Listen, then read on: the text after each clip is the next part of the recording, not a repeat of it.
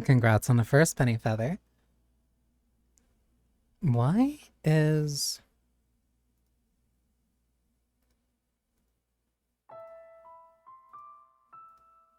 Why is my chat always acting so weird? Thankfully I have something else I can put here.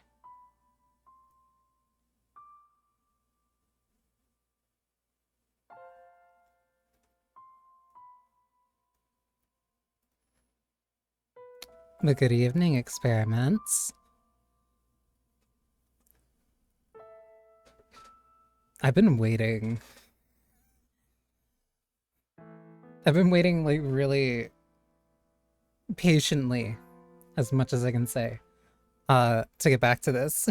Especially after last week.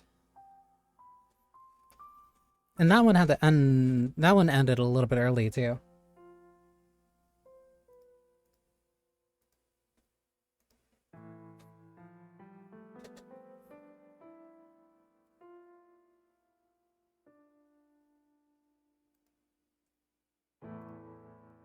So this one I don't mind going a little bit long.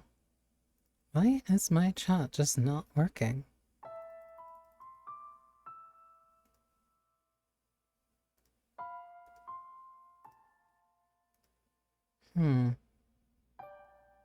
I'll figure it out.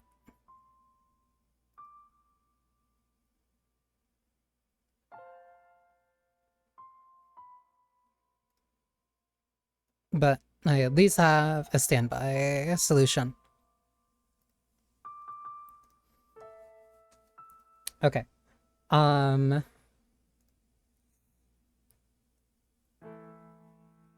trying to like figure out if there's a way that it like quickly sum back up what happened. But basically we're doing a redo of the last chapter because we actually know that that was not a real story. It wasn't honest.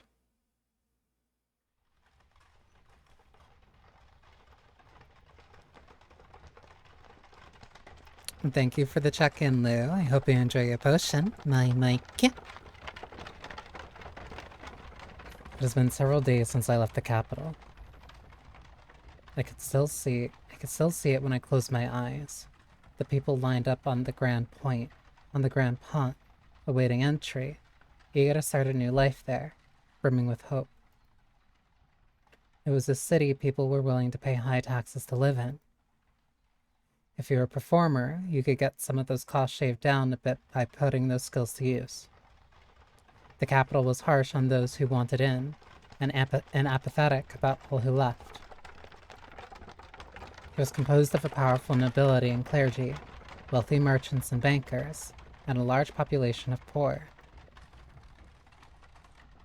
And it was the city I had called home for a long time. I didn't know how much about where I was heading.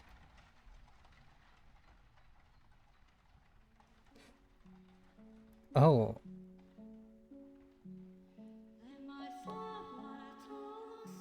It's getting foggy. Looks like it might rain. Maybe we should take a little break. You want to keep going? Oh, alright then. The coachman was frustratingly taciturn. Wait, this is the one from before. When I first touched the mirror. He acted as though he had gotten stuck transporting a prisoner. Though that was hardly a stretch. From his point of view, I was nothing more than a criminal. Even the times he would acknowledge I had said anything, he made no effort to hide the scorn in his eyes. To pretend he didn't regret ever taking this job. And I would just fall silent again. The road was gradually getting narrower. We had long since left the paved city roads behind, and were now traveling along a couple of worn-down groves in a forest. How did I end up here? Why was I being subject to this? I was done thinking about it. The more I thought on it, the less fair it seemed. The more I remembered, the worse it hurt. All I could do anymore was close my eyes and weather the storm.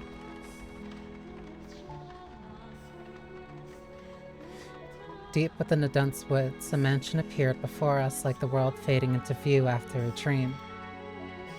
It didn't seem to be an especially large house, but it had obviously been constructed with a great deal of care, and it was, thankfully, not standing in ruins. This deep in the forest. The carriage came to a stop, and the coachman climbed down, signaling with his shin for me to get out. Thank you, very much. You must be tired after such a long journey. This is the mansion I am looking for, yes? But the driver didn't even acknowledge me, getting back onto the carriage and setting off into the forest. He seemed to want to get as far away from here as quickly as possible. He could have said something. Oh well. That was about all I could say anyway. Oh well. I couldn't blame anyone for my being here, or for his wanting to get out. I should get going, I guess. Getting a better look at it, the house's windows were, strangely enough, all shuttered.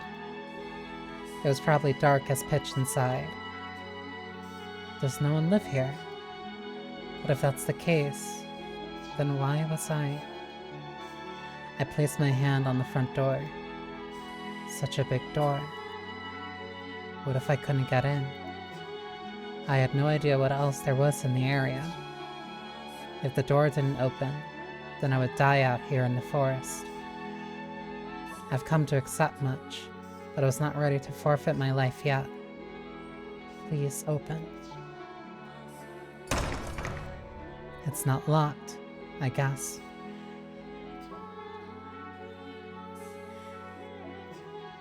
The door was heavy, and though it seemed to protest my attempts to enter, it still opened much easier than I was expecting.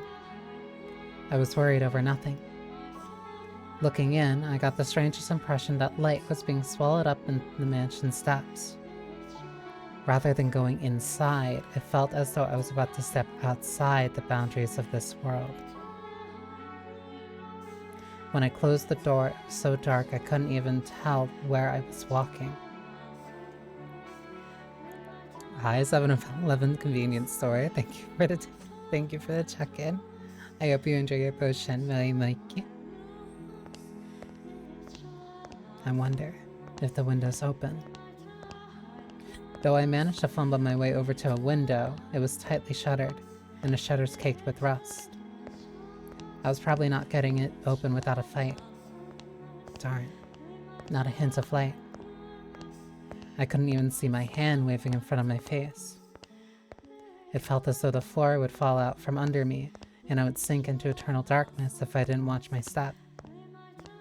Fighting back that fear, I slowly walked forward, tracing the wall with my hand.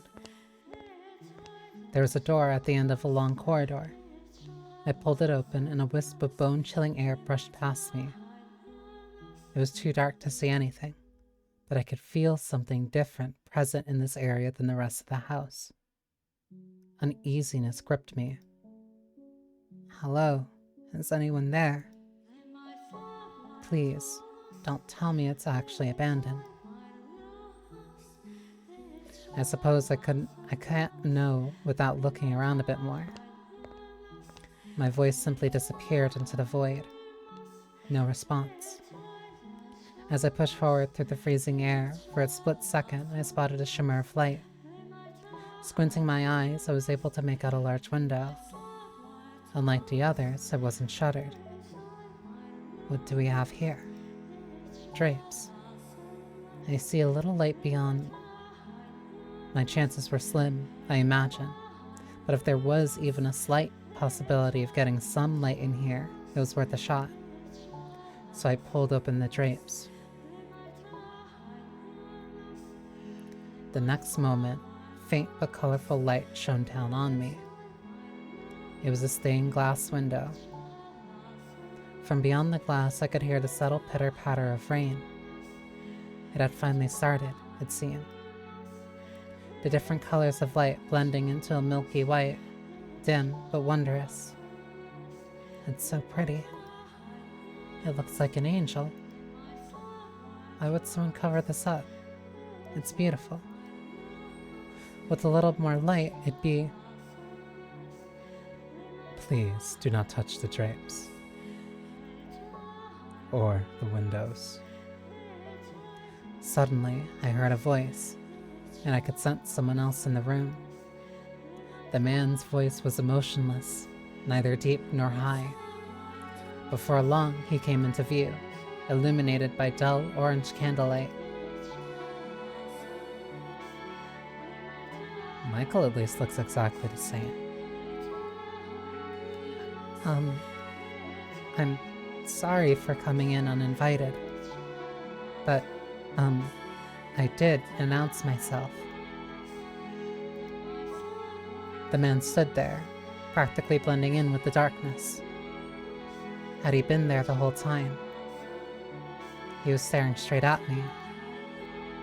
His gaze wavered slightly, but not enough for me to read anything into it. Then again, I could hardly make out any detail at all under the light of a single candle. Is this, your mansion?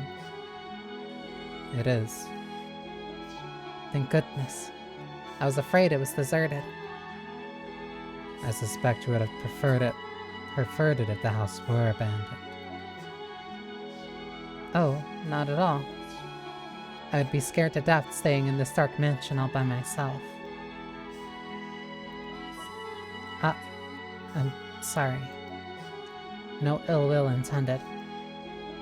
But I do think it could do with some light.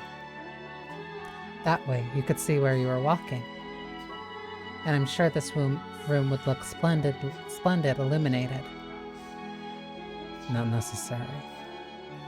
I make do perfectly well as things are. How can you see when it's so dark? I have an abundance of candles and oil for lamps. I am not in want of means of creating light. It is not your place to criticize my lifestyle. If you need light, you are free to leave. If you are in need of money, help yourself to some of the furniture. There's a village not far from here. Trade it for food, then make your way to a larger town. I am no longer able to freely return to the city. I cannot go back there. Please, don't chase me out. I see. And do you ask this of me aware of how people refer to this mansion? They say that a witch lives here. Not merely a witch. A cursed witch. If you remain here, you too shall likely suffer your own destruction. You're worried for my well-being. Witch or not, my mind is made up. I was sent to this cursed witch's mansion to atone for my transgressions back in the city. It didn't matter what lived here. I had no choice. Which will strike you first, I wonder? Regret or the curse? You seem to be doing just fine. It's only a tale. The witch is real, very much so. It is not a legend nor a fairy tale. The witch. The witch's name was Morgana.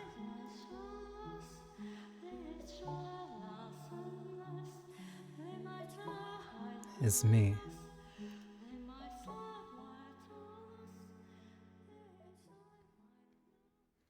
So everything from this point forward should be new.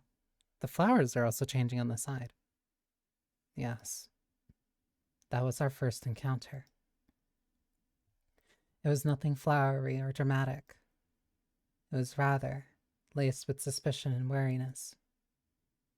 We were nothing about, we knew nothing about one another, and I had no interest in changing that.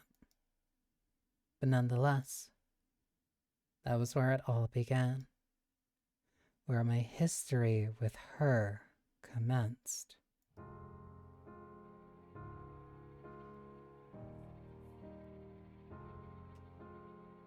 Oh.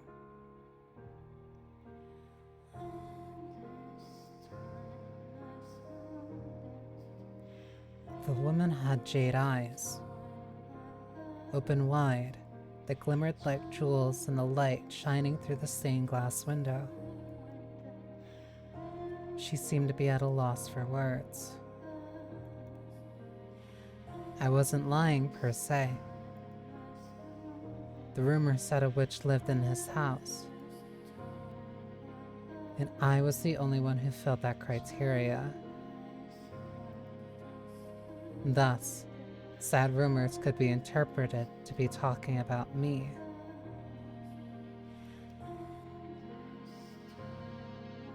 After staring at me dumbfounded for a few moments, the woman suddenly burst into laughter.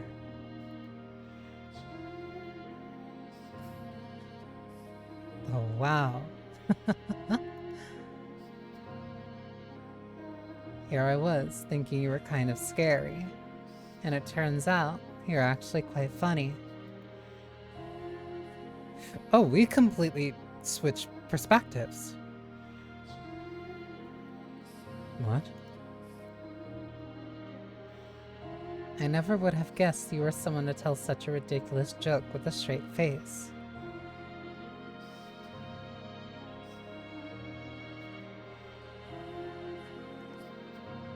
I wasn't...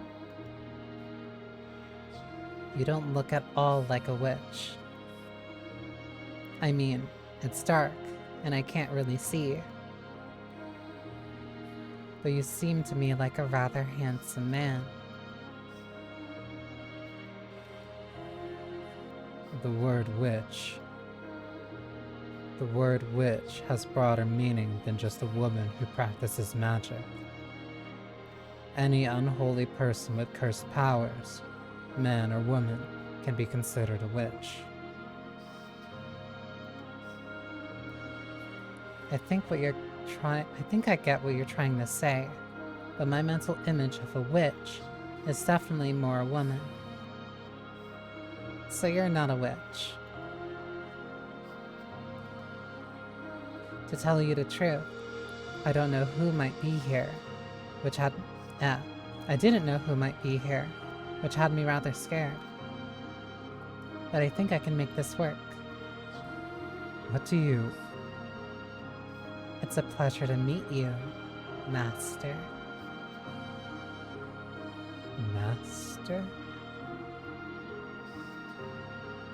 I was sent here from your old home. I was an Abigail for your mother, but well, I might have made a little goof. I froze the moment the word left her mouth. Home. It rattled around in my skull, shaking up terrible memories that almost brought me to my knees. Why, after all these years, were they reaching out to me now? And not even sending someone to bring me back, just sending someone. To what end? For what purpose had they shipped an Abigail out to this remote mansion? What was my mother thinking? Was this another one of her attempts to break my curse? What do you mean? What do you mean you made a little goof? My voice came out weak. I did my best not to let it show on my face. It was a teeny tiny mistake. Nothing you need to concern yourself with. What did Mother say about me? Well, it was actually your father who told me to come here. I never really spoke to your mother much. Father sent you. That made even less sense. Why would he have? Did Father even know I was here? No. If he had known, I would have been... Who was this woman? And what was her goal in asking to stay here? Well, there you have it. I'll be here for a while. If you need me for anything, do not hesitate to ask. I'm confident I can handle most everyday tasks. Now, where should I begin? Oh, I know. Are you hungry, Master? Food. I can't imagine you eat much, being as skinny as you are. I turned my back on her without responding. No matter what her goal was, she had been sent from that house. There was no way anything good could come of that, and there was no way I could live with someone who had ties to them. I prayed she would take the hint, give up, and leave. Master. And so I kept ignoring her. Master. Master. I ignored. Master. I ignored her. Master, what would you like for supper? Nothing. But failed, spinning back and shouting. Her eyes went wide, and then she gave a sheepish giggle. I glared at her as she fidgeted uncomfortably. Eating is one of the most basic human needs, so if you're hungry, you should really eat. I said I didn't want.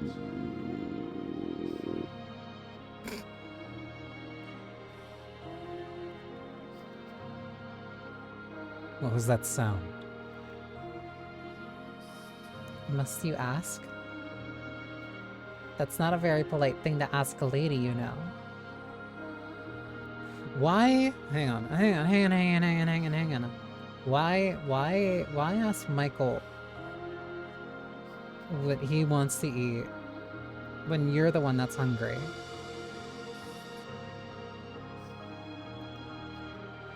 Huh? You know, it was a long trip, and all I had to eat on the road was dried fruit. I felt like I was some kind of animal. So, what I'm trying to say is that I am hungry. That wasn't the sound of her stomach growling, was it?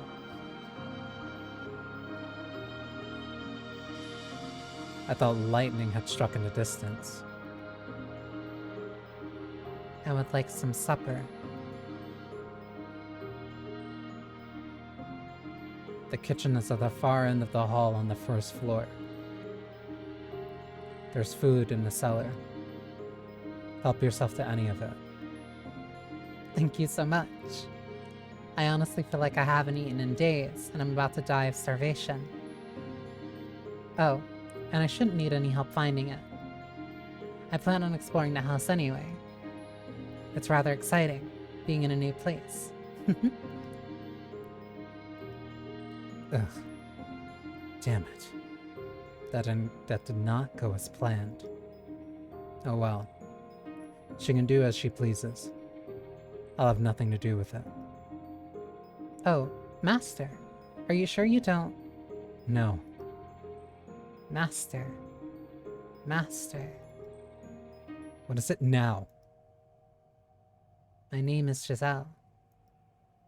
It's a pleasure to meet you. And your name, Oh, Master, you... I actually left the room that time, making my way back to my chambers. At some point, I would seriously have to chase her out. Especially considering she had come from that house. But regardless, I was not terribly fond of her. This chapter. So whenever the flowers are changing, that's the indication of a change in perspective. The red flowers are Giselle, the white ones are Michael's. So I'm trying to word this like very quickly. Because effectively, at this point, some 20 something hours, at least when it comes to like me streaming it, you are inherently poised to not believe anything Giselle says. Flat out. Both with the way that she has been hiding information between each of the previous chapters, with the way that she has been obscuring information, and with the way that she was called out after the last chapter, quote unquote, the last chapter, for obscuring the truth from you. So inherently, even at this point, especially from Michael's perspective, you are poised to be untrusting of her. Like you're rightful to be suspicious of her and like what she says, especially whenever it is from Michael's perspective, because it's not from her perspective, so we aren't seeing what she's actually thinking or her reasoning behind certain things.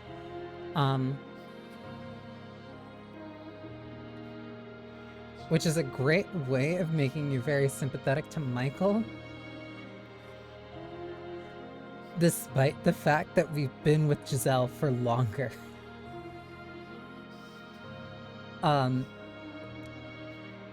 That's a very interesting way of poising us to be inherently suspicious of her.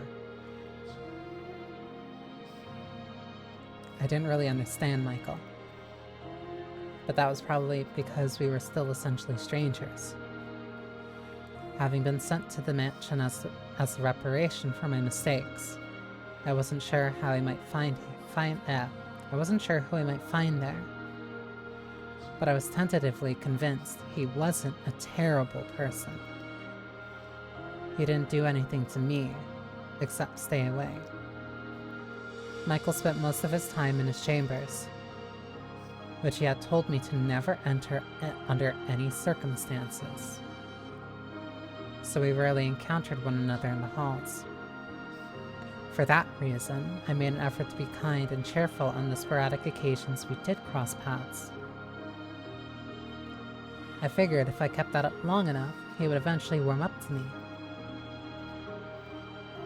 And as new housemates, being able to enjoy our time together was obviously preferable to the alternative. Even in her perspective, she is considering it like as housemates, despite the fact that she herself like poised herself to be a maid, referring to Michael as master, and then asking what it was that he wanted to eat, even though it was her who was hungry.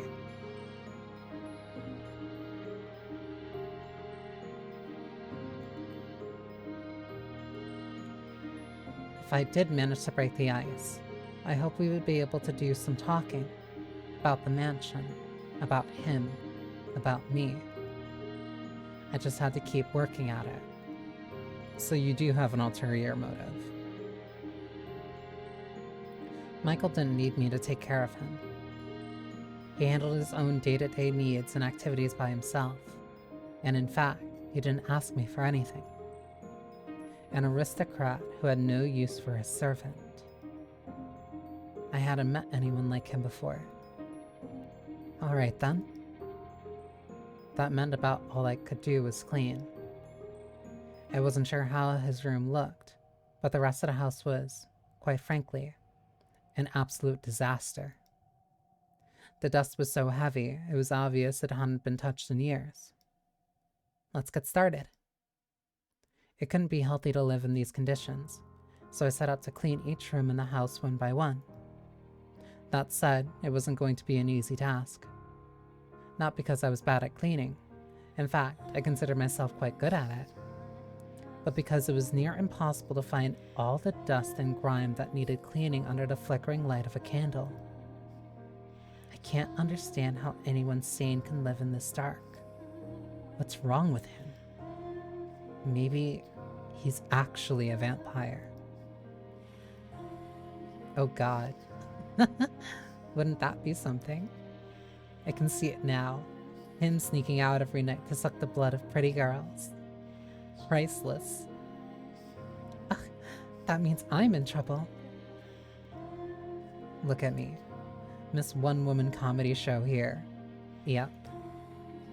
If I am able to get him to warm up to me, though, maybe that'll give me a little more room to make some changes. Like opening some windows. No light and no fresh air. No thank you. Anyway, I set the candlestick down, pulled over a chair to stand on, and started wiping down the shelf. The chair's legs seemed to be uneven, as it wobbled slightly beneath me. So many books. I wonder, do they all belong to him? I knew parchment was expensive, so it was rather astonishing seeing this many stacks of it in one place. There were even some books with bulky, extravagantly decorated covers.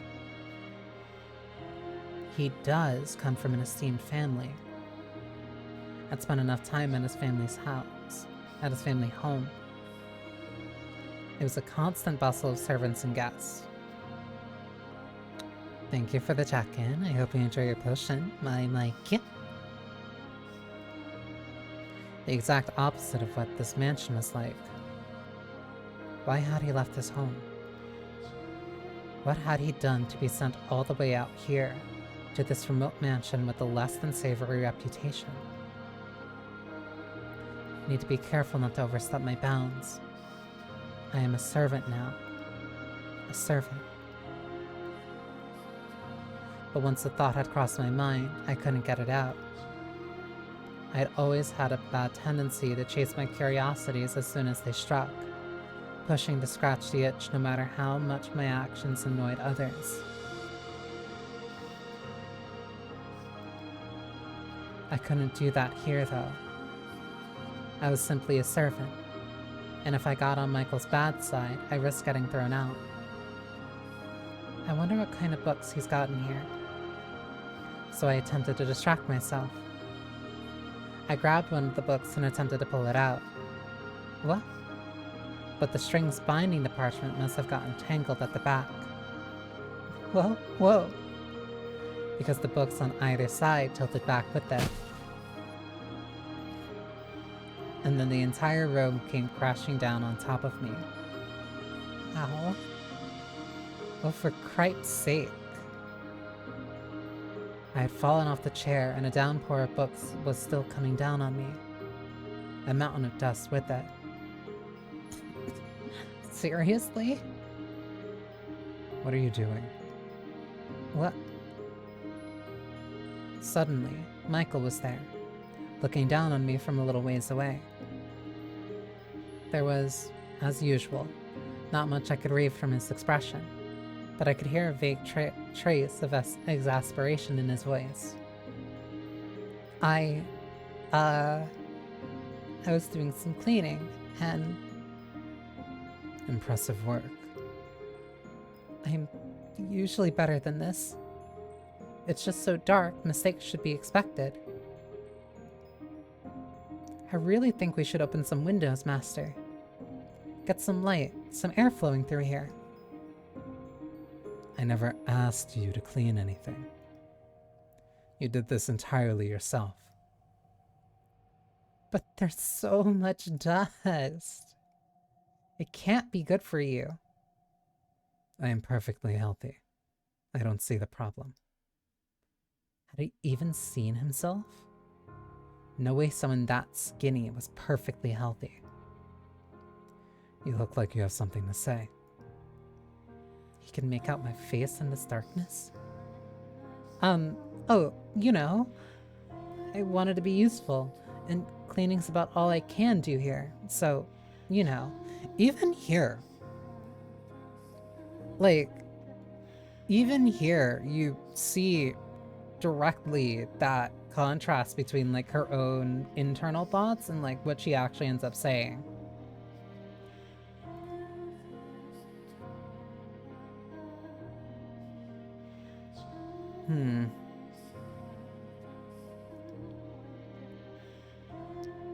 I was sensing something else, but all right.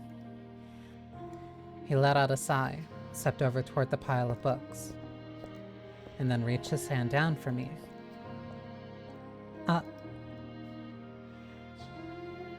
I suddenly felt a pang of embarrassment about the fact that I was still splayed out on the floor, but I raised my hand up to take his, only for him to pick up a book instead. Interesting. Because the way that she explained the story before was the fact that he wanted to touch her, but then he feigned it and went to pick up a book instead.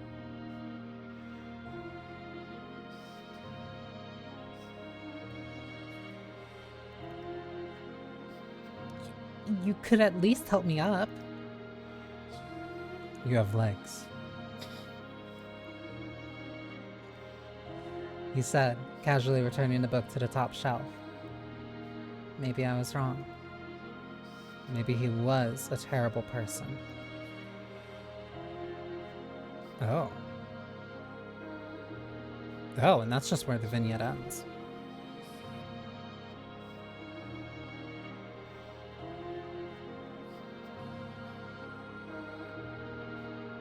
So, Master, are all these books yours? Giselle asked, not a trace of remorse visible on her face, despite having made a mess of the room she was supposedly trying to clean. I gave a curt nod. Really? That's impressive. Must have been hard work getting them all in here, huh? There's gotta be 100 books here. You could fill a whole carriage, at least. It's like you've got your own personal library. She had been pouting only pouting only a few moments earlier, but her smile was back in short order. Her jade eyes were like little balls of curiosity, glittering in the faint candlelight. I was not particularly fond of overly expressive, rather, overly curious women. Did they not care that they trampled uninvited into other people's personal spaces? Or were they not even aware that their actions were invasive?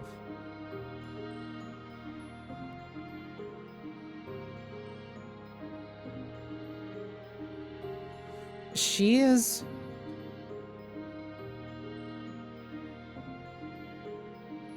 I'm trying to remember specifically the story it was. I think it was 3.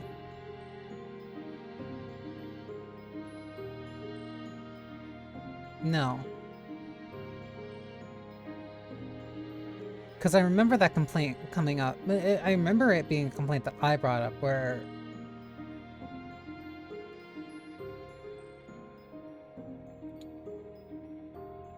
in one of the stories, the white-haired girl was being a little bit pushy.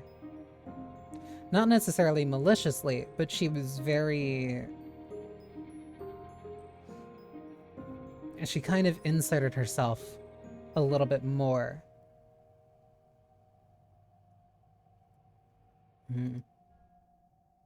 I averted my gaze from hers. I received one roughly every month. Ah, I see. 2, I think, with the beast. Yeah, I think that was the one where she was like a little bit more invasive than usual. I see. Wait. She turned back toward the shelves. I presume she understood the implications of what I had just said. Of the fact that there were nearly 100 tomes here and I received only one a month. Huh? Giselle fell silent. I couldn't blame her if she thought my circumstances, or my family, or my life bizarre. But I didn't care what she thought of me. In fact, it was to my advantage for her to be uncomfortable. I just needed her to stay quiet and keep her nose out of my business. There's more than I thought. I said not to her, but to myself. I had no reason to count the passage of time anymore. Only the book served as a record of how long I had been here. 121. What? There are 121 books. How? 10 years and 1 month. You were counting? I thought she had just sheepishly gone silent. What an inscrutable woman. You've been here in the mansion for that long, all by yourself. The truth was, there had been times when I wasn't alone. But Giselle had no need to know that. You already know the answer. A look of pity formed in Giselle's eyes. Enough. I never asked for her sympathy. I'm here by choice. You mean you weren't banished here? No restraint, this woman. No. I came here of my own volition. I didn't care enough to elaborate, though. Picking another book up off the floor, I brushed the dust off its cover. It was a gaudily decorated tome. That's a very fancy book, isn't it? But apparently, Giselle was unable to take a hint. What's it about? I let out a sigh and opened to no page in particular, sticking the book out toward her. Oh!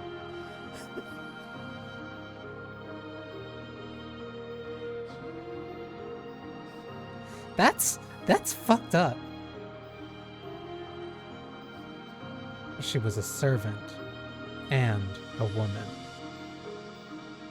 You're doing this fully knowing that, very highly likely knowing that she can't read. There was no way she could read. Let's see here. This land is hardly suitable for cultivation. It could only produce over-sour grapes. I would probably get more out of it if I tore down the fields and made it into a market.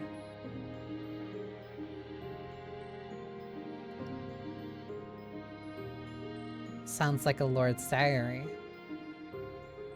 So even that you're lying about. You can read? I was caught slightly off guard. It was rare for a noble woman to be able to read and write, let alone a servant. Was she truly what she claimed to be? I had someone to teach me. So is this book any interesting? You're really brushing past that, despite how kind of important that is. And how about you lied about that the last time you told this story.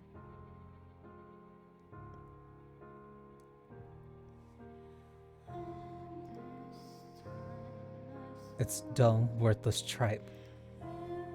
I can't imagine why anyone thought it was worth binding. Tough crowd. But it's not very often you get to see a lord's diary. I am rather curious what kind of things get griped about. What kind of things he griped about. Lord or king, what value was there in another's grumbling? There was no knowledge contained within that book. Just emotions. Unsightly scribbles. And there's nothing more exhausting in this world than being emotional.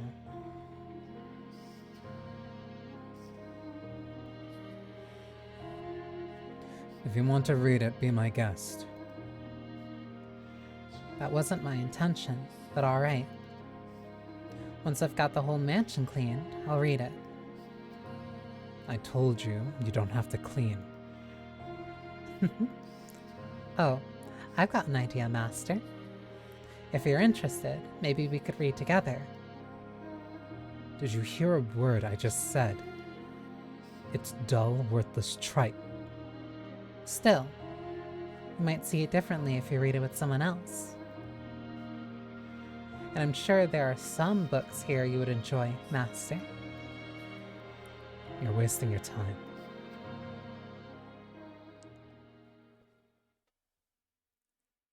The suspicion and restraint budding between us was trite and insignificant at that point. She was still smiling after all.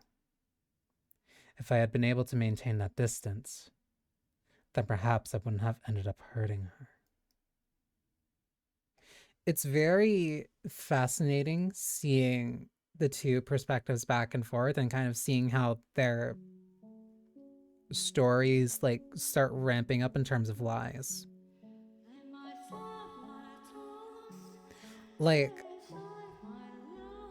it was small at the start, but being able to lie and hide being able to read is genuinely a very big and notable thing here, especially during 1099. And we're seeing each other now. We're not even just seeing each other lie between, like, from one perspective to the other. We are seeing them consciously lie to one another while having their internal monologues about it. It's... oh, this is fascinating. It's a very... This fits, like, for the complaint that Michael had before about how the last story was too fake. This one you're getting a full perspective. Like, kind of a disgustingly full perspective from both ends. It had been a little under 2 weeks since I had moved in with Michael. Though we lived in the same house, we rarely saw each other. On lucky days, I wouldn't see him at all. On unlucky days, I wouldn't see him at all. I wasn't sure if he ate in his room or our schedules were simply misaligned, but we never had any meals together. Perhaps he was deliberately avoiding me. That has to be it. I know servant and master don't usually eat at the same table, but even so, he could be a little less obvious about it. Am I really that much of a nuisance? I'm not doing anything inappropriate, am I? I'm being pleasant and sociable, aren't I? I haven't given him any reason not to like me, I think. I hope. He had never been very enthusiastic about my staying here, but I hadn't been given a choice. I had been sent here by his family. Besides... no. Out with the negative thoughts. Gotta stay positive. Yeah, he hasn't tried to chase me out yet. I just haven't broken the ice. I had to stay positive, optimistic, happy thoughts, and be myself. As long as I kept working at it, with enough time, Michael would surely come around and not be so distant. I've got a goal, so let's get to work. First, I make supper. Then I ask him to have it with me. Gotta be proactive when it comes to the reclusive types. Alright, here goes. Or, here would go. but we're almost out of supplies. Well, so much for that. The cellar was where the non-perishable food was stored. Dried food, smoked meats, cheeses, and a small scattering of root vegetables. Looking at this makes me feel like a soldier holding down a castle's fortifications. Had Michael really gone 10 years on nothing but this, I would have raised the white flag long ago.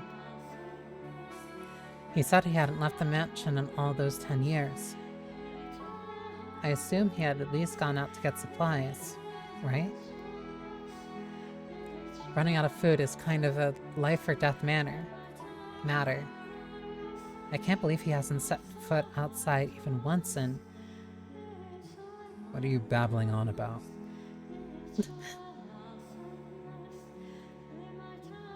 Oh no, he overheard me. I assumed you were talking to someone. Huh? Does anyone else live here, Master? I haven't seen anyone. It's just the two of us. Alive, anyway. You mean there are ghosts? Something of the sort.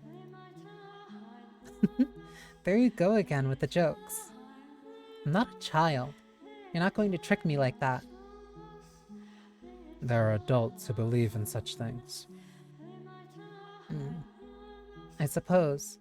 But I don't really believe in ghosts or demons or curses or any of that.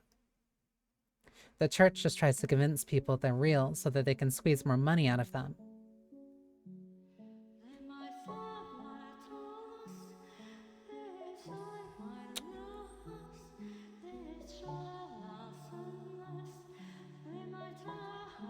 That's a very notable thing to say here. Where take? Who is she? Who is she? Who is she?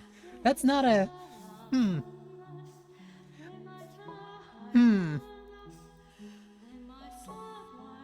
Am I going to have to turn you over to the church, you blasphemer? Yeah, no, that's a... You have to be very brazen to say something like that around this time. Especially so openly. No. I pray every day. Honest. Bullshit. I don't particularly care either way. I'm returning to my chambers. What? Already? You didn't, come down for food? I only came down because I heard voices. A moment. Please, just wait a second. What? Our stores are almost empty. What do you normally do when you need more food? I'll happily accompany you on a trip to the market. Already? That was fast. There are two of us. I really don't eat that much, do I? In the dim light, it was difficult to make out Michael's expression, but I thought I could see a tinge of annoyance on his face. Hold your ground, Giselle. You said you wanted to get closer to him.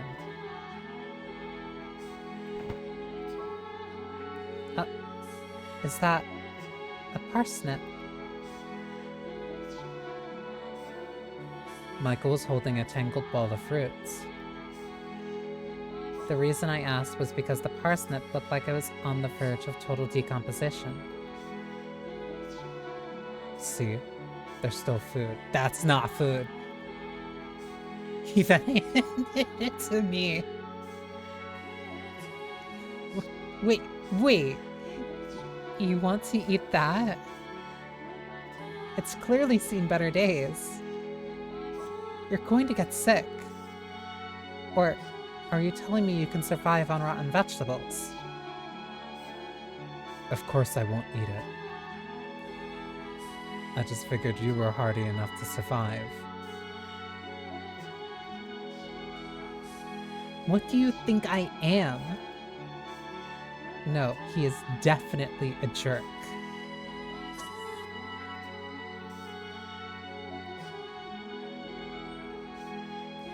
Or that the resulting diarrhea might reduce your appetite. You're...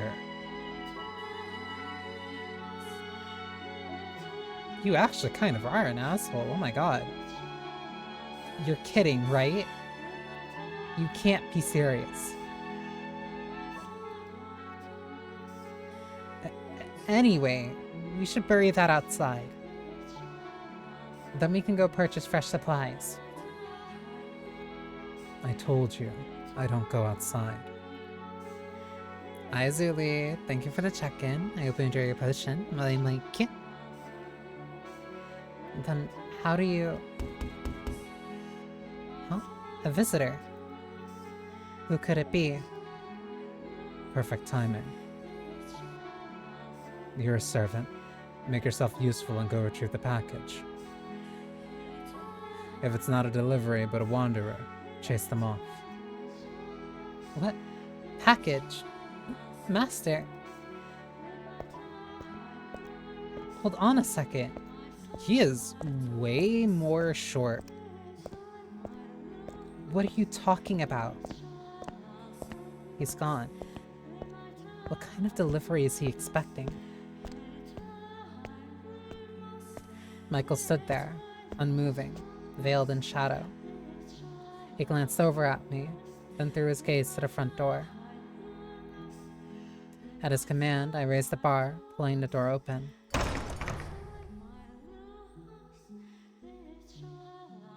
After nearly 2 weeks inside, the light from the setting sun almost blinded me. Okay, I think ads are like, yep, there's ads. So let me BRB. Let me also see if I can fix this chat while this works.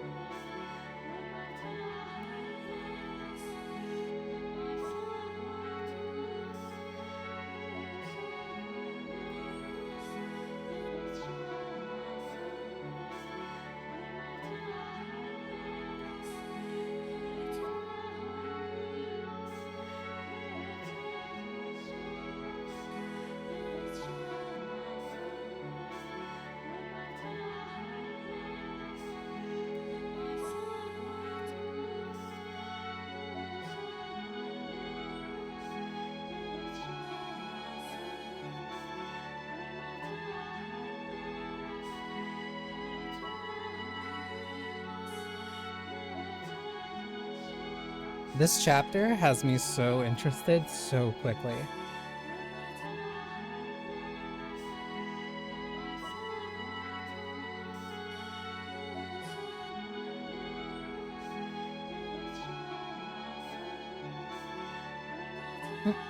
Okay.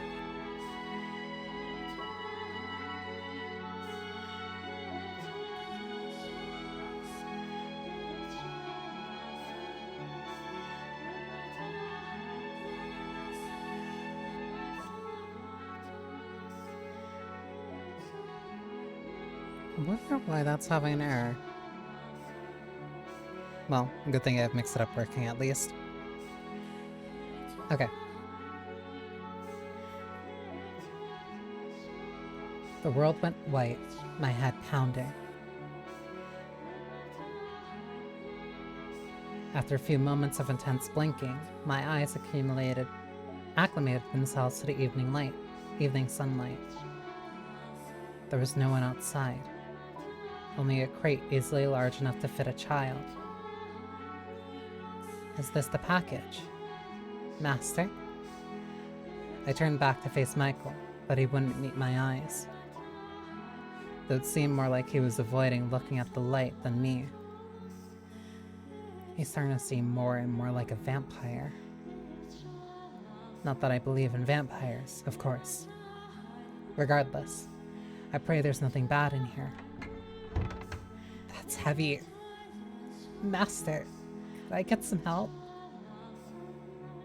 Gee, thanks. I am a servant, admittedly, but this is a lot to ask of just one girl. A little help would sure be nice. Once it's inside, close and bar the door. He said dispassionately, his head still turned toward the darkness. As you wish, master.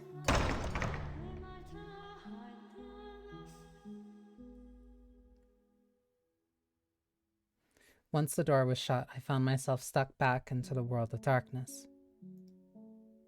It hadn't even been 2 weeks, but the lack of light was beginning to become my normal. The outside world growing farther and farther away. Being holed up in here is definitely not good for me. I should go for a walk sometime. Maybe plant some flowers, vegetables. Yeah, I like that idea. Maybe I can grow that old tangle of roots into some fresh parsnip. What else do we have to plant? It'd be great if there were some flower seeds. That was... fuck.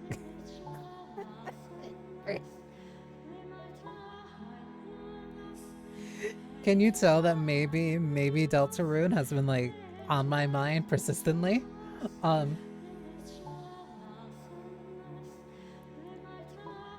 What are you doing? Open the box, now. As you wish, master. Oh, there's food inside. In the box was a burlap sack with berries, root vegetables, and smoked meats, as well as an assortment of bread, fruits, and wine. Aside from the fruit and bread, everything else was the same as what Michael kept in his cellar. Huh. And buried beneath the burlap sack was a single book. 1 book a month. He really hasn't gone outside in 10 years. It appears you've begun to grasp the situation. Yeah. But why? This was delivered by someone from your house, master, wasn't it? A servant, I assume. Why would they leave without saying anything? No one wants to talk to a cursed man. In the past, they would occasionally check in on me, but that hasn't happened recently. They think you're cursed. Oh, right. You don't believe in curses. Then come up with your own explanation.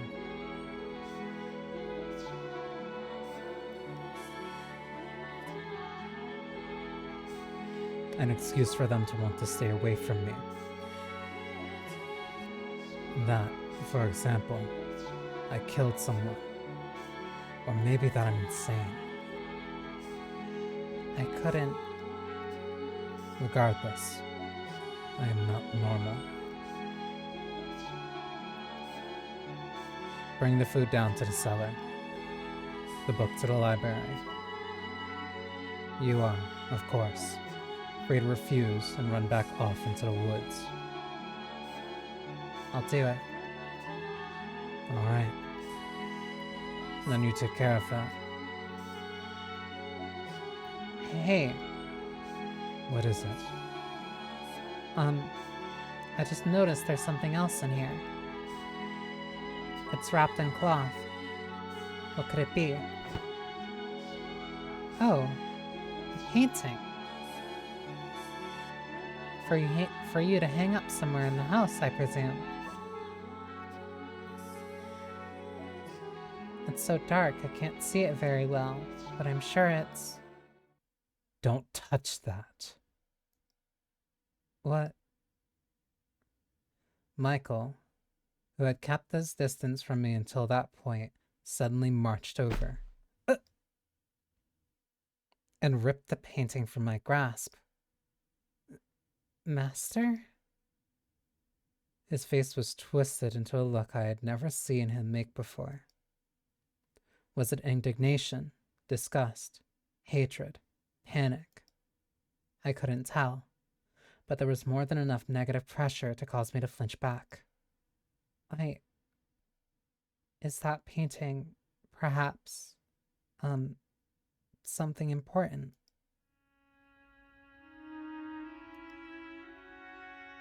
A landscape painting. He muttered under his breath, the tension melting away from his face. I was left looking at his usual blank, impenetrable expression. But his eyes were still fixed on that picture, staring at it unblinkingly. Why a landscape painting? Some kind of passive-aggressive message. It's not of anywhere nearby. Did they travel somewhere? Well, it's not of that girl. So that's an improvement. What girl?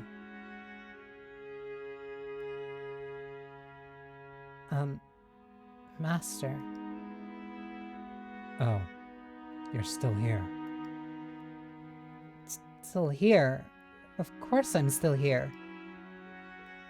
Who do you think you asked to take care of the package? What's with you? Just running over and snatching a painting from me? You scared me. Could you maybe explain yourself? What's so special about that painting? I don't believe that's any of your business. None of mine. Of course it is. You ripped it out of my hands like I was some kind of thief. I have a right to know what that was all about, and maybe an apology while you're at it. Definitely not acting like a servant at this point. You told me to open the box, so I did. Then all of a sudden you're angry. We are not equals. Do not mistake yourself for my friend.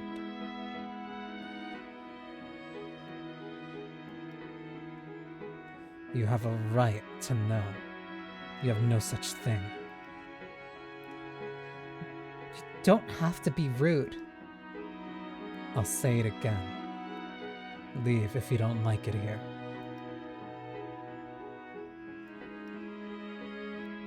I never asked you to be here. That was your wish. My wish?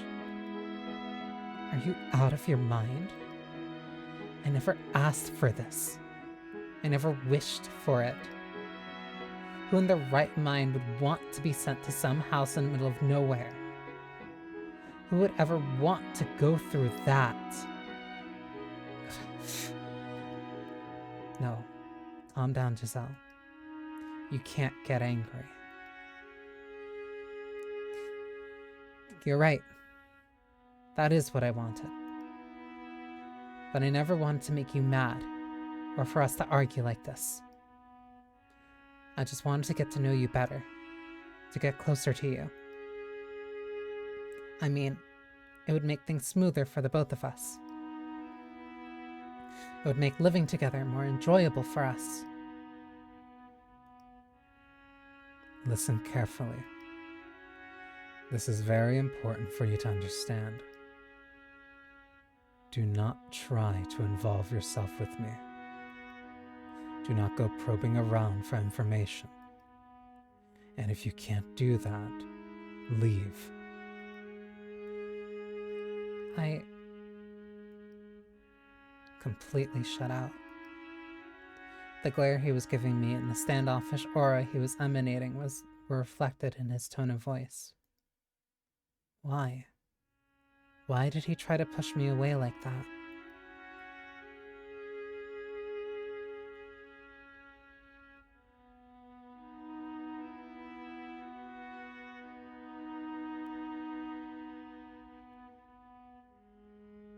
It seemed Giselle really didn't know much about me. Despite being sent here from my house, she was unaware of the monthly deliveries, as well as the reason why I lived in the mansion all by myself. Why, though, would I not have told her anything? Why had she been sent here left completely in the dark?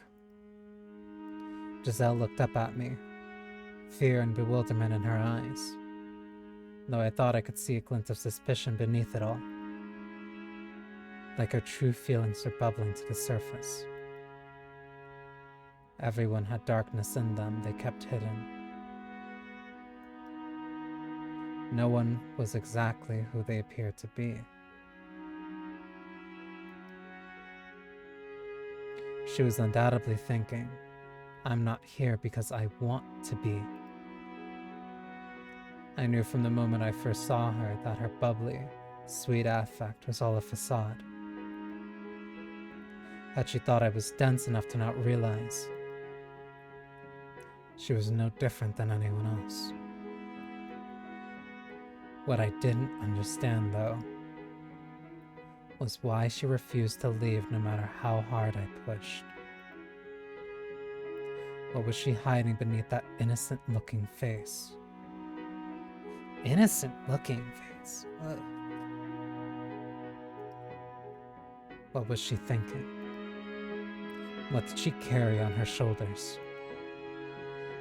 Everyone is hiding something, deceiving those around them. I had to figure out what she really was.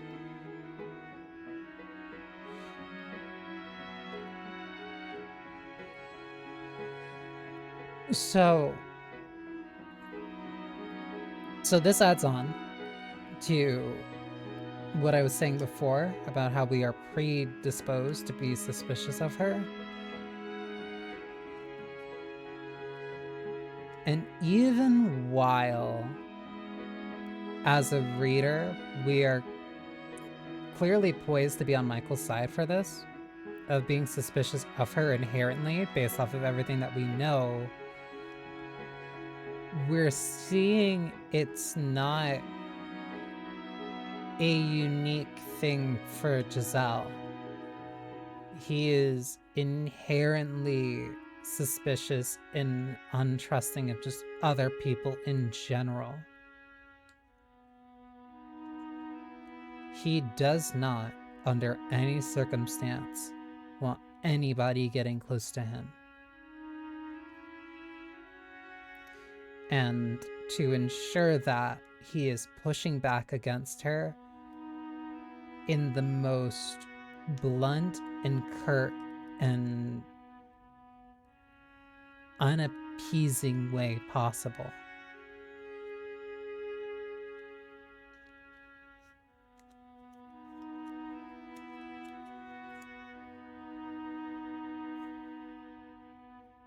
May I ask you something? Yes. On the day you arrived, you said you made a teeny tiny mistake while working at my family's house. Tell me about that. What did you do to the Bollinger estate? In that moment,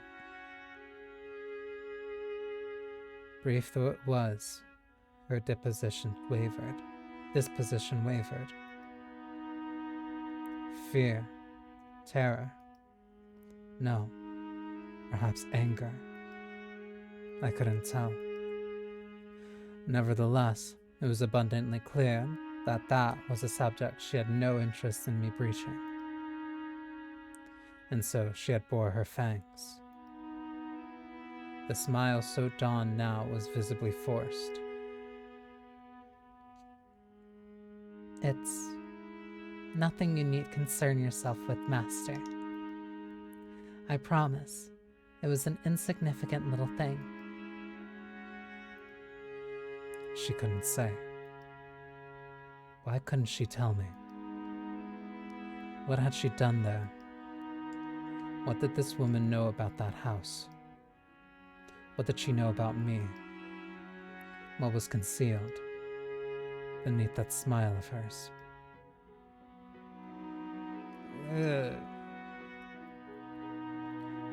I am the master of this house, and you are my servant, and you are a servant, and still you refuse to tell me. Like I said, it's nothing. There's no reason to bother you with a mere servant's personal blunders, Master.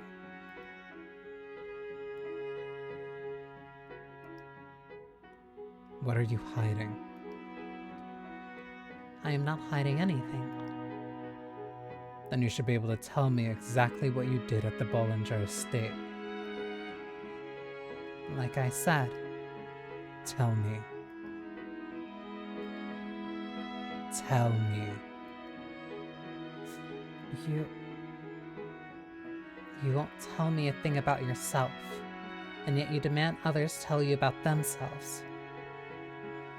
Here you are, practically threatening me, demanding I tell you something I don't want to talk about, and yet you still haven't told me anything about the painting. Oh. So I was right. You do have something to hide. How many times must I repeat myself? We are not equals. I don't care if it's insignificant or something you don't want to talk about. What? I'm ordering you to tell me. A trifling blunder would not get someone sent to live with a cursed man in a house spoken of so unfavorably. Whatever she had done at the Bollinger estate, that had something to do with why she was here. If she truly hadn't done anything, that she had done something to gain, then she had something to gain from this place, or possibly from me. And if that was the case, I had to get her to talk. Make me. Giselle's eyes were open wide. I recognized the look she was giving me. I knew very well what that gaze meant. You're an abomination. It was the same as them. Fear, contempt, revulsion, repulsion. The way she acted, the way she spoke. It was exactly the same. You're no different. I made her uncomfortable. I made her afraid. She thought I was unpleasant. She thought I was despicable. She thought I was an abomination. In a frenzy, I grabbed her by the shoulders, clamped down far more powerfully than I had meant to. Stop. Her face, contorted in pain, morphed into someone else's. Who was I directing my anger at? Where was this rage being aimed? Who are you calling an abomination? What? Tell me. Who? The black fur. Ooh, the black fur bubbling up from within me knew no end. The girl, she ridiculed me. She denied my identity with her glare. I couldn't escape from that phantom, that reality. What are you? I never called you a... Get away from me. Get your hands off me. Giselle's scream echoed in the entrance hall, rattling my eardrums. She frantically smacked my arms aside, and then I came back to my senses. She was standing a little ways away, breathing heavily, arms wrapped tight around her body, glowering at me, showing her opposition to my touching her.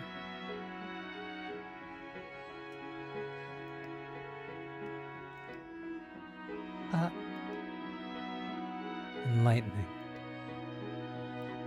No. You just, you startled me. That's all. Some servant you are, telling your master not to touch you.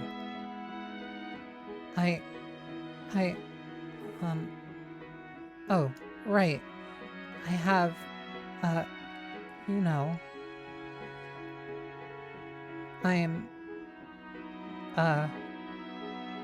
allergic to people. It's a very unique condition, I hear. I mean, can you believe that? See, you know how some people get all red and itchy when they touch a dog or a cat? It's that, except for people. So,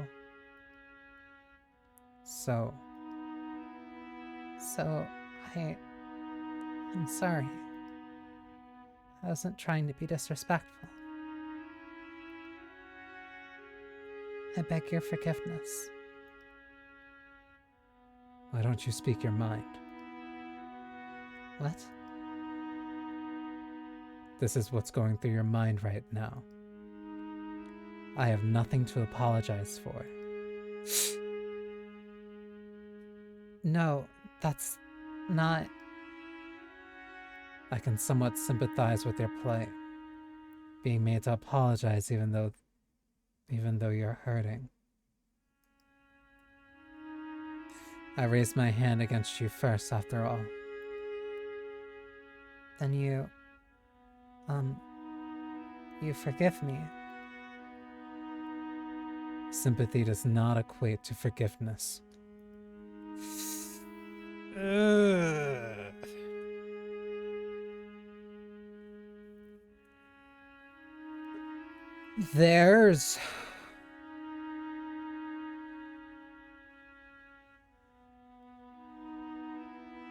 There's really messy feelings going on in this right now.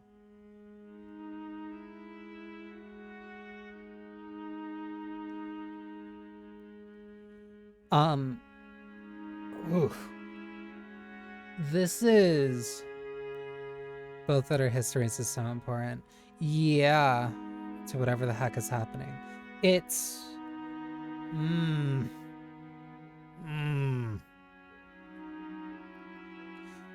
These are two very,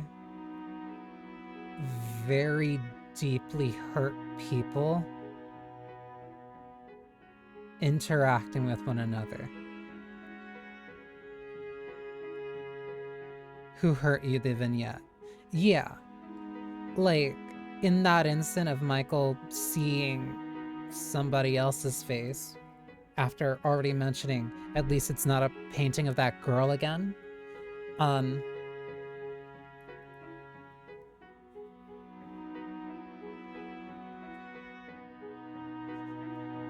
And her coming up with the excuse of, I'm actually allergic to people, so I don't like when people touch me. Like, no, that is... that is that's a cover. Not like not like when a person is making you uncomfortable cover. That is a I am really hurt right now. I am really hurt in a very specific way that I do not want to communicate to somebody else. I am hurt and you do not have the right to know why I am hurt, but I do not want you to touch me.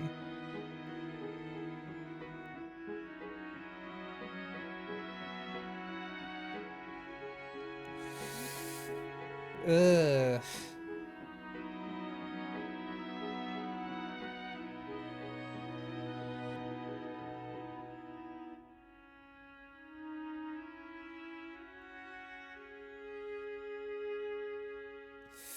Ugh, this hurts. This is good, but like, oh, this hurts.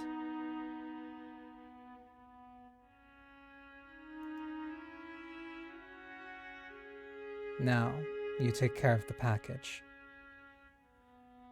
The manipulation effect in the previous chapter, this is great. Yeah, because it's like, because it throws so much of the previous chapters into beautiful context. Because even just going back to like the previous 1099 chapter of having it be Michael who can't touch her because otherwise things will die. Where it is actually one, he doesn't care about touching her. He has no real qualm about it. But she's the one who has the big physical reaction, especially despite that scene in the library where she very clearly thought that she was going to touch him and like kind of, I have to phrase this correctly, she was anticipating it. But then in this context, and then also trying to assert her own autonomy of like, why can't you see me as an equal? I am a person who is living here with you. I am a person trying to establish this connection with you, but then Michael being the ruler of the house, the one who she elected to refer to as master, capitalizing on that, saying, do not trick yourself. We are not equals.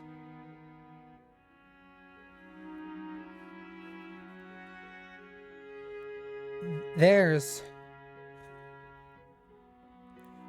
so much going on in this retread. This is great. This hurts like insane. This hurts to an insane degree, but like this is incredible. This is incredibly tight writing. I'm heading back to my chambers. What is it? You're not going to make me leave after what I just did? No, I am not. For it would seem I can make you leave on your own, whatever I move. For it would seem I can make you leave on your own whenever I so please.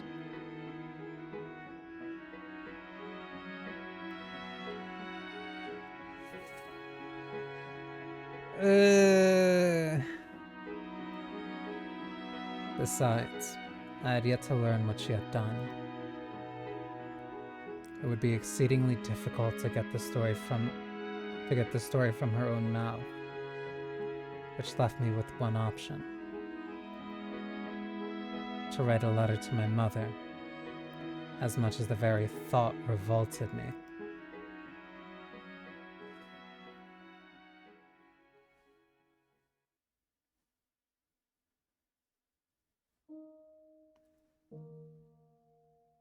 Several days had passed since the package arrived.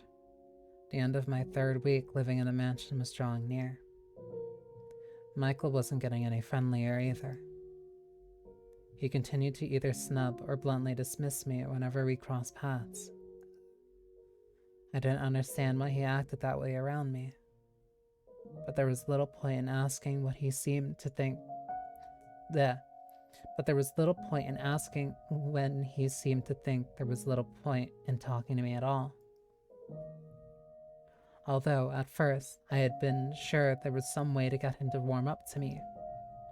The more time I spent in the mansion, the more my willpower began to feel like it was at its breaking point. I could tell myself to stay positive until I was blue in the face, but it would only work for so long.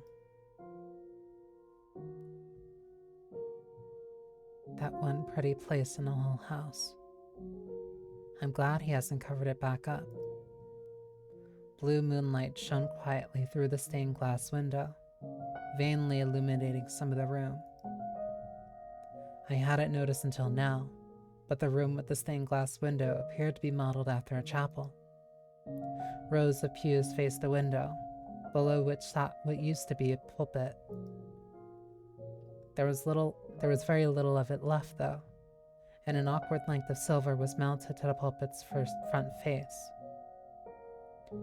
What was, I assume, formerly a cross. Upon further reflection, rather than facing the window, the pews seemed to be pointed at the pulpit, or perhaps the cross hanging on it. I wasn't sure why there would be a chapel in a mansion, but I had no one to ask about it. For a house of this size, a statue of Christ or the Virgin Mary seems more appropriate. She's also very aware of the church. Incredibly aware of the church.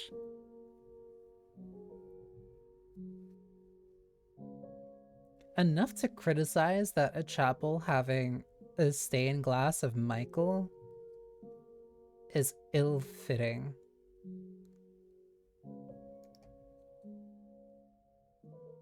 It's a very well-made chapel, at any rate. I doubted Michael had had it built for himself. There would be no reason for him to cover the window if that were the case.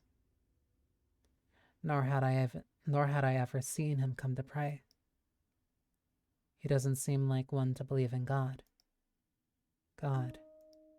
I'm not even sure if God really existed, then surely the world would be a much more pleasant, peaceful place. Ooh.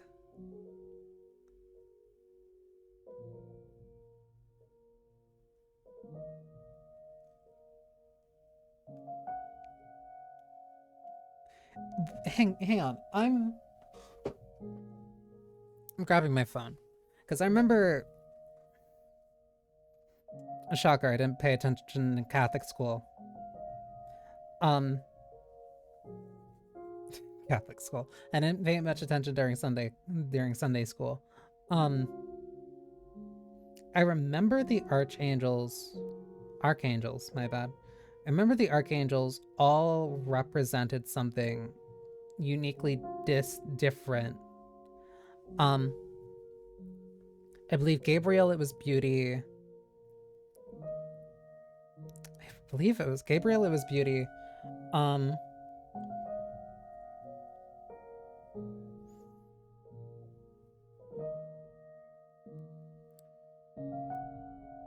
Raphael, I can't remember.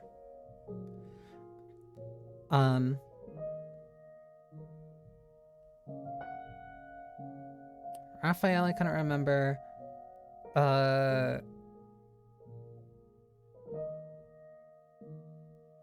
Uriel was different. But what was Michael supposed to represent specifically? Banner, scales, weighing souls, sword. Slaying Satan or a dragon.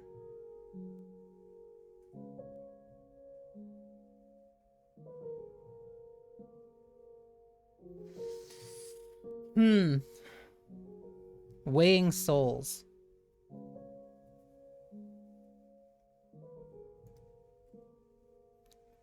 No unfair disparities in money or power. No senseless misfortune. I certainly wouldn't have found myself here, either.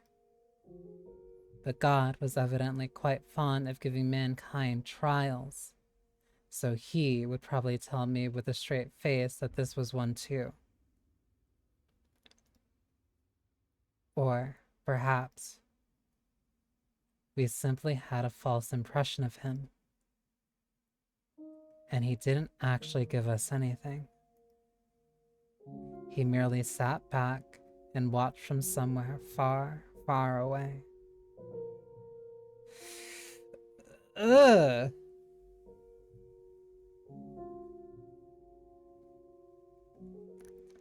That reminds me of like one of my favorite quotes that was along the lines of what's worse? Um Either I think it was mainly two, but I think it also works with three. Which is worse? Um God is dead. God exists but he doesn't care. Or God exists but he hates you.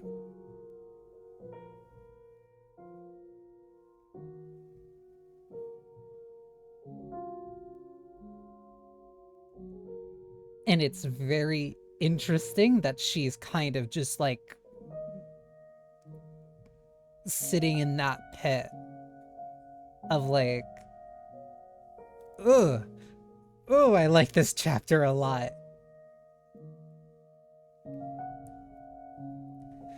If God really existed, then surely the world would be a much more pleasant, peaceful place. No unfair disparities in money or power. No senseless misfortune. I certainly wouldn't have found myself here either. But God was evidently quite fond of giving mankind trials, so he would probably tell me with a straight face that this was one too. Or, perhaps, we simply had a false impression of him, and he didn't actually give us anything. He merely sat back and watched from somewhere far, far away.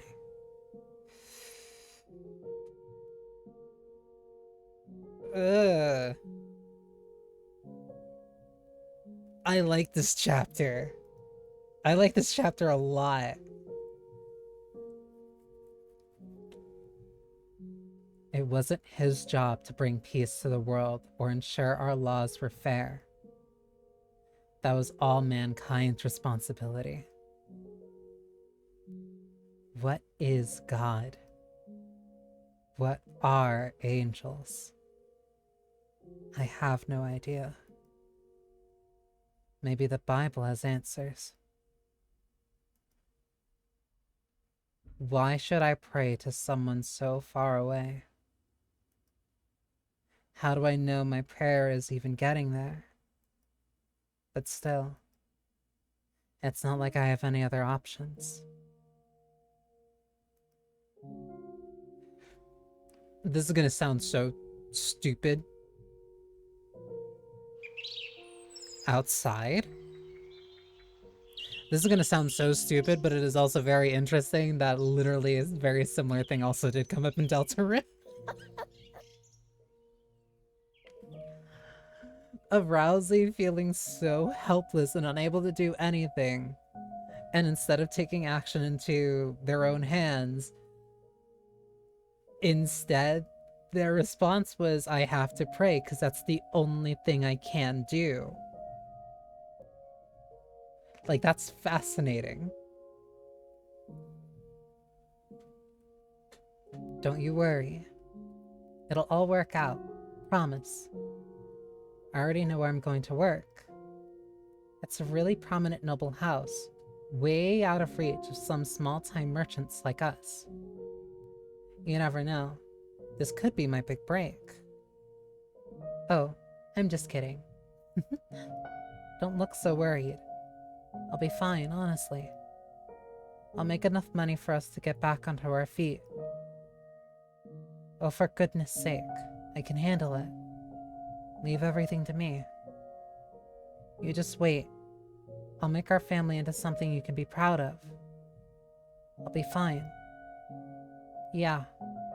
Say bye to Mom for me. I probably won't be home for a while. What? You're afraid I'm going to make some careless mistake. I... I'm not that airheaded. I can be a refined and elegant young lady. Those nobles won't even know what to believe anymore. If you don't believe me, how about I give you a little taste? Huh. How are you doing this fine morning, master? Your morning beverage is ready, prepared with the utmost of care. See? How about that? Not bad, huh?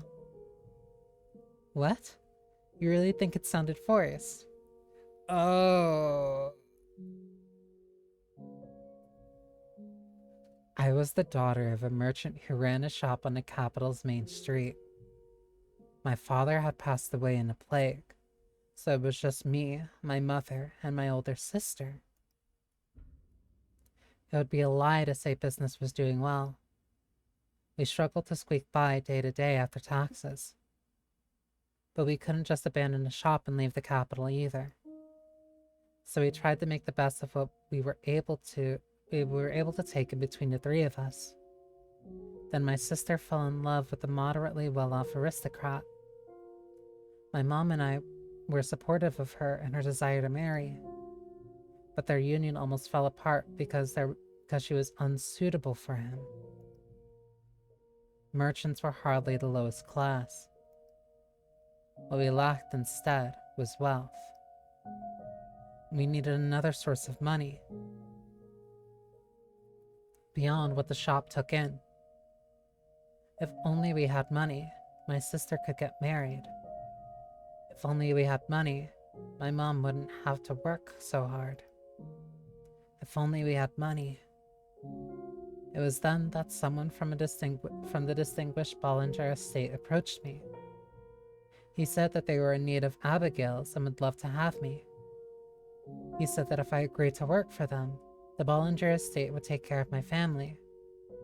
Generally speaking, noble houses took Abigails from other, lower-ranked noble houses. It was unthinkable for someone of my status to receive such an offer. So I took it as a once-in-a-lifetime chance and accepted the offer. I just pray that nothing bad happens to my sister, and that Mom is getting enough money to live comfortably. That's all I can do. They're nobility. They have plenty of money, enough to spare some. Ah. The light shining through the stained glass window began to grow murky, fading into blackness. It felt like a message from on high, that no, my prayers would not be answered. The bluish-white illumination shining down upon me disappeared as clouds blocked the moon. Oh, come on. You don't even want to look at a sullied woman like me. Oh, for heaven's sake. I never asked to end up like this.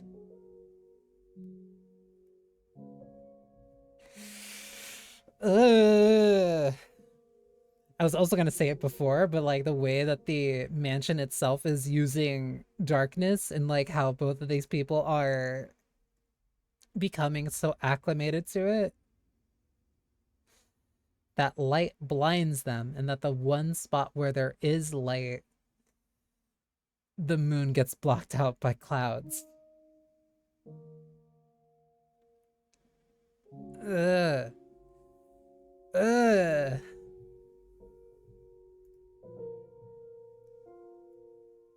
Their nobility. They have plenty of money, enough to spare some. Oh, come on. You don't even want to look at a sullied woman like me? Oh, for heaven's sake. I never asked to end up like this. Giselle was sitting at one of the pews in the room with the stained glass window. Just looking at her, you might have thought she was offering a prayer, but the words coming from her mouth were anything but prayerful. They were filled with resentment. They have plenty of money, a sullied woman. And then, I never asked to end up like this. So this is what's beneath that facade. Most likely, money is what she's after. All I need to do now is confirm my suspicion with them.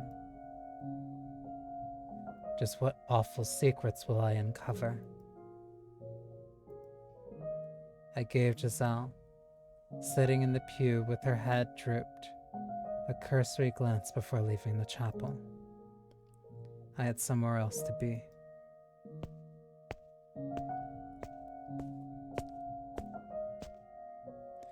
The bitterly cold outside air felt like dozens of needles floating into my lungs.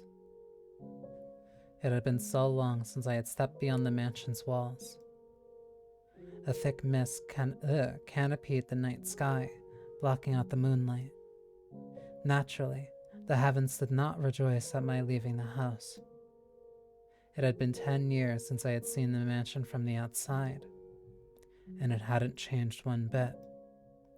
A gloomy scar upon the earth, shrouded in darkness. Hardly the kind of place someone would enthusiastically approach. Nevertheless, it was better than that house.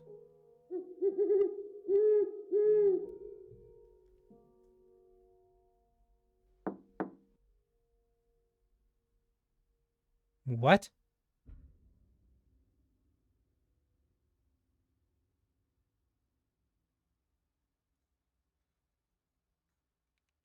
I'm sorry. Seeing this house felt like a Swiss villain just showed up. What?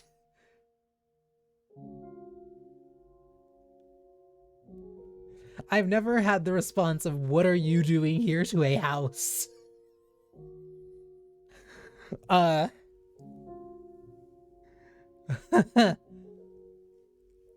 Yes? Who is it? Michael. What? Michael. Bollinger. Just one moment. I'll be right there. Come in. It's a humble abode, but make yourself at home.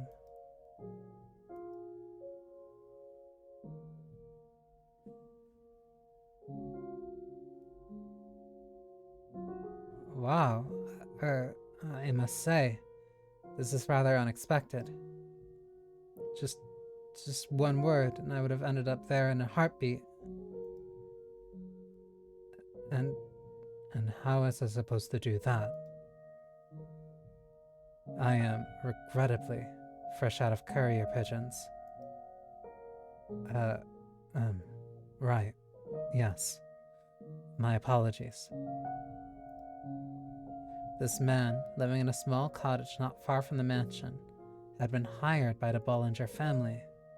His job, to watch over me. That said, we never actually interacted. He was tasked with keeping track of whether I was still alive and whether I remained in the mansion. The monthly package for my family was delivered to him, which he then passed on to me. It was insipidly convoluted, but it was indicative of how much I wanted to avoid anyone learning about me. Well then, what can I do for you? The manservant was visibly rattled. Afraid, too. But not because of the difference in our social ranks. I had a pretty good idea of what he had been told about me.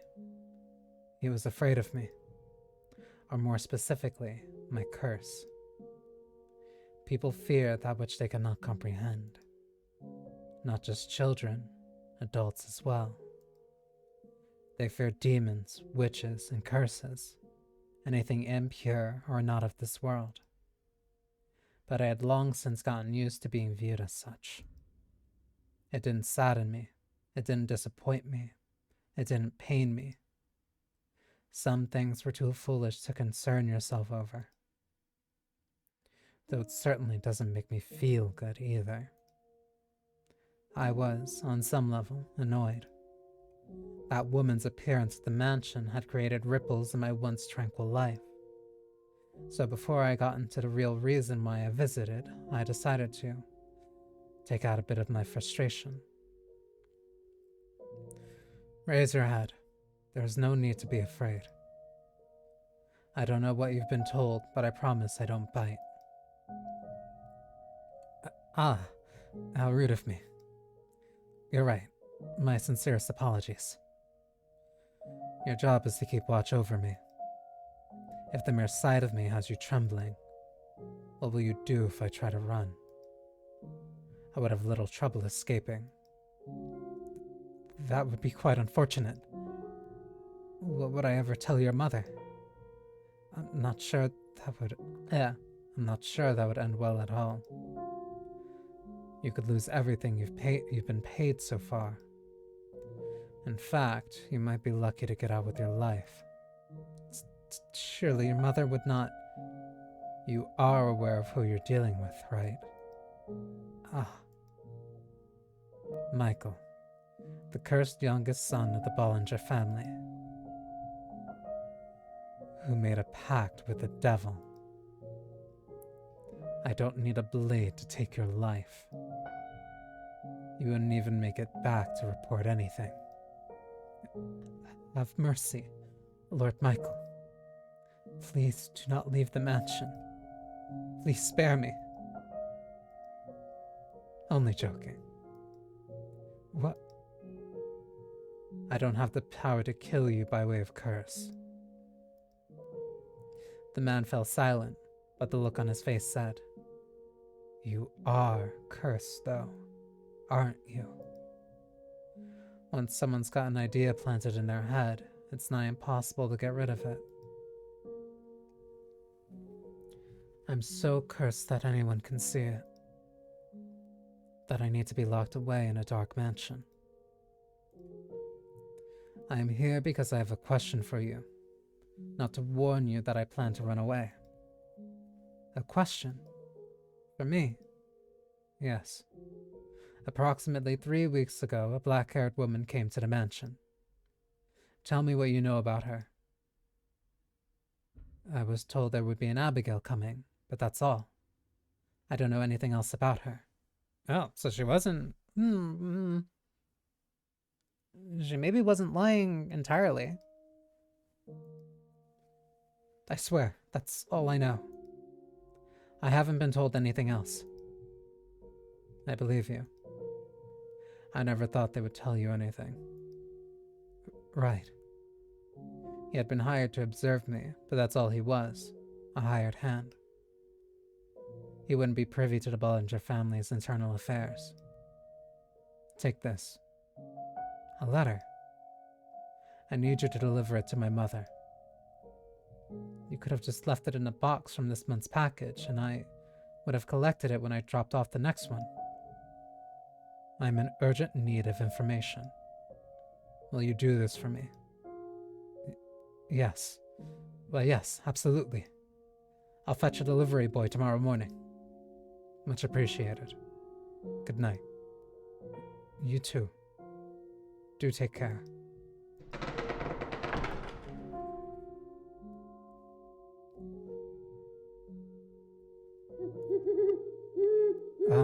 Lord Michael. Yes. Is it true that you don't have... Would you like me to sew your mouth shut so you can never open it again? Not at all. My sincerest apologies, Lord Michael. That was horribly disrespectful. Good night. Ah. Cursed, I most certainly am.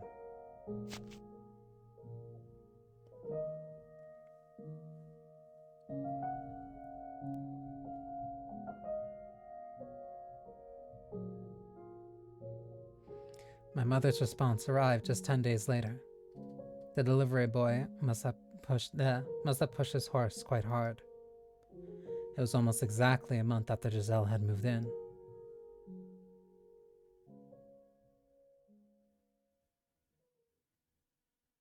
And shortly thereafter, on a bone-chilling night, everything came crashing down. The rift between us grew deeper, and the wall between us impossibly high. When I lay bare the scars in her chest and mercilessly plunged my knife into them.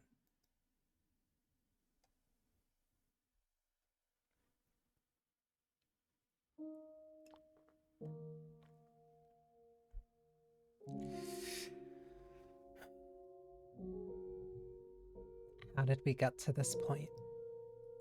Ugh, I hate everything. My spirits were getting darker and darker, like they were slowly sinking into a deep morass. I had been at the mansion for a month, and every day since felt twice as long as it should have. I had been optimistic at first. I'd even had a little hope that me and Michael could get along together. But it hadn't taken long for that hope to be shattered, and the cheer locked away inside me. We lived in the same house, but we never spoke anymore. On the few occasions we did cross paths, he just gave me a cold glare and nothing more. Scorn and suspicion in his eyes. And ads just started. So let me BRB. I am loving this chapter.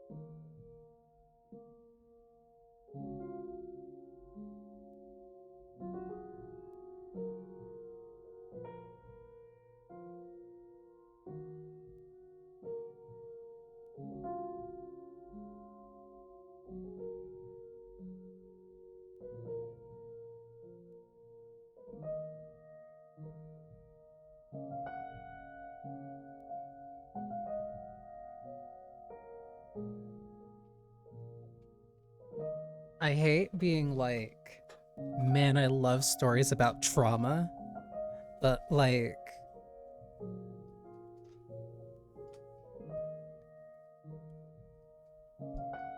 how can I not? How can I not? This one's so good.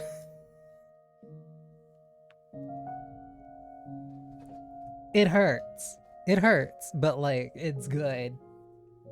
It's good. The quality's really good.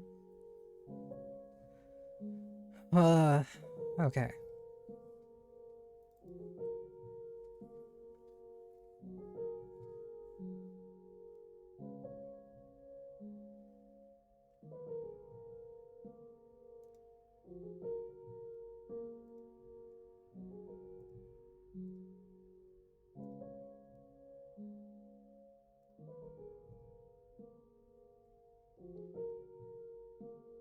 Whenever he looked at me like that, I felt as though my throat was being constricted, like I was deep underwater and running out of air.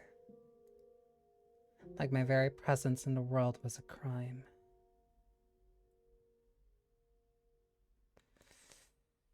I never could imagine just how agonizing constant rejection was.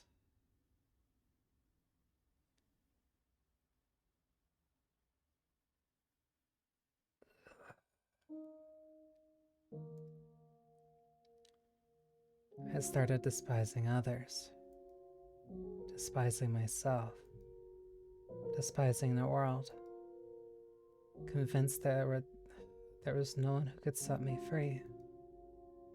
I considered running away from everything rather than live like this another day. What I would have done so long ago if that were if that were actually an option. If they found out I had fled, that I had acted outside their wishes, my mom and sister would pay. I had succeeded in allowing my sister to get married and my mom to live comfortably. I had given them happiness. I couldn't take that away from them again. Not after what I had to go through to do it.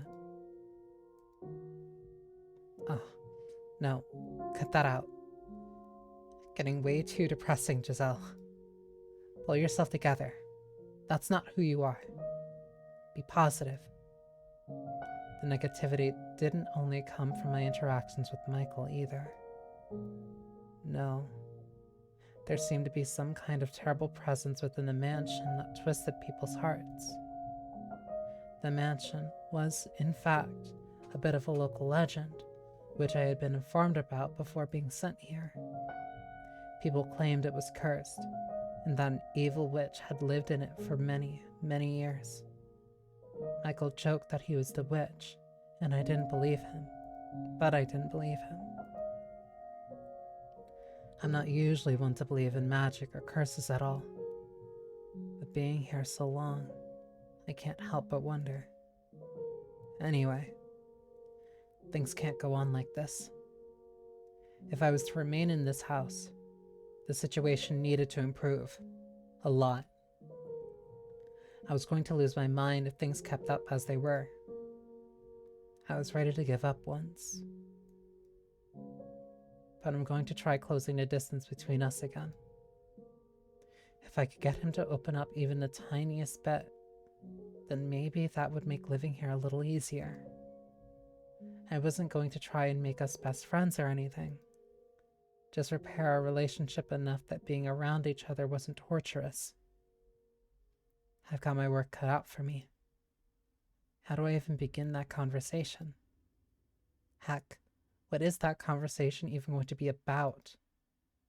Maybe I should hold off to do it another day. No. I've made up my mind to do this, so I should get to it quickly. The longer I wait, the worse things are going to get.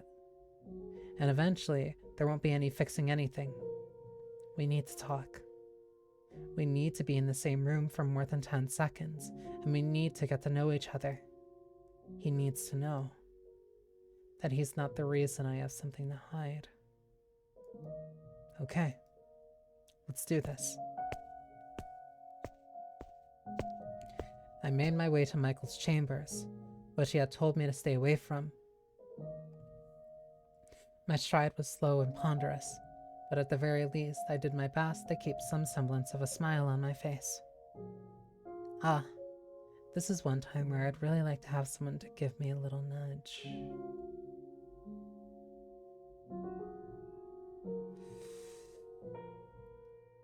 Breathe in, breathe out. Okay. Pardon, Master.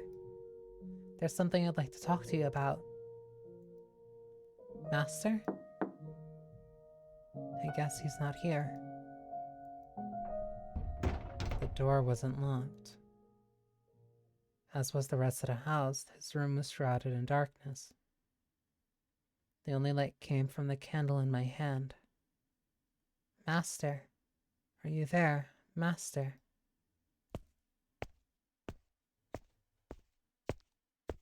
I guess I missed him. It's probably best if I don't stick around for long. He's already got a less than stellar impression of me. I don't want to imagine what'll happen if he thinks I've been snooping through his room. Maybe I should get out. Yeah, I should get out of here. I spun around on my heels, taking a step toward the door, when I caught sight of an object draped in a black sheet. I knew I had to get out of there as quickly as possible, but I was intrigued by that object. Her curiosity. Something he kept hidden in a room I was forbidden to enter. Maybe it was a clue to discovering Michael's secrets. I reached my hand down toward the object, knowing good and well I shouldn't. Was it because I wanted to learn more about him? Was it because I wanted to tear down the veil he had hid behind? Or was it the whispers of the witch?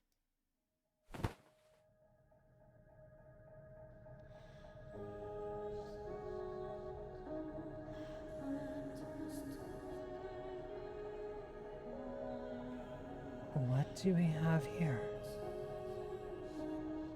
I pulled off the sheet, revealing a framed painting of what appeared to be a noblewoman with a porcelain white skin. What stood out about her, though, was that the woman's hair was as pale as her skin. And then,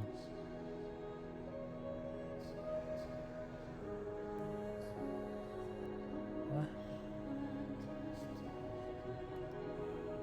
I noticed something else. Wide gashes ravaged the canvas, damaging her face beyond repair. What the? I imagine it had once been a painting of a beautiful woman, but there was hardly a trace of that left. The only feeling it inspired anymore was a deep chill. The damage was not accidental, it was deliberate, angry, and the contempt emanating from within the frame was stifling. Thick, suffocating blackness seeped into me. Why would anyone? She was surely a most beautiful woman. Angelic, even. A storm of questions assaulted me. Who was she? Why had her face been carved out? Why had the painting been covered? What had happened? Who could have? There's only one person who could have done this. Michael. Why on earth? You saw it, didn't you? You saw the painting, didn't you? You entered my room without permission and saw the painting, didn't you? Angelic, you say? There's nothing angelic about that damned woman. I scrambled to make some excuse, but nothing would come out of my mouth. All I could do was tremble.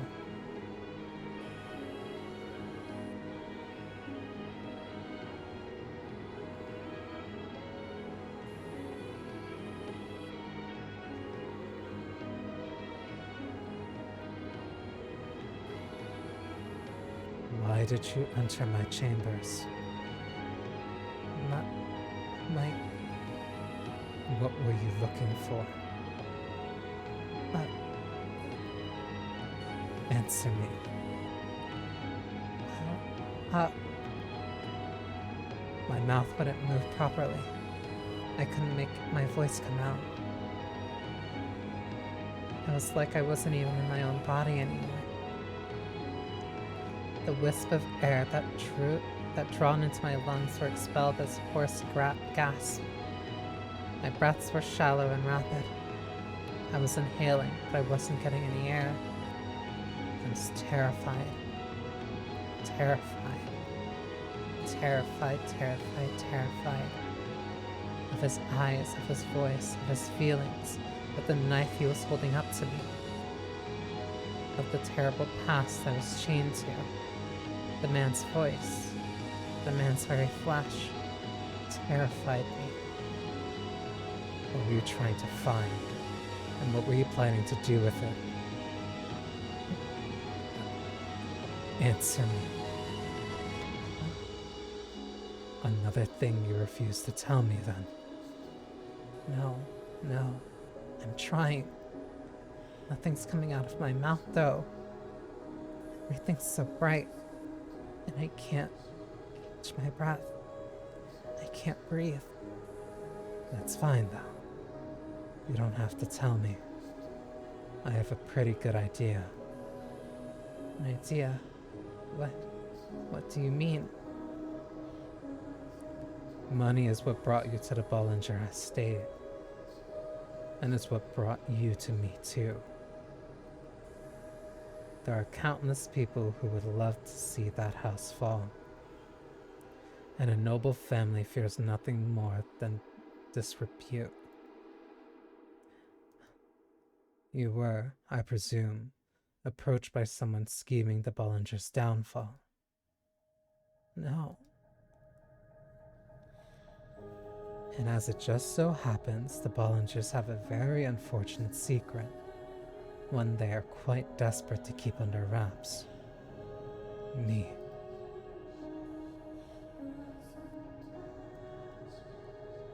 Someone suspected I might still be alive, so they sent you to dig up information about me. My very existence threatens to tear down that house. The cursed youngest son of the Bollinger family. Michael, who made a pact with the devil. Who is supposed to be dead, but is very much alive. You sweet-talked your way into that house, and into information about me and my present situation. And you meant to trade that information for money. I bet whoever it was put a handsome price on it too. Or maybe the one plotting to ruin the Bollinger family is you. No, that's not true. Then enlighten me. Please, hear me out. I didn't know anything about you. I wasn't sniffing around or trying to bring you harm in any way. Then tell me, if that's not the reason you wormed your way into the Bollinger estate, and that's not what you're doing here, then tell me what is.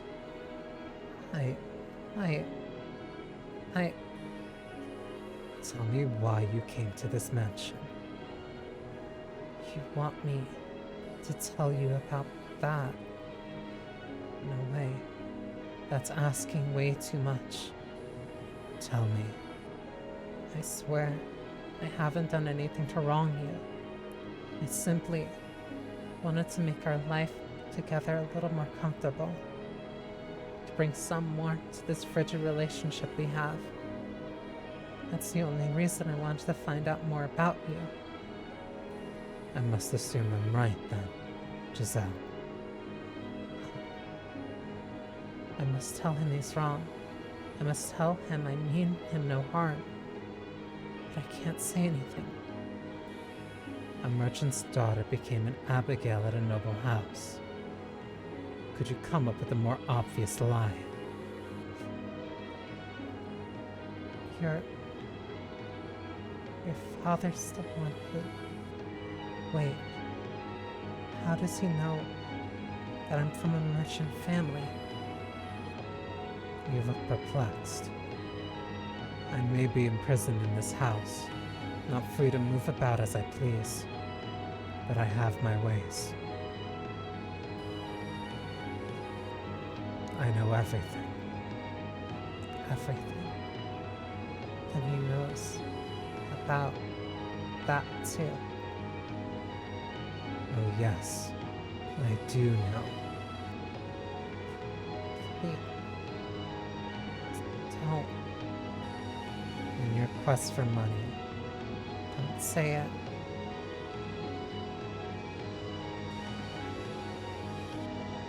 You slept with my father.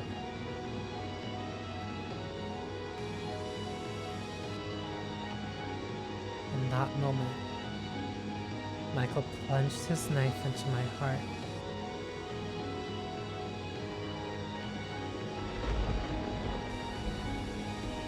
He carved through my chest with those words, causing me to completely lose control of myself.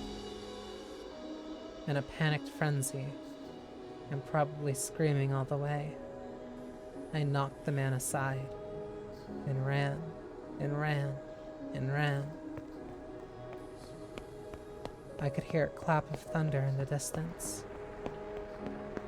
Oh, how I wished a bolt of lightning would come crashing down upon me. Maybe if God burned my tainted flesh with a divine thunderbolt, it would get rid of some of the filth. But the jagged streaks of light cascading across the dark clouds did not strike me, only creating restless grumbles in the sky.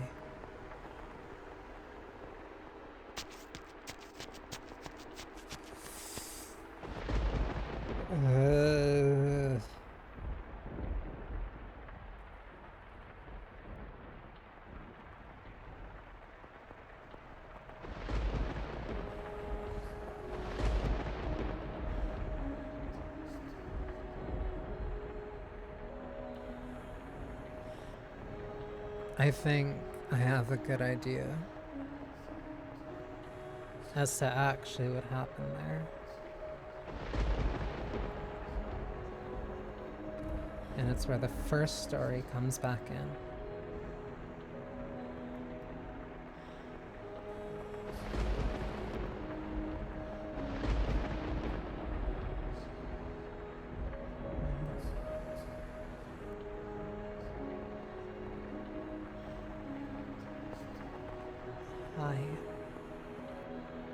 I knew that if I fled that mansion, I would likely be causing trouble for my mom and sister, but I was helpless to stop myself. All I could do was run from all that threatened me with no regard for the consequences. Before long, small droplets of rain began falling, which soon grew heavy enough to penetrate the forest canopy and reach the ground where I stood. The downpour drowned out my tears and my cries. Because I had rushed from the mansion without even putting on a cloak, each cold winter droplet stung bitterly against my flesh. But the bite of the rain was like a warm embrace compared to what I had been through before. Michael had spoken the truth. As much as I wanted to deny it, to avert my eyes, reality was forever engraved in this body.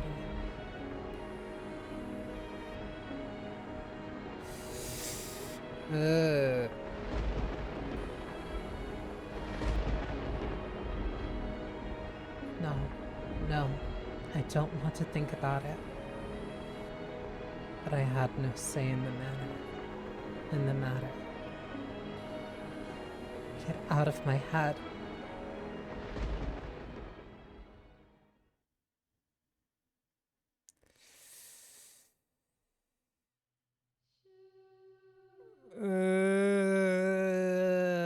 Okay. Because I know exactly where this is going. Uh,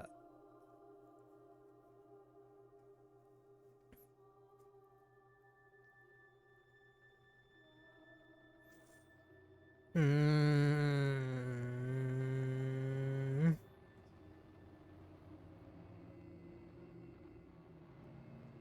Content warning for sexual violence.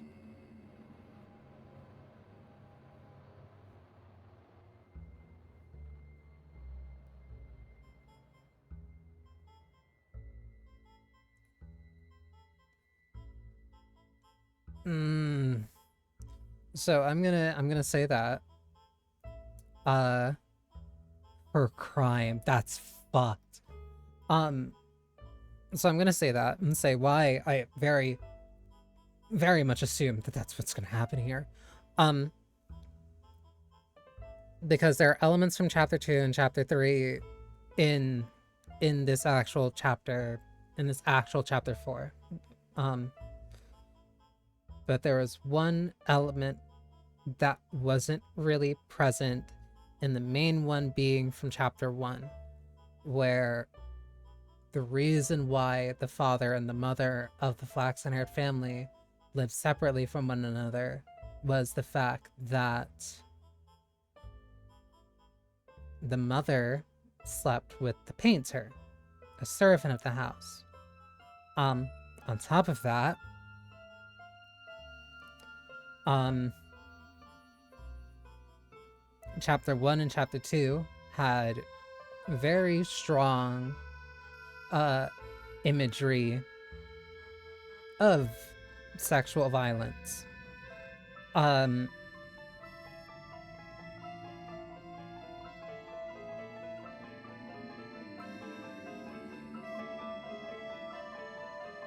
and coincidentally enough, with the with the first two chapters in that case,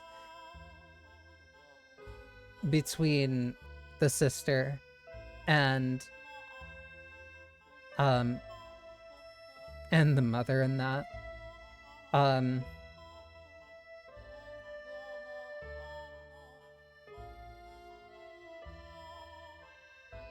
coincidentally they were the ones poised as the ones in the wrong.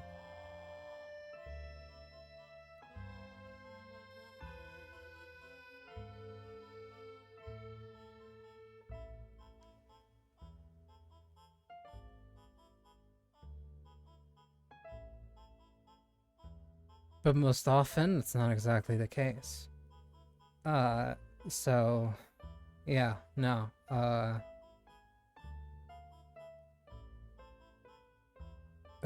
This is not gonna be comfortable to read. Uh so anybody who kind of want to checks out for this right now, I can kind of perfectly understand. And I don't know how long this is gonna go on for. Um,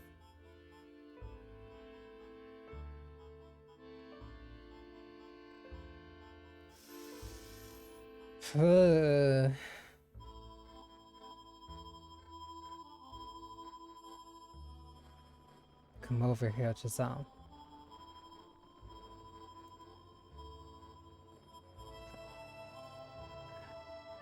Okay. May I ask why you asked me here so late at night, Master? Oh, I just wanted to have a little chat. Care for some wine? Come closer and I'll pour you a glass.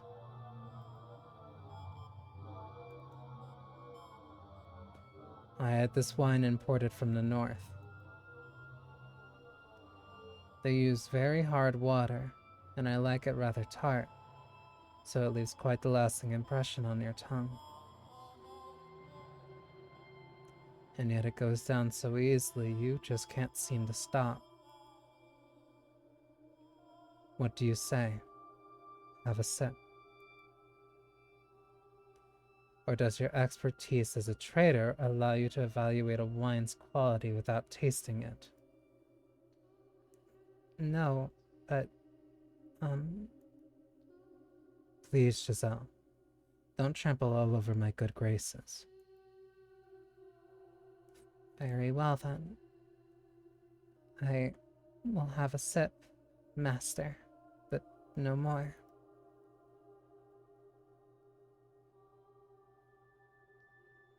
Ugh. Have you ever considered growing out your hair? Having long hair made it difficult to do my job. You're not a merchant anymore, though. You deserve to look like the woman you truly are. I have no doubt longer hair would accentuate your natural beauty. It's a gorgeous shade of black, so deep a man could get lost in it for years.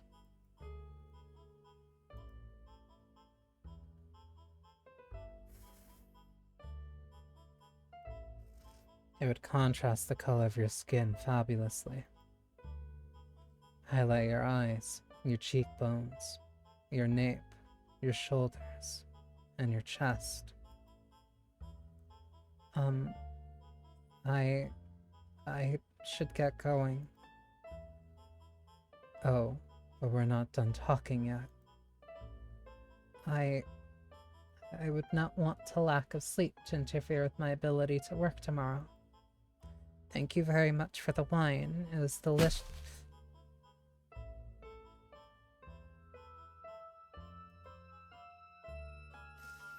No need to be so cold-hearted now.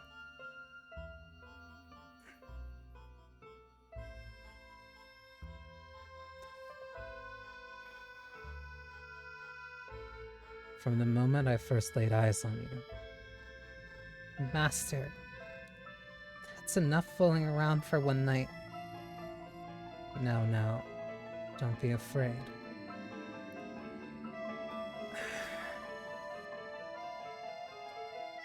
I wouldn't do anything to hurt you.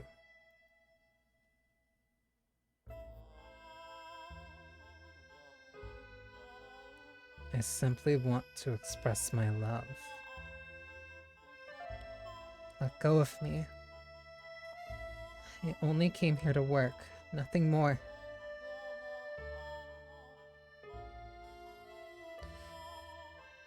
The first time I saw you, I thought it would be a tragic waste to leave you to wither away working as some street side shop. At some little street side shop. Stop.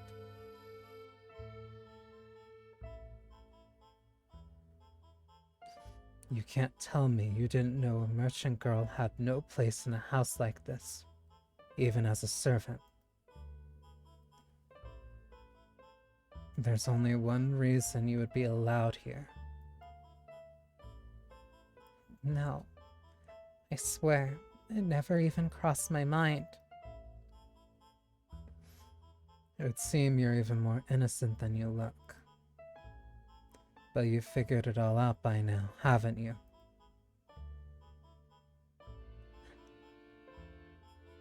Let go of me. Stop this. Keep your voice down. Do not shout, Giselle. If anyone were to find out about this, you would be the one shouldering the consequences, not me. But you're a maid, and I'm the master of the house. Whose word do you think holds more weight?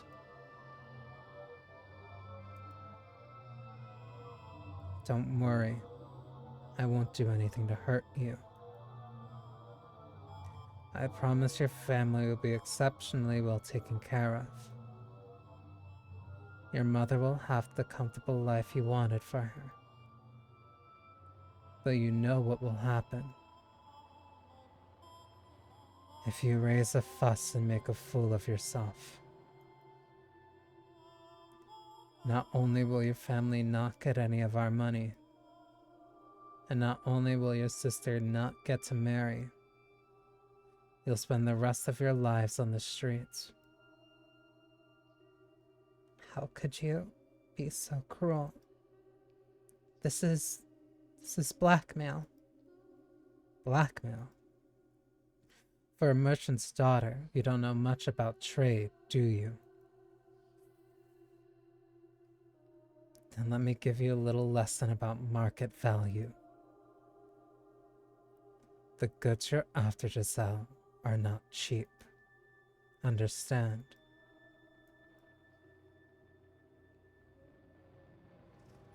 Now, let me see that beautiful body of yours.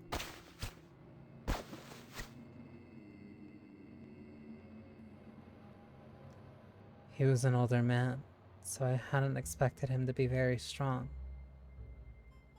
But I couldn't break free of his grip, and I found myself entirely at his mercy. Beneath the gaudy outfits lay a hungry beast, and I was seeing the creature's true colors for the first time that day. The aging man ran his disgusting, slobbery tongue across my exposed skin. Everything he placed his hands upon withered away. Every piece of flesh he pressed his lips against putrefied, rotted, decayed, rankled. I trembled in revulsion, at which the man laughed, seemingly interpreting it as something else. I wonder what kind of place hell was. If hell's wardens only flayed and carved their prisoners, I would have preferred that instead. I would have rather been sliced into tiny little chunks and cast into the hellfire. I would have chosen eternal torment over being touched by this man another second. But I didn't get to choose my hell.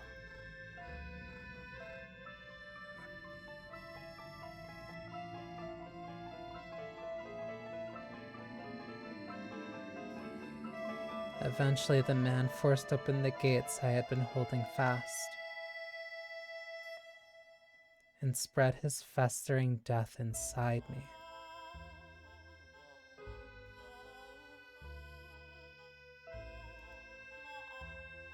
Listen to me, Giselle. It is in both of our best interests to keep this between the two of us. If you can do that, I'll continue to do good by you and your family. Oh, don't look at me like that, please. I'm thrilled to have you here in this house, Giselle. She has long since lost her mind after all. It's torture just being in the same room. And my sons, they hardly ever come home. But you, Giselle, you give color to my dull life. You make it exciting once again. Now go on back to your room.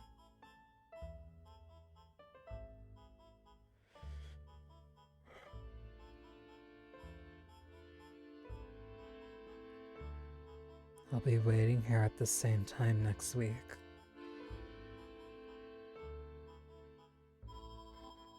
I couldn't escape from that man's grasp. Not when he used my family against me.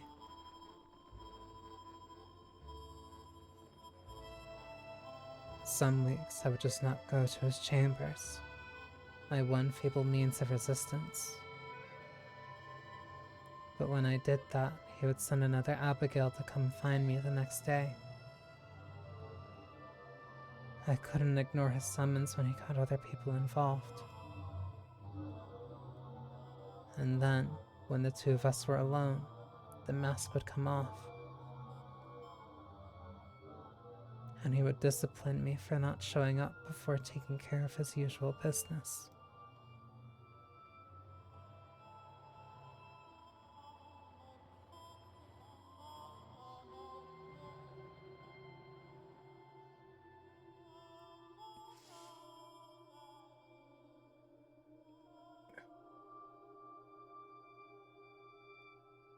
On good days, he would leave bruises in inconspicuous places. My abdomen, my inner thighs. But he went as far as carving a word into my skin with a knife. harlot. That was why I was afraid of knives.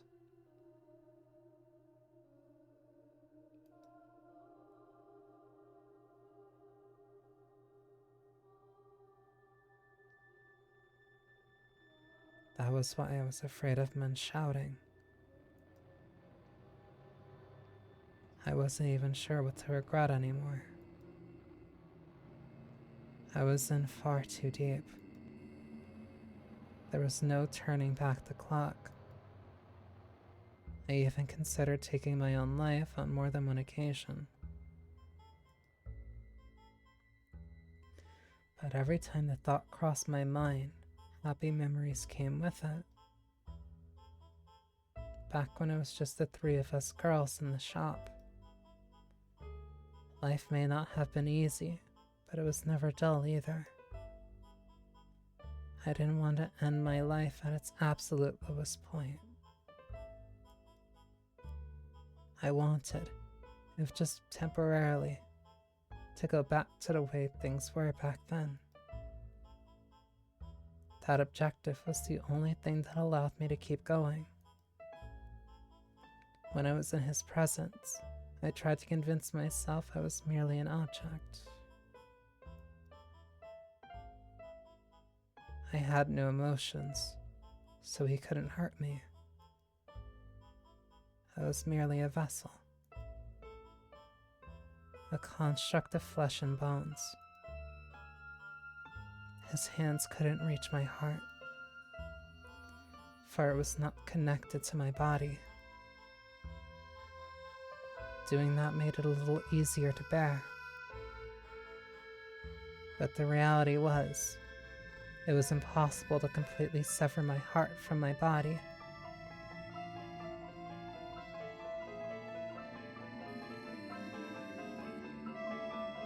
You're Giselle, aren't you?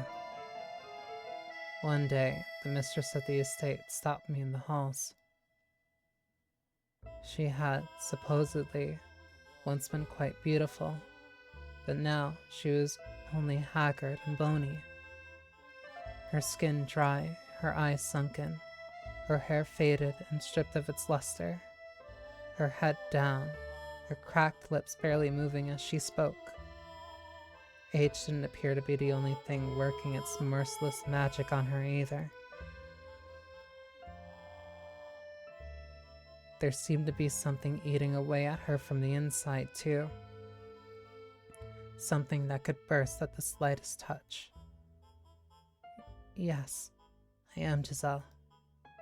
Is there something I can do for you? The mistress rarely ever left her chambers. I had been told it had been years since she attended family supper. So what would bring her to come looking for someone like me? You. What? I wasn't sure I wanted to know the answer.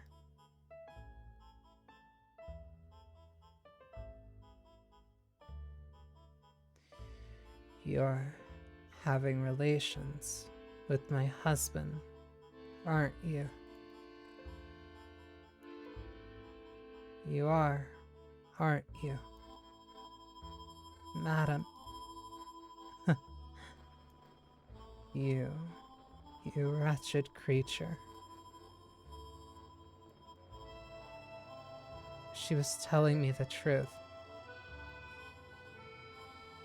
One of my trusty maids caught a glimpse of you through a crack in a door. She saw you with him, you filthy rat.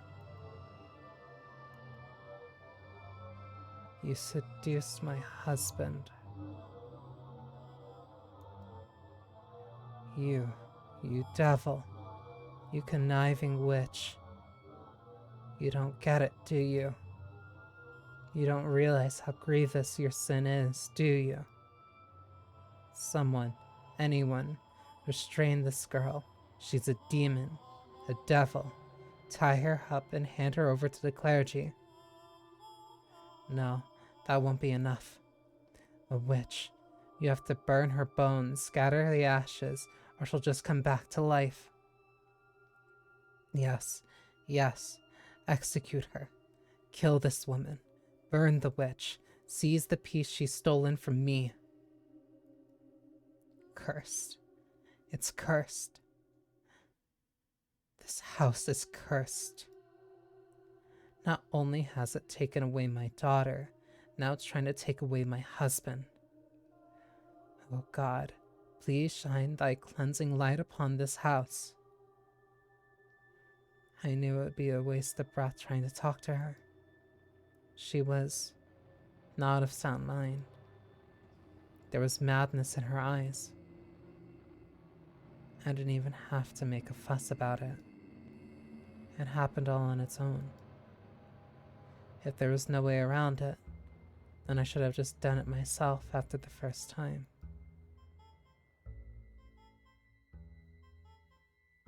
I didn't have the energy to argue with her, or to cry, or to shout. Before long, a crowd began to form around me and the sobbing mistress, and in it stood him. I assumed he would just stand back and watch, but much to my surprise, he stepped in, with an embarrassed look on his face, trying to settle his wife down and convince her not to have me executed. Maybe he did have a heart after all. Or maybe he just wanted to save face.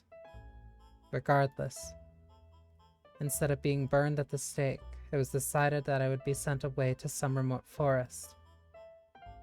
One of the previous Bollinger family heads had purchased a mansion there long ago, but it had been abandoned because of the stories people told about it.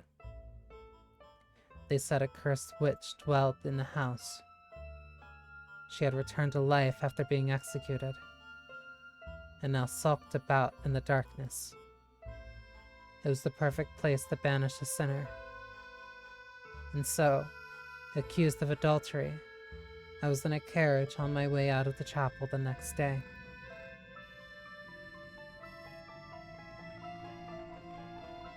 I hope my mom and sister are all right. The two of them will believe in me, even if no one else does. The wooden wheels turned, carrying me away to that cursed mansion. Just a silent coachman and his single, sullied passenger. Looking out through the window, I could see the city walls slowly fading into the distance behind us. I doubted I would ever set foot in this land again, ever cross the Grand Pont again. It was a saddening reality, but at the same time, I felt a surge of relief. I had finally escaped from that house. I had finally escaped from that man. This sense of freedom slightly lessened the weight of everything else I was feeling.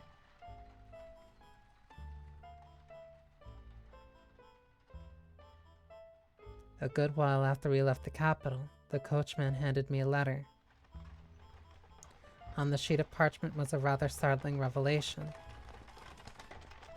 There was someone else already living at the house where I was to reside. The Bollinger's youngest child. But the letter didn't say why he had been sent to that cursed mansion, only that he was there. Beyond that, the letter only made a single request: that I look after him and not ask any questions. So I'm not just being sent off to the middle of nowhere. I still have work to do. If I look after whoever's at the mansion, then they'll do the same for my family. I don't have much say in the matter either way, I suppose. The carriage rattled and shook as it traversed the stony path and bouncing around inside it. I resolved to take back my life. The peace I had once known, the cheerfulness I had lost. And to do so, I would forget, lock away my memories, bury every terrible thing that had happened to me, cast aside those memories and find my smile once more. I have no idea who I'm going to find there, but they couldn't possibly do anything worse to me. I'll greet them with a smile and do my best to build up a decent relationship with them. I figured, since the both of us had been banished to the same cursed mansion, there would probably be other things we had in common. And so, I would forget it all and get my life back. Get my smile back. And that was everything that led up to me arriving at the mansion. All the wounds I never wanted to open again.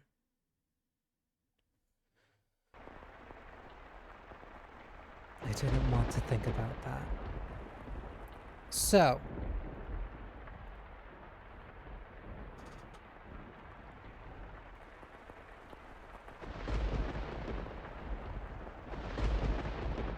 going to use this as a very serious moment.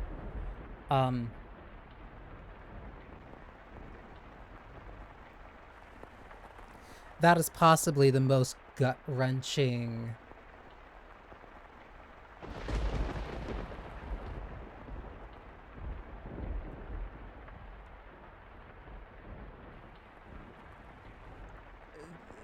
I want to say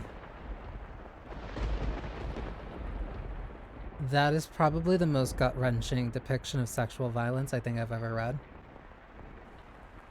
Because it is not only the horrific moments both before, during, and after, it is the lingering impact that has.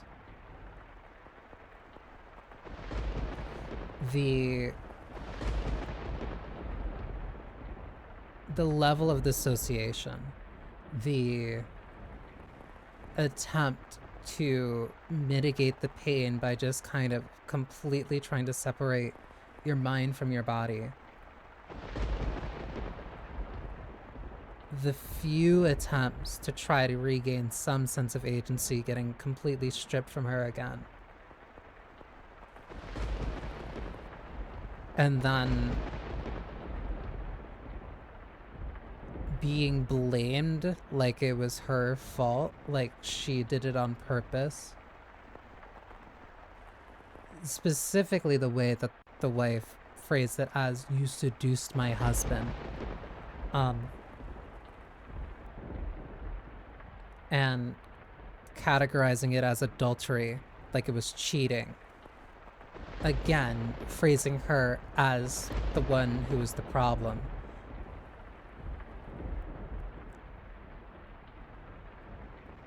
While being in a complete position of disempowerment. To the point where that's what he used against her. The fact that she was born from a lower family.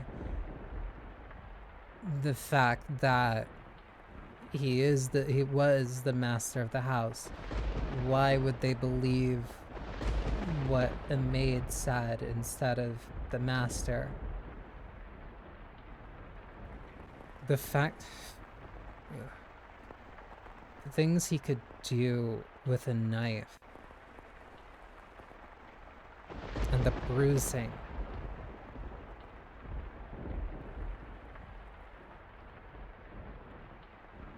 It's...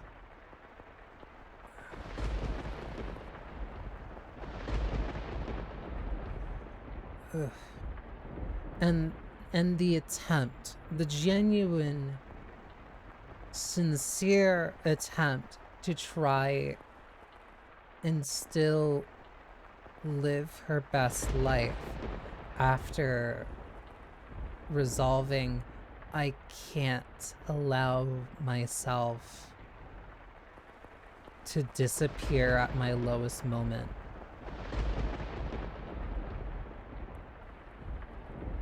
Hoping for a chance of just going back to some semblance of normalcy.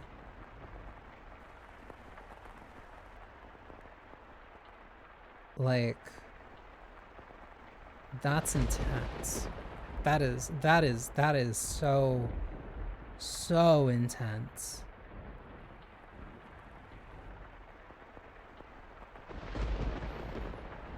And like she said, that's why she has a problem with knives. That's why she doesn't like men yelling at her.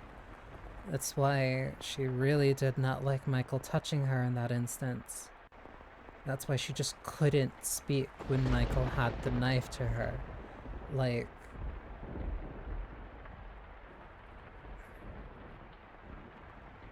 that's so much to go through on a consistent basis. And the indirect humiliation and the scarring and the bruising. She only mentioned what happened on the good days, which implies that the bad days, the bruises were in places where she had to explain it to people who could see her. Who hurt you is so much worse than I guessed. Yeah. Like that was a lot.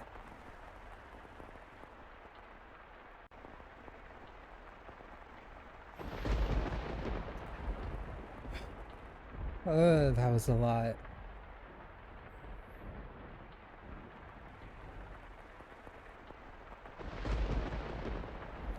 And hey, the worst part about that,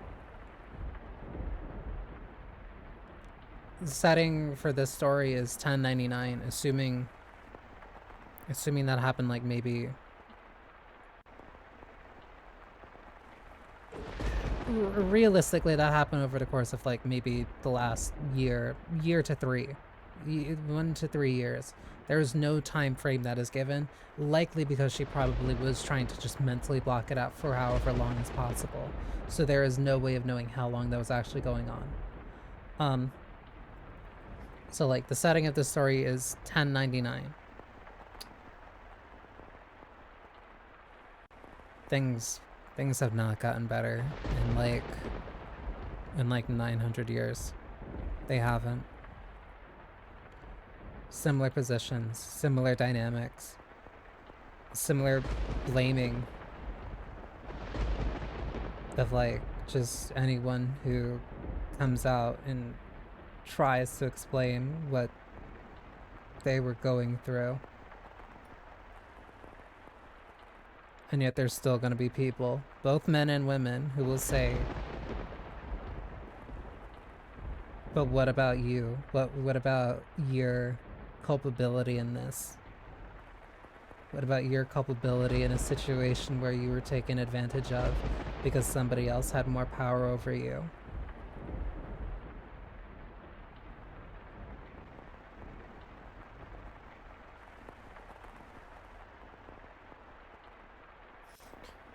Ugh.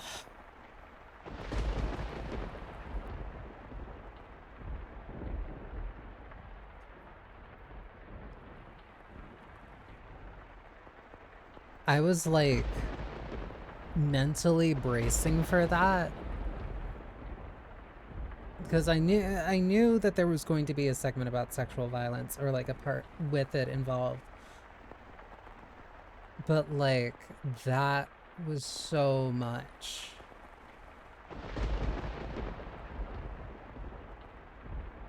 And it's not visceral in the ways that it was in the way it was being described. It's just the level of sympathy, not sympathy, the level of empathy that the visual novel itself has for Giselle going through that. Like, it doesn't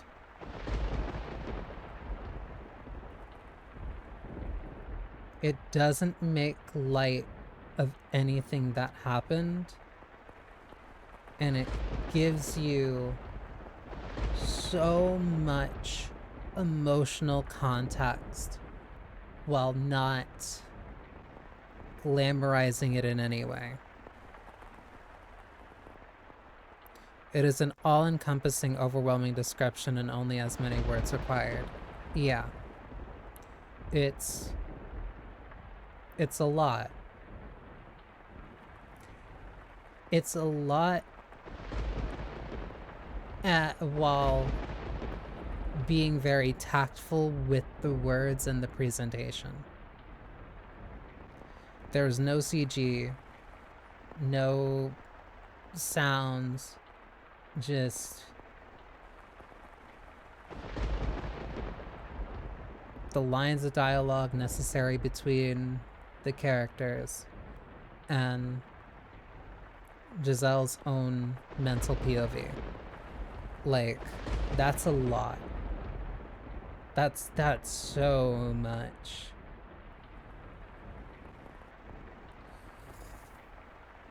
Ugh. Okay. Um Ads are gonna start in 40 seconds. So I'm gonna save again.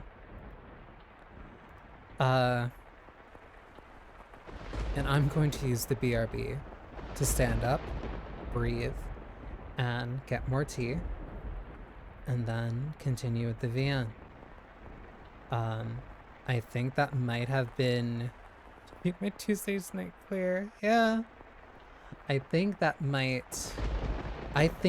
genuinely might have been the toughest thing that I think I've ever gotten through on stream. That was a lot. That was a lot.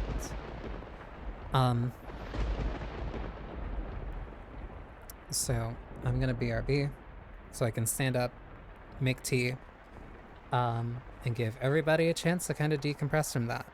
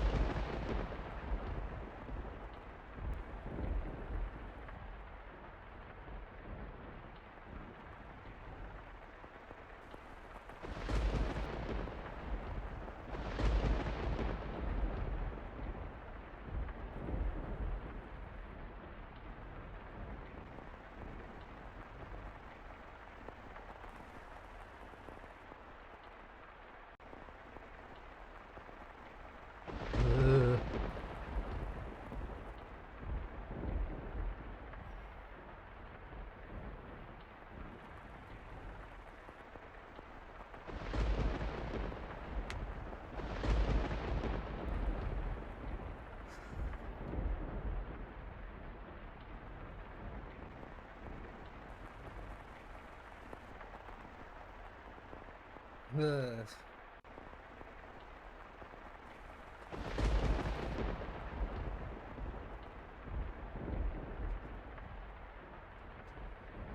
Ugh. Okay.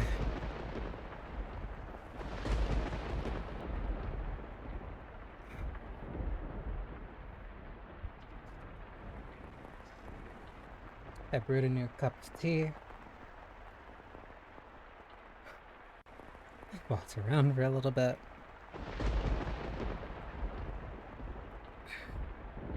Okay.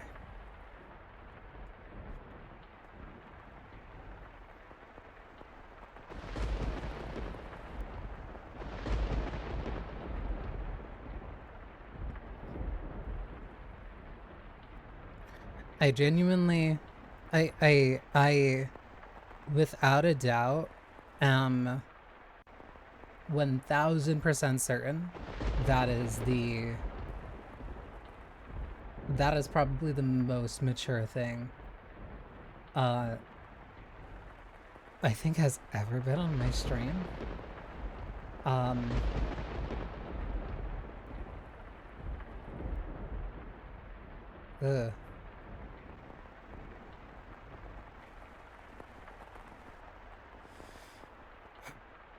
Okay. I don't want to think about that. I've been trying so hard to forget about it.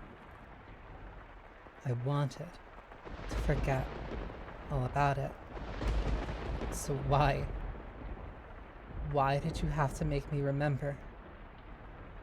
All I did was believe. Believe that we could make things work. Why? How could you? God, I can't take it anymore.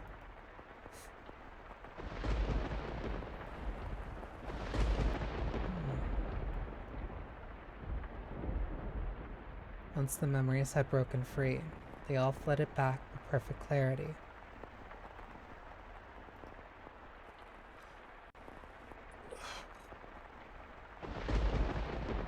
Exactly how he ran his hands across me. Exactly where he hit me. Where he cut me. Like I was going through it again. This very moment.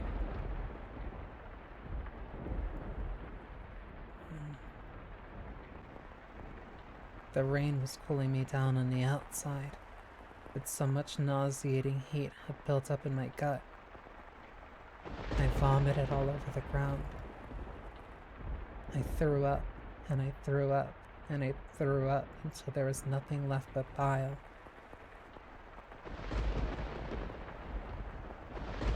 Hi, Hunter. And when I had nothing left to expel, the strength evacuated from my knees and I collapsed. Ugh.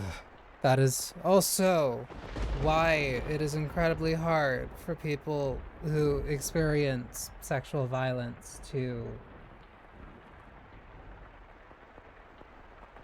mentally have to account or talk about that.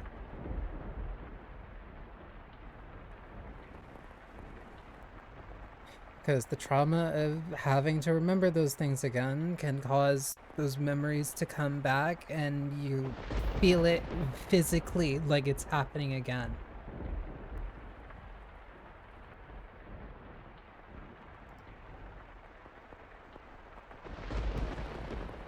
I didn't know if everything was blurry because of the rain or because my eyes had decided they were done looking at anything.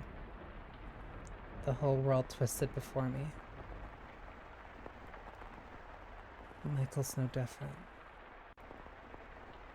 My attempts to get close to him, to always keep a smile on, it was all a waste. The look in his eyes was terrifying. Like he didn't believe in anything at all. So he probably wouldn't have believed me if I had told him the truth.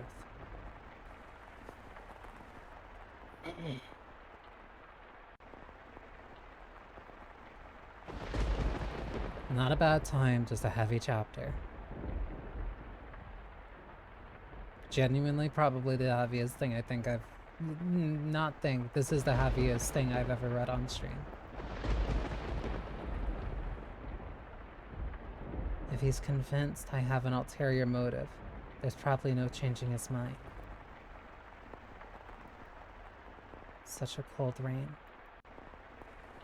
If I lie down here and go to sleep, I wonder if all the warmth will eventually drain from my body. And then I'll decompose and become part of the earth. Also, again, the connection with the version of her last story, anything that Michael touched died, slowly with its life draining from them. You know, that might actually be nice. I'd like that. I always thought I didn't want to die. That I wanted to go back to the way things were. But who cares anymore? I did my best after all. And that still got me nowhere. Cheerful Giselle was all just a farce. And when I'm dead, all my worry for my mom and sister will fade away with me. Oh God, I doubt you have a place for me on high. I am, after all, an unclean woman.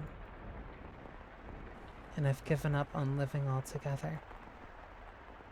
But even if I can't get into heaven, that's okay. I want release. The rain pitter-pattered down through the leaves overhead, chilling my skin. The cold spread through my flesh and into my bones, my heart and lungs and stomach, freezing me like a block of ice. My consciousness drifted away from me, and the world slipped through my fingers. More than fear, I felt relief.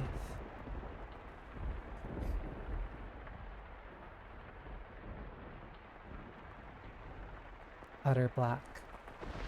And that, I was sure, was the end of me.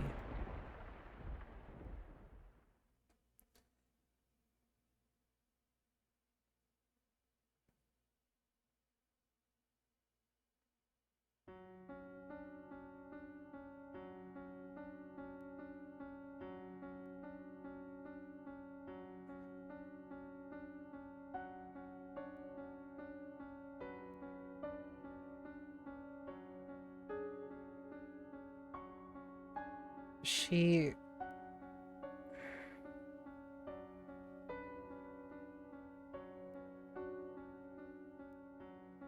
looks so fragile. Like even touching her hand would make her shatter like glass.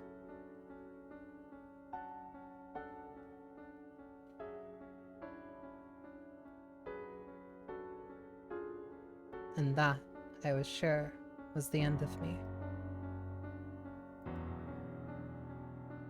I am, even now, putting her through a harrowing experience. Digging up the memories she locked away. The past she wanted to pretend never happened. And laying it all out before her once more. But I must get her back to who she once was. Even if means forcing her to endure this. She must remember everything. Because I need to know. Why did she become the maid? And what secrets does this house hold? You're Michael. Yes, my name is Michael. And I am not the white-haired girl. The person you were searching for was the man who once hurt you deeply. Me. Why? What was her why referring to? Why I hurt her? Or why I'm here? Or perhaps, why I didn't show up until now? Not having an answer for her, I clenched her cold hands in mine. I wonder, were her hands this cold that night too? There's still more we need to see though, and it's still too soon for me to apologize. When she's gotten everything back, only then can I. When she's reclaimed herself, that is when I must tell her. Now, let us return to our past. Our story has only just begun. No matter what we thought or what we desired, no matter what we lost or how much pain we suffered, we must not shut this door.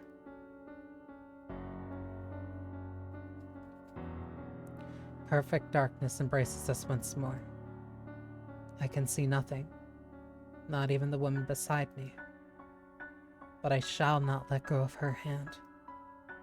I do not want her to slip away from me. I do not want to lose her.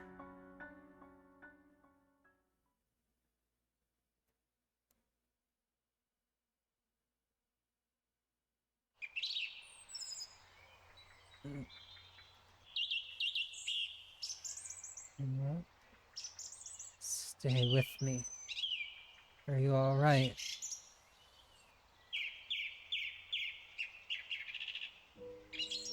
Ah. Oh, thank goodness. You're awake. How's her head? Can you see me? What? You had scared me silly there. I thought I might have lost you for good. I'm really glad you're alive. Where am I? And who is this man? What was I doing? You filling up for any food? I can whip up some porridge for you real quick. I was in a forest. It was raining. Before that, I was at the mansion. I feel sick. Like there's still something in my stomach. No, thank you. I don't want anything.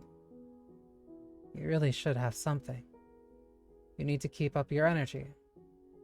Unless you want to conk out again in an hour. Sounds good to me. I'd rather never wake up at all. You're not in the highest spirits either, it seems. All the more reason to get something warm in you. Please, have something. I've got some milk on the fire. I bet you can handle a cup of that. You start losing all hope once the cold gets that deep in you, reaches down to your core. Take me at my word, please. Just one sip. You'll feel like a whole new gal.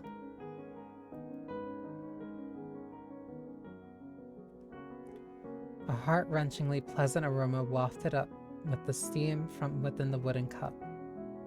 Succumbing to the sweet smell, I lifted the cup to my lips for just one sip. And the warmth that spread through me brought tears to my eyes. Perhaps there really was kindness in the world. A ripple spread across the surface of the milk. I heard a gentle sigh come from the man beside me. After which, he said with a smile, "You should take it easy for the day." I had lost the willpower to think about anything. I didn't care what had happened to me or why I was here, who he was, or even where this was. I spent a whole day in bed, just watching the sun slowly slide across the wooden floor. It felt like I was somewhere far, far away.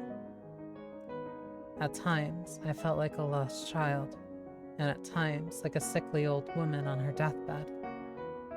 Watching the sun travel gave me a renewed awareness of the passage of time, and the fact that each moment that went by was another moment I was alive. I realized, then, that it had been a while since I had gotten more than a brief glimpse at any sunlight. It almost surprised me how colorful the world seemed beneath the sun's light, something I didn't get much of in that dark mansion.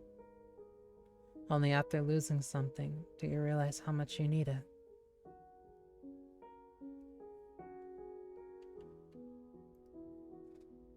Warm milk, the light shining through the window, and a bed that smelled like springtime.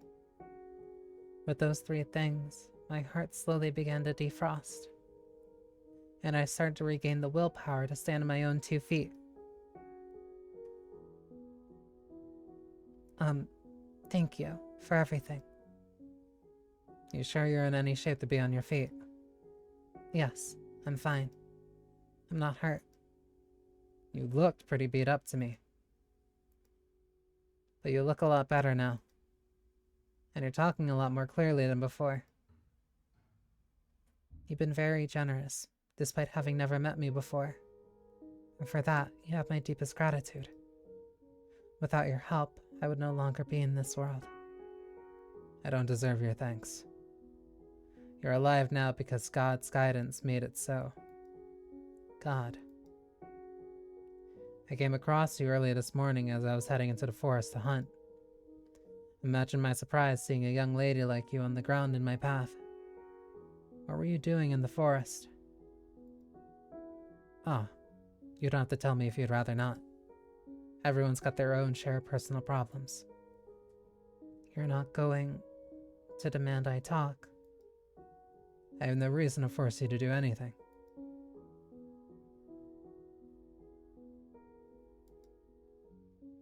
You look like you've been to hell and back. What? I could tell just looking at you. Now then, do you have somewhere you can go? Somewhere to go? Of course I don't. I can't go back to the capital or the mansion. If not, then why don't you stay here? Here? Sure, it's a small village. We're self-sufficient, and we all help out each other, and we all help each other out. No tax-hungry lords know we built the place up either, so we keep everything we make. We're pretty remote as a result, and the harvest isn't fantastic, but I'm sure you'll find it comfortable here. The rest of the villagers will be glad to have you. What do you say? Sorry, Mom. What I'm about to do might make the rest of the family's lives more difficult, but I don't want to have to feel any more pain. If I really wouldn't be inconveniencing you, if it's really okay, then yes, I would like to stay here. That's great to hear. I was loath to send you back out there in your current condition. I haven't introduced myself yet, have I? The name's Amadi, just one lowly villager of many. I'm Giselle. Giselle. That's a beautiful name. If I'm not mistaken, there should be a vacant house. Clean it up and you can call it home. I couldn't possibly ask for that. I doubt others would like it if I just took the house for myself. That shouldn't be an issue. I'm the village's representative, more or less. Representative? Like the chief. Only a name, though. As I mentioned, we're not on any lord's maps, so I don't have much representing to do. The only reason I ended up in charge is because I'm a bit more educated than anyone else. It was a long time ago, but I understudied with the priest. And because of that, I'm familiar with the Bible's teachings. So rather than a chief, the people of the village look at me more like a priest. Wouldn't be much fun if the church found out about that. They're liable to think I'm acting unordained, my bad. Then, you believe in God? That's quite the question. Of course God exists. He's always watching over us, That's why you survived. Because he protected you.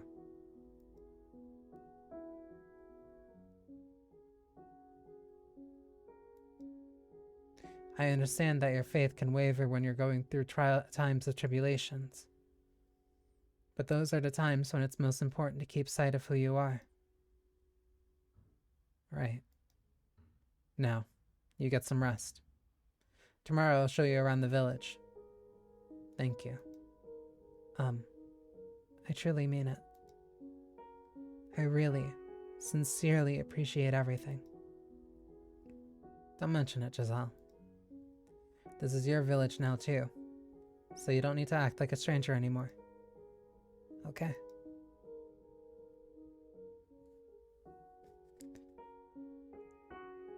So he's Amadi. He seems like a nice man. Maybe here, I can live in peace. It'll be alright, I'm sure. Yeah. I wasn't silly enough to believe my life would be perfect, but I had found a tiny fragment of my last hope. While I had once been ready to give up on absolutely everything, I was starting to feel like I might be able to smile again, eventually. Like I might be able to get back on my feet. And in order to do that, I had to cast aside my past once more. Forget everything that had happened at the Bollinger estate, and everything that happened at that mansion. Forget about Michael. There was one niggling curiosity, though, that I couldn't shake. Something he had said before I left. My very existence threatens to tear down that house. The cursed youngest son of the Bollinger family. Michael, who made a pact with the devil. Who is supposed to be dead, but is very much alive. What had he meant by that? Why would people think he was dead? No, I don't care about Michael one bit. Forget it. Forget everything.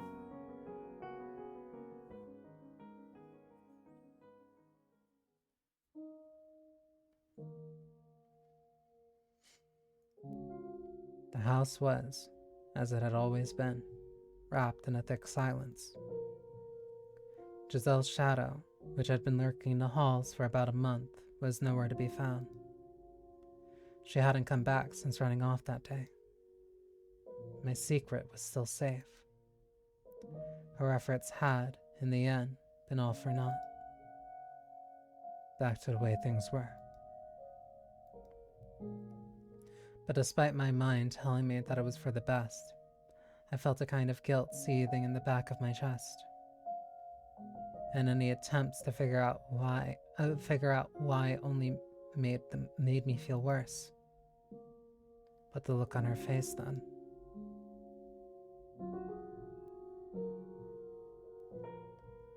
Please, hear me out.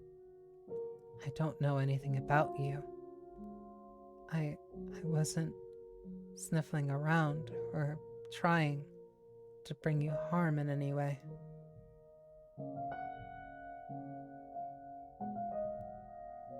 Was that really her just putting on an act because I revealed her scheming?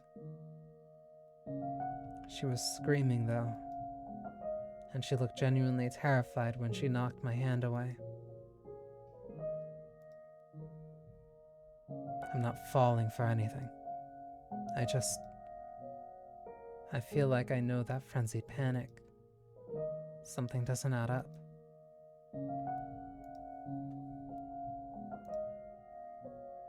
Be quiet. Silence, please. My head was pounding beyond belief. I couldn't stand anything. This world, the creature I was, the witches whispering. The archangel looking down upon me seemed to be cackling from somewhere far out of reach. So, for whatever it was worth, to escape from his gaze, I once again drew the drapes over the stained glass window.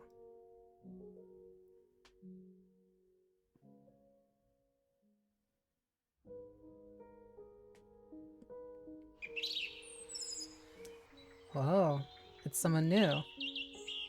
Hey, where are you from? You gonna be here long? Are you? Are you? Are you? We hardly ever get visitors here, so they're downright awestruck by you. You'll be getting a lot of attention for a little, but please, don't let it get to you. Uh, no, that's fine. I'll do my best to get along with everyone. You've got a spark in you that wasn't there yesterday. Anything in particular that cheered you up? In particular, once I decided I was going to stay here, I just sort of started feeling better about things. And I figured I couldn't stay gloomy forever. I see. Glad to hear it. And it's all thanks to you, Amity. Keep thanking me like that, my cheeks might get stuck red. In any event, I'd say I'd show you around yesterday, so how about we do that? Lead the way. That said, we're a modest village. Modest little village of about 100. Everyone knows everyone. For that size, it looks pretty big to me. Amity taking the lead, we walk through the village, passing by crop fields and milk cows, presumably shared among the villagers. Houses were scattered across an area that seemed far too large for only 100 people. Actually, getting a better look at them, the buildings were dilapidated, looking more like ruins than residences. Once upon a time, this was a city, rather than a village. When your ancestors lived here. Oh no. We were drifters fortunate enough to come across decent-looking land, so we stuck around. How do you know what it was like before then? There are a few stone tablets left behind, and based on what they were able to extract from their text, this area used to be a large city with a booming economy rivaling that of the capital. There weren't hundreds, but thousands of people bustling about. Merchants from afar came in droves. It was much like how the capital is now. Whoops. Actually, this area was more open to foreigners. People of all different races, speaking as many different languages. It was evidently quite the sight and sound. I had no idea there was a city here. That's what happens when a place is wiped from history. I couldn't tell you how reliable the tablets are, but if you take them at their word, the city lost everything in just a single week. What? People, crops, livestock, all dead. Maybe it was a natural disaster, a famine, a plague. I can't say for sure. This is what the tablet said, though. We have been cursed by the witch.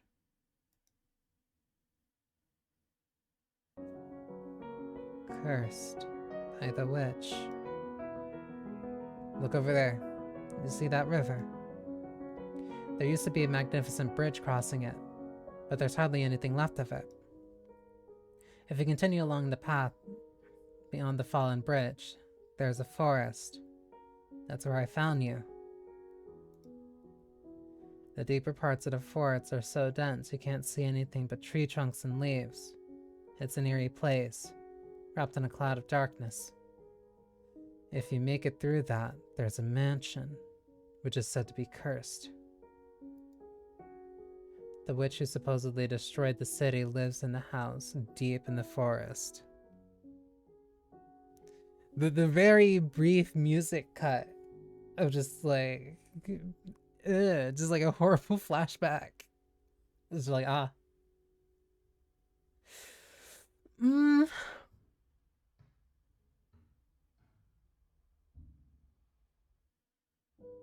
Something tells me that's not going to be the only time that happens.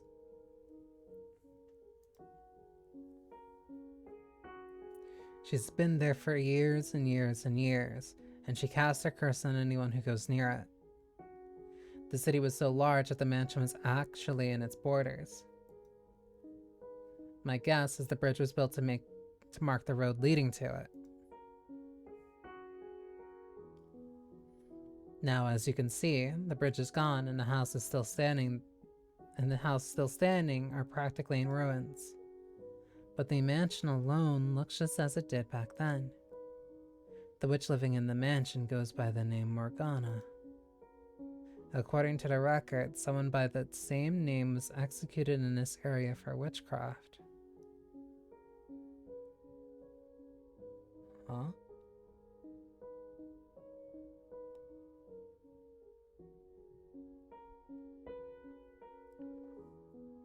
So now we're at a point where Giselle would know nothing. One, she's reclaiming who she is and like trying to get back her memories of who she is. So the only real secret that's kind of left is who exactly Michael really is.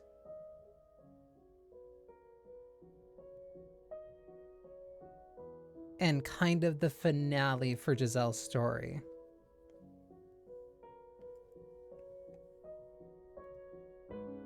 And even in death, she continues to bear her grudge against mankind. Who knows how much of it is true, though? Truth or fiction, the story has taken root in this region. The city's history may be lost, but the legend of the witch continues to be told. People have a tendency to keep stories alive that scare them. Sorry, I didn't mean to disturb you. No, I'm fine. You're best staying away from the mansion in the forest at any rate. There's no saying what might happen if curiosity gets the better of you. Better safe than sorry, if you ask me. Aside from the mansion, this is a peaceful village. This is as peaceful a village as you'll find. I don't know where you came from, but I'm glad you didn't end up wandering up there. I know all about the mansion and who lives there. I was there after all, with Michael, for a full month. But I don't remember any cursed witch. Just a man with a bone-chilling glare. Maybe the rumors about a witch living there were spread by him, or perhaps even his family.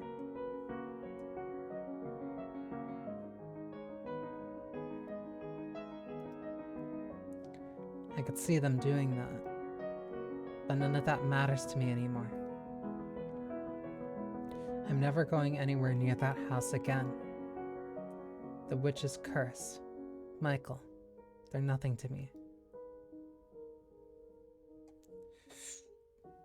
With nowhere else to go, I ended up in this small village. There was no denying that there was very little to speak of here. But I found peace in that nothingness. I couldn't have been more blessed than such a kind man had found me and welcomed me into his village. The village ran entirely on its own crops and livestock. They had no currency, merely bartered among themselves. Coming from a merchant family, everything felt so new. I had never plowed a large plot of land, milked a cow, or used a loom before. At first, I wasn't sure what to think, being such a departure from my lifestyle in the capital. But over time, I grew more comfortable with my new life, and the people of the village started thinking of me as one of them. Come on, Giselle, come play with us. We're playing hide and seek today. Can't. Sorry, I'm spinning yarn. You can do that later. Come on, play with us. Stop that. Don't pull my skirt. Oh, alright. You win. When I'm done with this, I'll join you. And no ditching. We'll be down at the square, okay? Got it. See you there. The kids have taken quite the liking to you. Ah, Amity. You think so? They've been incredibly lively since you arrived. Children are more sensitive than adults. Sensitive? They're very perceptive of how others are feeling. If you begrudgingly play along, they'll pick up on that quickly. You like children, and that's a wonderful thing. There's not a good woman in the world who dislikes children. Why, thank you. I don't think it's so much that I like them, as much as much I'm kind of a big kid myself. I genuinely enjoy hide and seek, but that's not going to earn me any points. I like kids too. Watching them, it gives me faith that this world has a bright future. A bright future. I never looked at them that way. They seem to like you quite a bit too, Amity. Thanks. Though, I'd rather give my affection to my own kids. Oh? You have children? Oh, heavens no. I thought that was obvious enough. I'm talking about the future. I see. But knowing you, Amity, I'm sure you'll find someone right for you, and have kids of your own in no time. It's not that easy, sadly. Even in such a small village, there are no ladies who take interest in me. You don't give yourself enough credit. I'm fully confident you'll find someone soon enough. Do you really think so? Absolutely. Then perhaps you could be that person. Pardon? I won't pressure you into it, of course. But I think it would be marvelous to have you in my life in a bigger way. But it's a little soon for me to think about settling down like that. It is pretty sudden, I admit. Take all the time you need to consider it. Alright. I have to go play with the kids now. Have fun. I wonder if he really meant it. Amity is a nice fellow, and I'm sure living here would be wonderful, but I can't help feeling something isn't right here.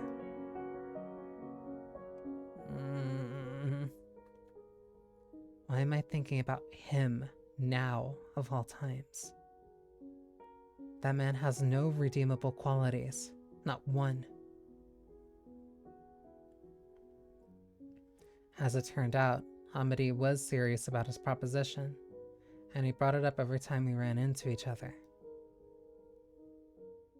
Unable to give him an answer, I found myself constantly apologizing to him. Soon, winter started giving way to spring.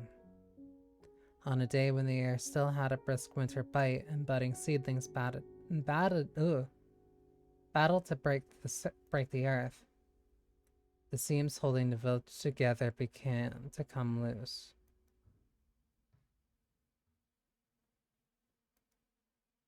That day, the village men were gathered in a square talking. They all had stern looks on their faces. It was clear that something had happened. I obviously couldn't stick my head in, so I waited until they were done and caught Amity. While it was rather awkward, I was still more comfortable asking him for information than anyone else. Actually, with a dejected look on his face, he started explaining. A lord found out about this village. But he said he's going to place this land under his rule, meaning he'll start collecting taxes.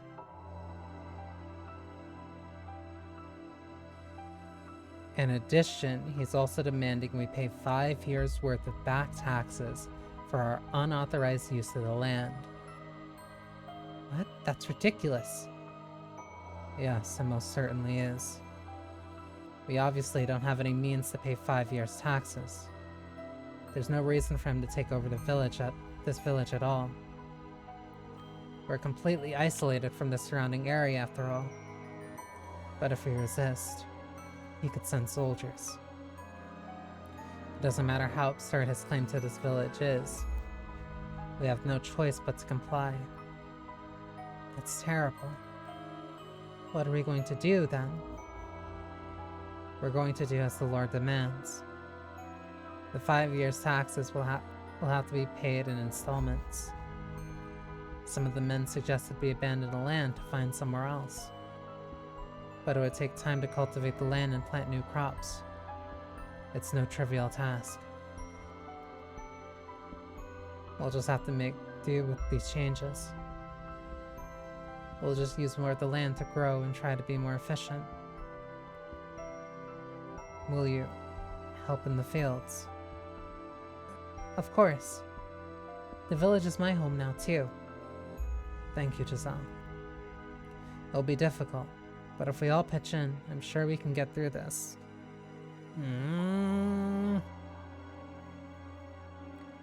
I thought the same thing. If we all work together, we can make it through this rough patch. But the collection of taxes brought more than just a burden for everyone to share.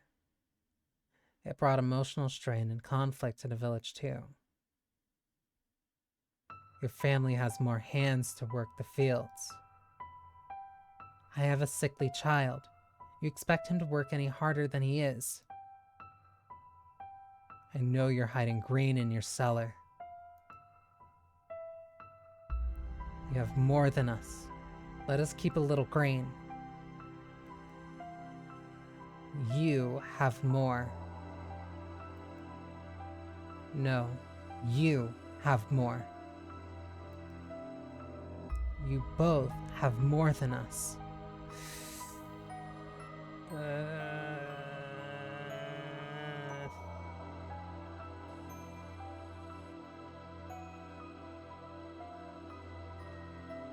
When their comfortable lives fell under attack, the villagers' top priority became their own property. The cooperation was only temporary, and before long everyone became a threat. The negative energy only built on itself, its growth accelerating like a boulder rolling down a hill. And it wasn't long before their sights fell on me, the outsider. Come on, get moving. How? Stop that. Why are you doing this? I'll stop once you've told us everything. Told you every what? One morning, a man tracked me from my house and took me to the square. There, the entire rest of the village was gathered, all eyes on me. What? What's this about? Oh, don't play stupid. We all know it was you. What was me? The thief. Amity? From the crowd appeared someone I knew quite well.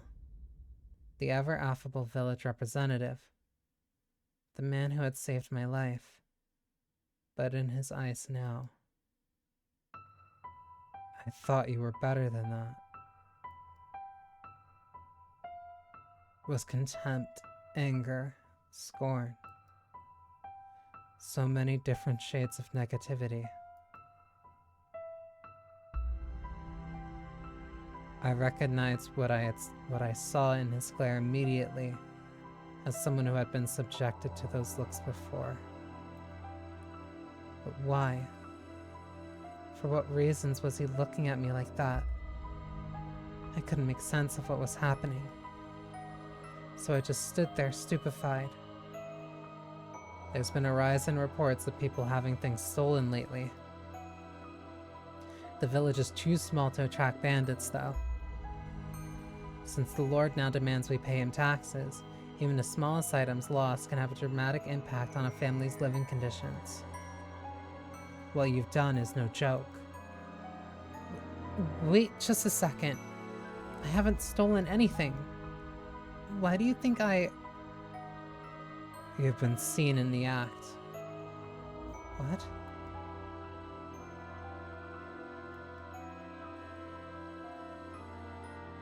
So long as there is testimony against you, your guilt is assured.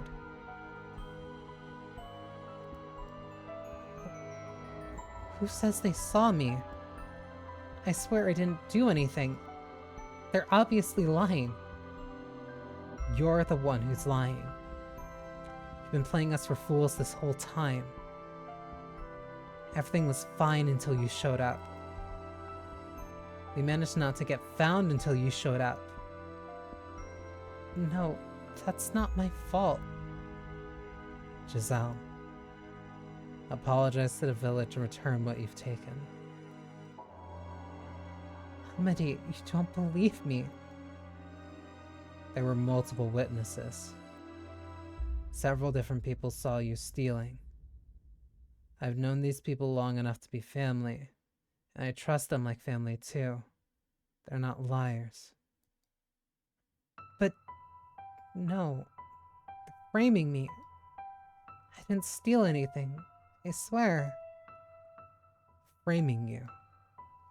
Now you want to put this on us, women?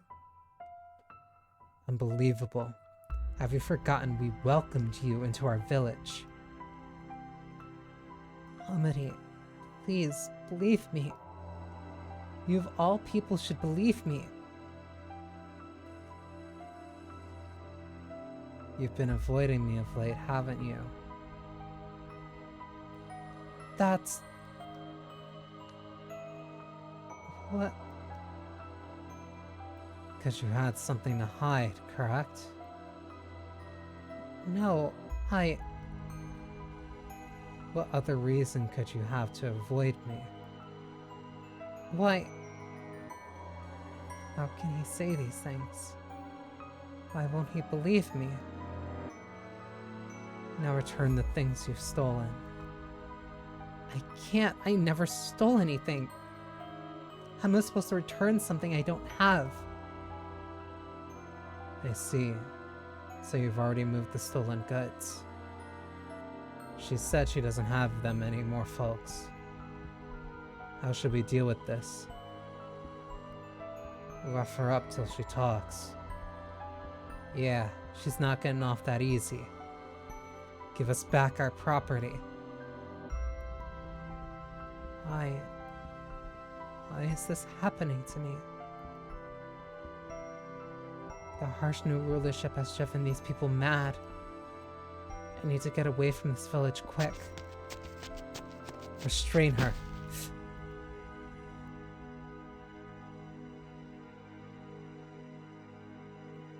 Get your hands off me. Have you forgotten everything we've done for you? All that matters is that you don't have to suffer. Is that it? I didn't do anything.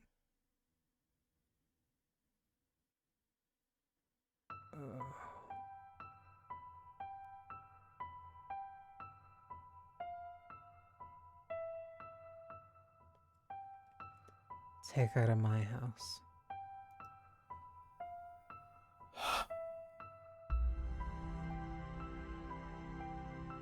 We'll make her tell us everything. Stop. You've all gone mad. Please come to your senses.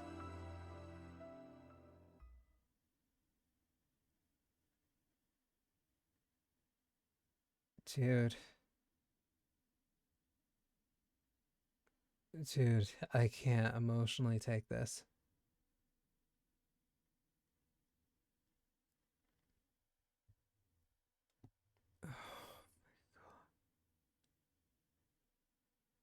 With men on all four sides of me, I was dragged into Amity's house.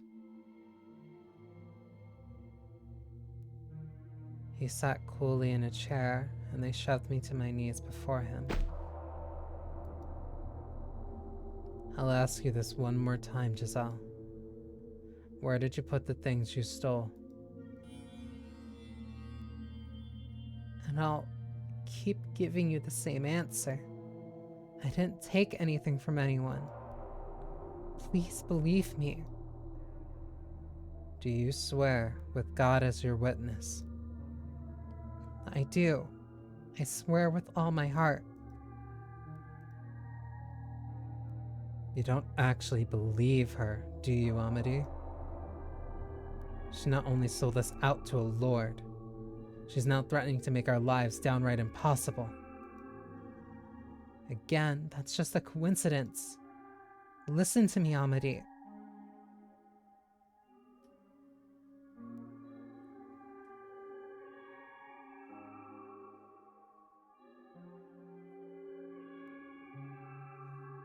Thus saith the Lord of hosts, the woman hath committed 3 sins. She has lied, she has stolen, and she has betrayed her fellow man. Why are you doing this, Amity? You are such a good man. I am deeply disappointed in you, Giselle. As much as I don't want to do this, I have to get the truth from you. Amity. Of course. Why didn't I see it? I'm still just an outsider to them. Why would he believe a stranger's word over the word of the village? His family. The water. What?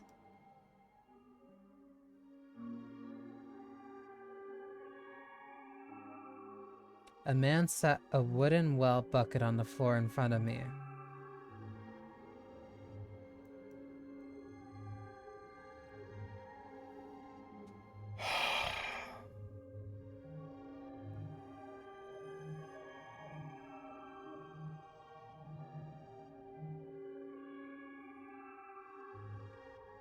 Are you fucking serious?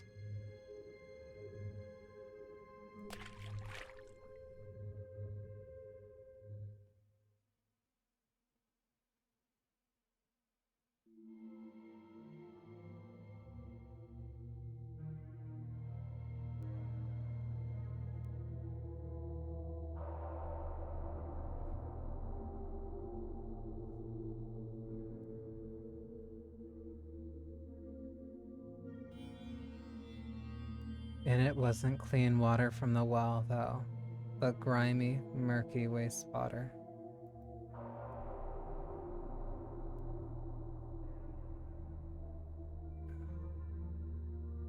I reflexively turned my head from the stench, but the man behind me grabbed me by the hair.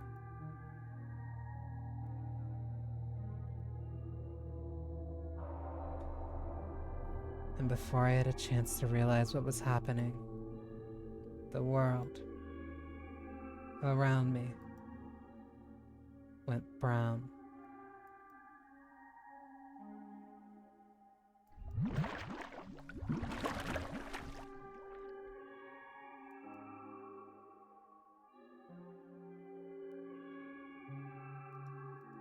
I struggled with all my might to break free, but my arms were tied behind my back and I didn't have the strength to overpower the man holding my head down.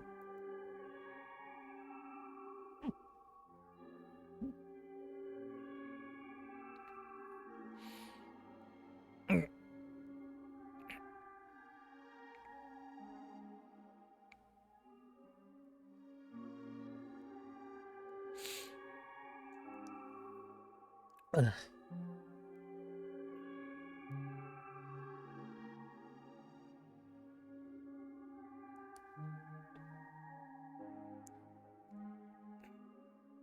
Sorry, I... Ugh.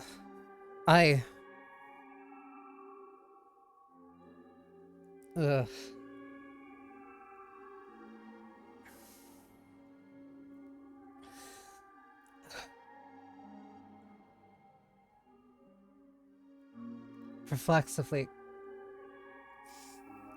Ugh. Don't worry for torture, I guess, too.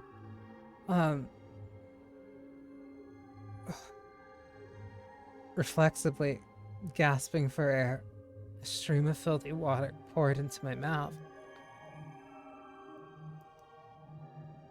Pull her out. We get nothing if she dies.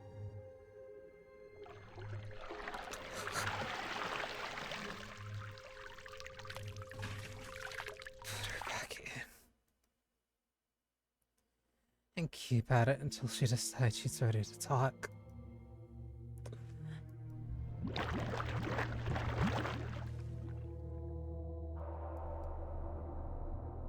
How unsightly.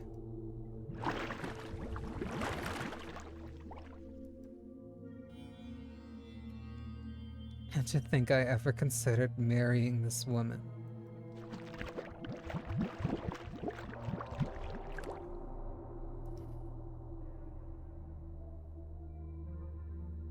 We can stop whenever you want, Giselle. You just have to tell us the truth.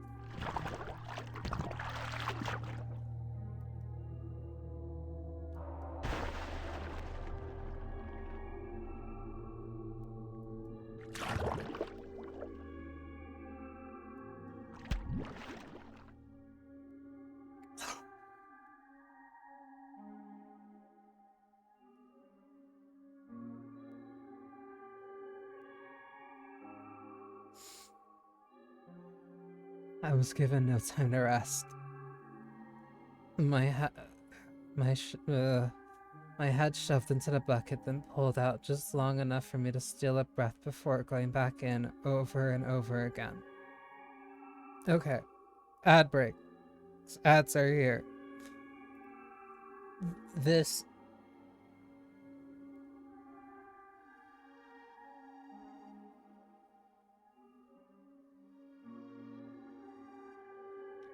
Ugh. Heck. Sorry, I need a sec.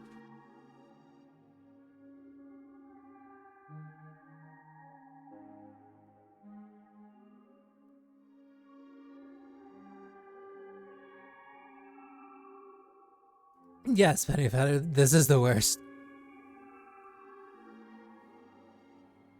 I have a very... Ugh.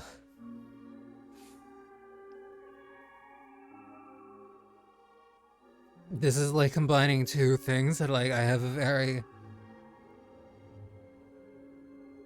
very bad thing for. This is hard to read through.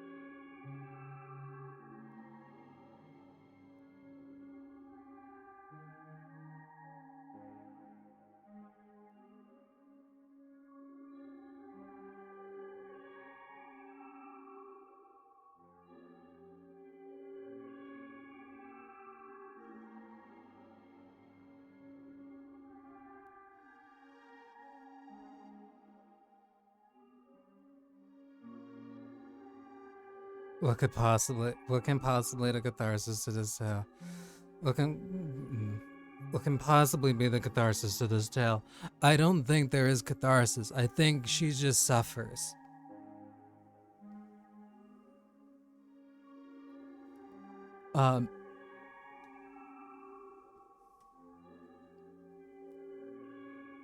This goes back to that thing of either God doesn't exist, God does exist and he doesn't care, or God does exist and he hates you.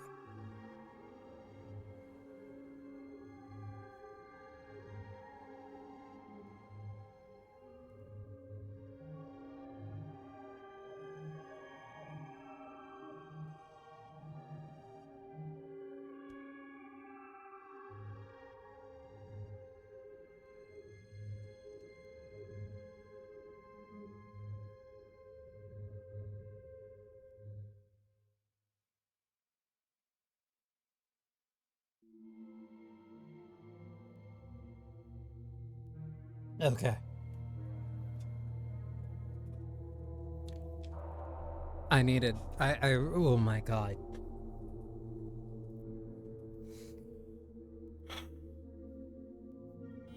That, that ad break, ugh.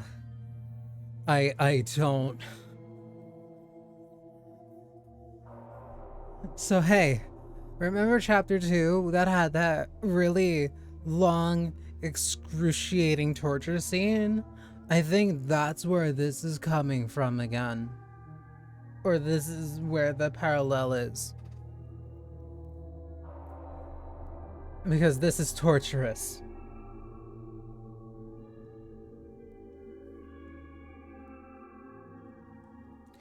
The the sexual violence uh I think is still worse.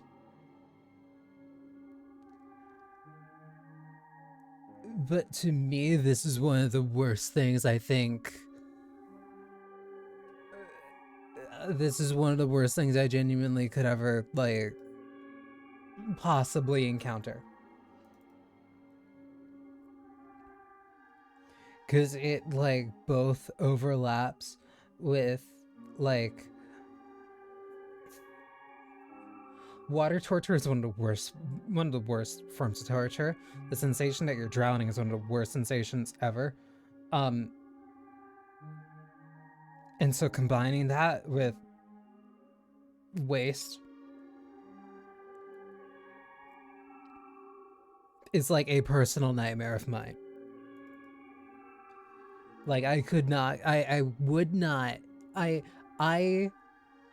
would not have the capacity to think about writing something like this because the idea of putting these thoughts together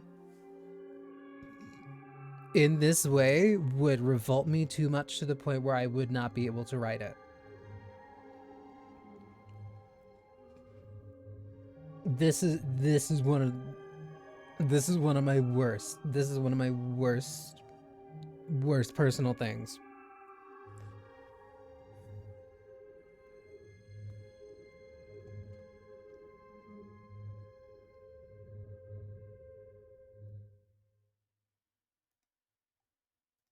This might be. I'm many mounting thoughts about the team behind this, affectionately, I suppose. Because it's. Oh. This. This. This might be the hardest stream for me to get through. Just flat out. Of everything I've streamed, of every, like, topic that I've had to talk about on stream, and everything I've had to, like, just directly read through or experience in a game, right now, this is the worst. Worst not as in bad, worst as in, like, this is hurting me on, like, on multiple different levels to an insane degree.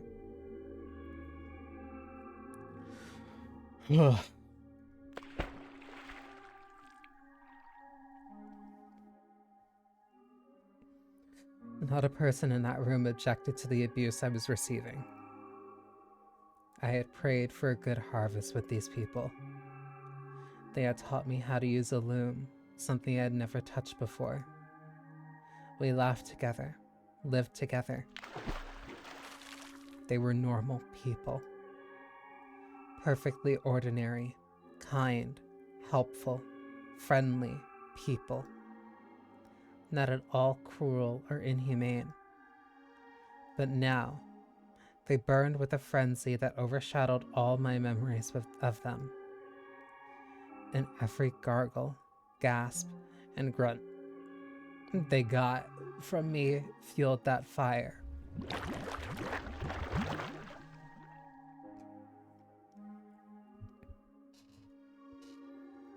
Also, the sounds of drowning are just like.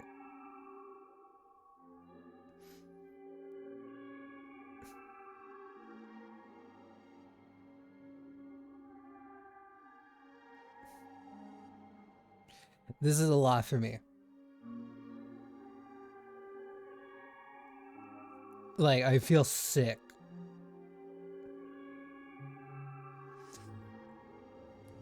Ugh. Dozens of eyes laced with madness stared down upon me, rejoicing at my suffering.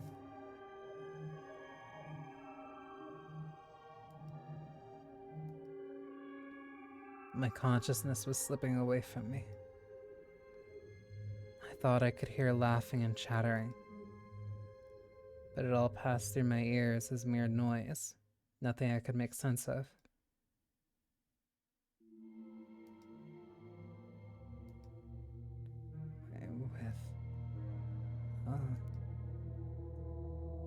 Stay with me. Amity. Oh, thank goodness. You're awake. Wait, what was I just doing? Oh, right. I was in the forest, on the verge of death. Then Amity found me, and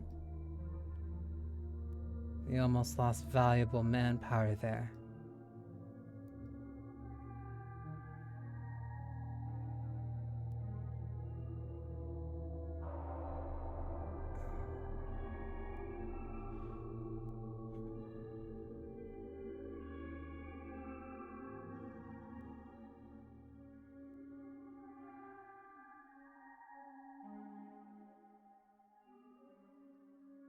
We were just discussing what to do about you, Giselle, and we decided to make you village property.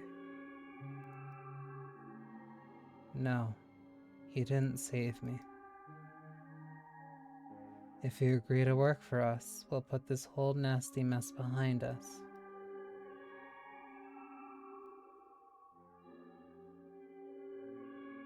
You may be worthless in the fields and terrible with the loom, but there's plenty you can help with. What are you going to make me do?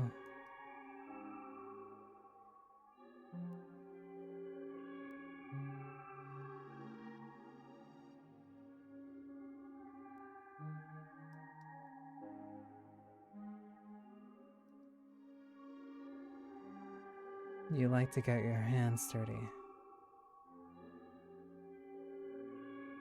And considering I found you half dead in the forest, I doubt the rest of you is any cleaner. Tea. It seems we've come to an agreement. I'll keep watch over her starting today,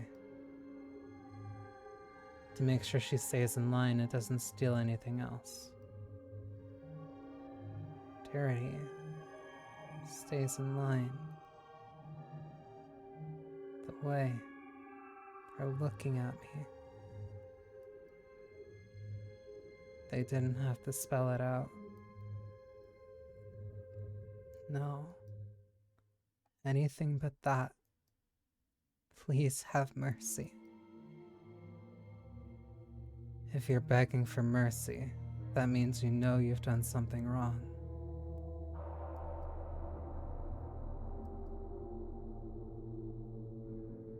Let's see. There is one way, Giselle. What? Give back what you stole, naturally. But if you're going to insist that's not possible, then bring us something of equal value.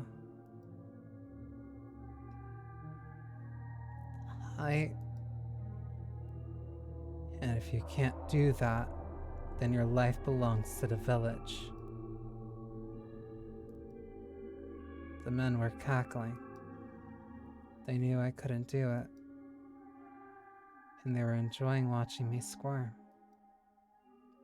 Take your pick, Giselle. Something of equal value. If I can get that, then you'll set me free.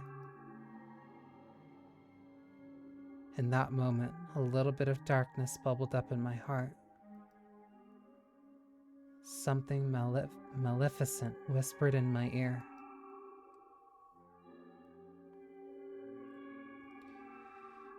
If you are in need of money, help yourself to some of the furniture. There's a village not far from here. Trade it for food, then make your way to a larger town. I think I know where you can get something worth some money. The mansion in the forest has some very fairly valuable furniture in it. Ah, oh God, when did I become? You can steal some of that to sell for good money. Such a despicable woman. You mean the cursed mansion? You expect us to go there? Are you out of your mind? Anyone who goes near that house is killed by the witch's curse. There is no witch living there. There is no curse. Giselle, what do you know about that mansion? I lived there for a while. Well, for a month. You what? The son of a noble lives there. He's human, and he's alone. A noble? What's a noble boy doing this far from the city? I presume he was banished there. I was sent to the mansion from the capital to act as a servant. There's plenty of value in that house. Shelves lined with books. There should be more than enough to pay the Lord 5 years' worth of taxes. Is what you're saying true? I would not lie. As bewilderment spread through Amedee's house, I was unable to look at anything but the floor. I couldn't stop trembling. To protect myself, I had sold out Michael. You swear there's just a single man living in that house? Yes, it's only him. All right. If it turns out you're lying, you'll pay. Okay, everyone, you heard her. Tell all the young men to get ready. We're going up to the mansion in the forest. And just to be safe, make sure everyone brings something they can use as a weapon. And you, Giselle, you're coming with us. You'll be leading the way. Listen to me. Don't think about trying to run. Right?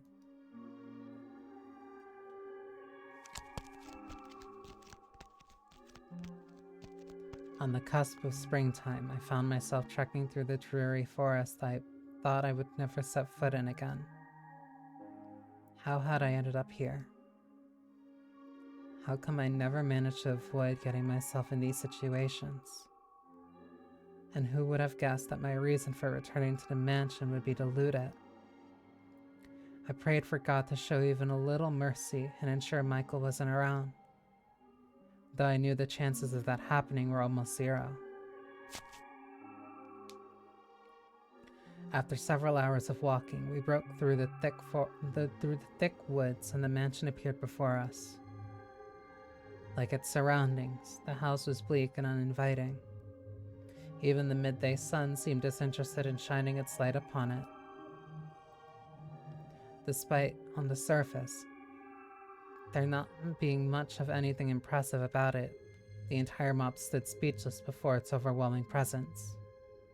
But the men had weapons, and they were fueled by avarice, which gave them the courage to approach this place they wouldn't normally otherwise. Door won't open. I think it's barred from the inside. It would see someone really does live in this cursed place. I'm honestly surprised. Even more so that it's not a witch, but just a noble. The door's old. We could break it down. Yeah, let's bust it down. Hold on, there's no need to be barbaric. Did you even consider knocking on a door like normal people? You sound like a band of thieves. That's something else coming from you. Who do you think proposed this plan, Giselle? You. Alright, men. You ready for lives of luxury? Break down that door. Stop it. It's the damn nobles who make our lives so hard. They deserve to be robbed. Break it. Break down the door. Please stop this. Break it down. Break it down. Break it down. Stop.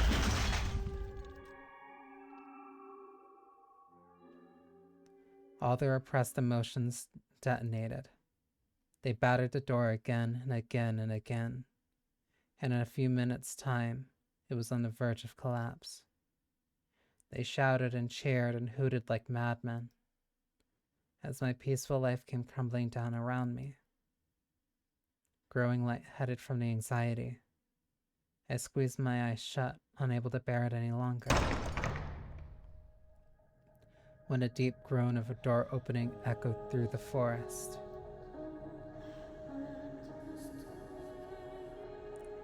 It would seem you're not aware of whose house you're trying to break into.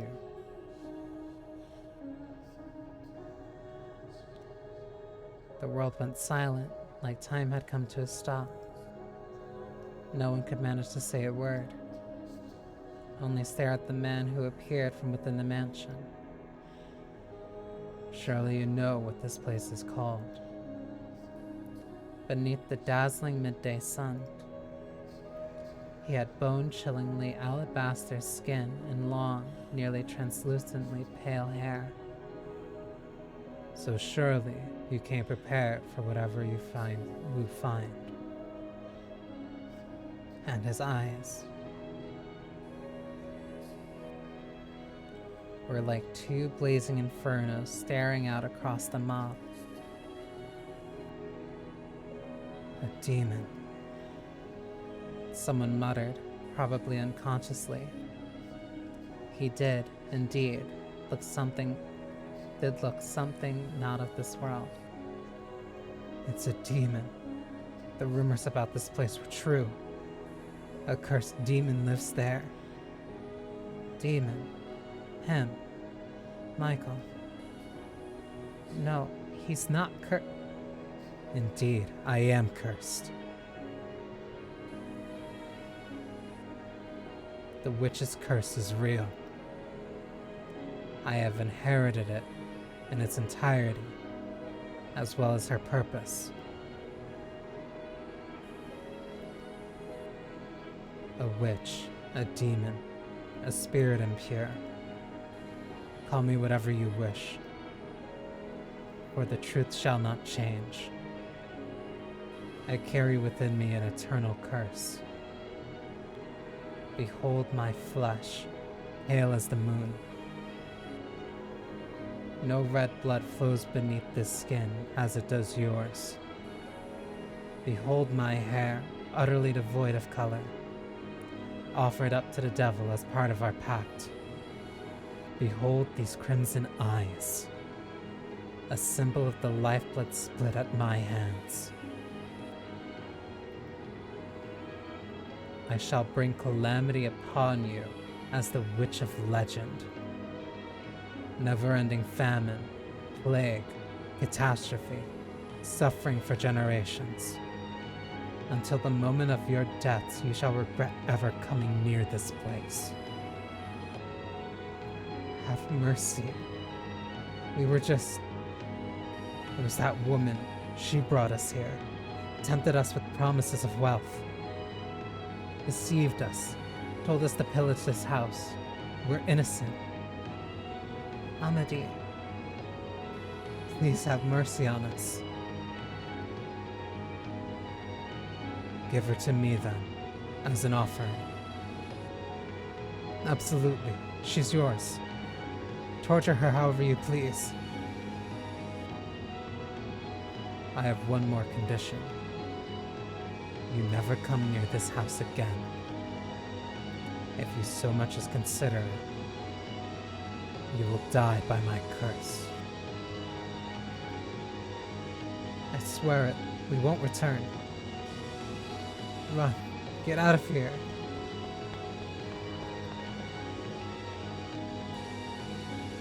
Without so much as a glance back, the villagers scrambled into the forest, and Amadi, the man who had rescued me that night, went right along with them.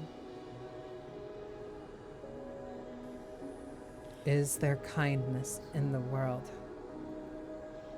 I wasn't sure what to think anymore. Don't think I'm helping you. His voice rained down on me, but I couldn't lift my head. There was such a gaping void in my chest.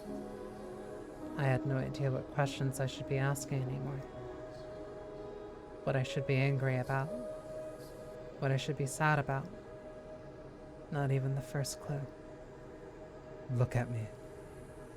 Look at me, Giselle.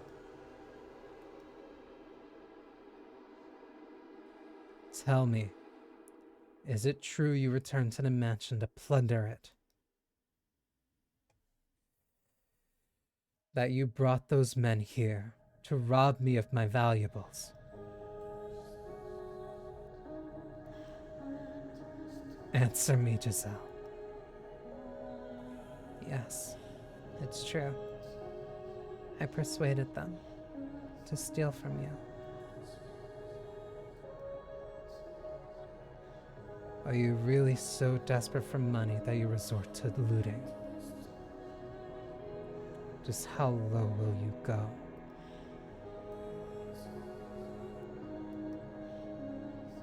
Not only did you seduce my father, not only did you go digging around for information about me, you brought a mob to this house. And they were armed too. Were you trying to get me killed? Answer me, Giselle. Not even going to defend yourself. He's yelling.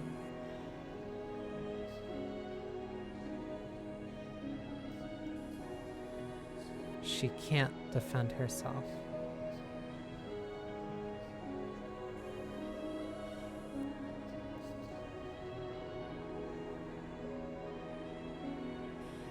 Your scheme failed, so you're retreating into silence. Oh, for God's sake, you sicken me. I'm done with you. I'm done. Leave this place and never show your face here again. As he shouted at me, I stared into his fiery red eyes. A somewhat inappropriate thought crossed my mind. Huh. So he can get emotional like anyone else. And my heart, stripped raw and cast out to sea, finally sunk deep enough to be crushed by the pressure. What? If you want me gone, then kill me. You can do that, can't you? You can use your curse to kill me, can't you? Then do it, right here. Use your power. Take my life. If you don't want to do that, stab me with your knife. Kill me, kill me, kill me. What? I'm done. I can't take it. I'm through with this whole world. No one will believe anything I say. No one cares one bit about how I feel. They just walk all over me, laughing. Why? Tell me why. Why is this happening to me? I never stole anything. What are you talking about? I tried my best to look happy. I thought everything would work out if I could keep smiling. I believed that would make things better. But nothing ever got better. What did I ever do? Tell me. What did I do? What did... But you. All I ever did was believe. Tried my best to survive, to always wear a smile. But if everything's going to be my fault, and I have to deal with that for the rest of my life, I'm done. I don't want to live anymore. I don't want to live in this world anymore. Calm down, please. I don't follow what you're saying. My understanding is that you desired money, so you brought that mob.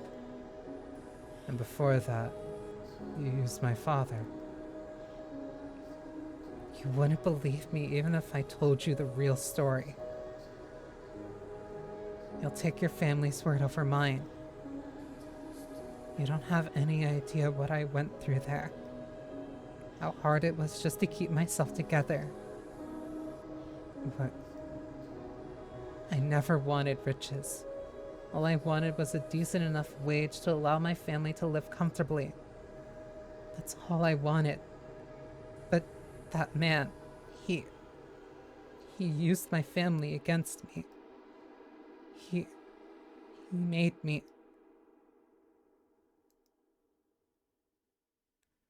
forced me to.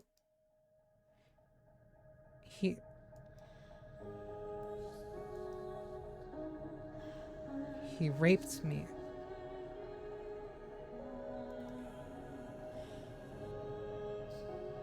what?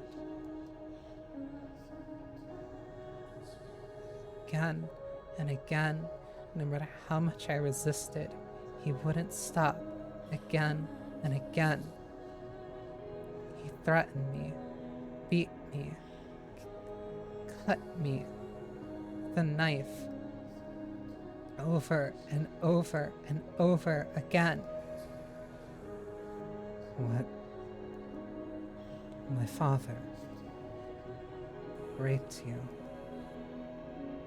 No one would believe me. I did nothing wrong. You don't believe me either, do you? So I'm done. I don't want this body anymore. I don't want to live like this anymore. I can't take it anymore. Please help me. Set me free. Kill me. Kill me already. Use your curse and kill me. Kill me. Give me a moment. I need time to process this. You can do it, can't you?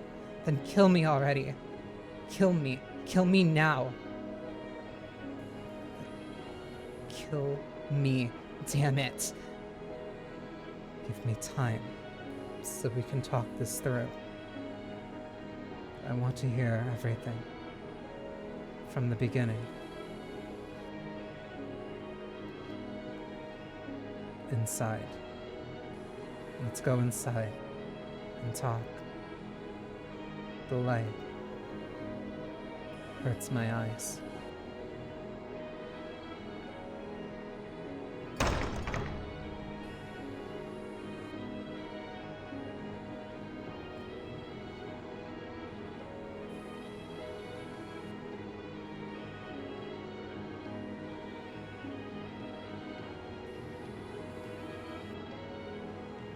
My body feels like it's on fire.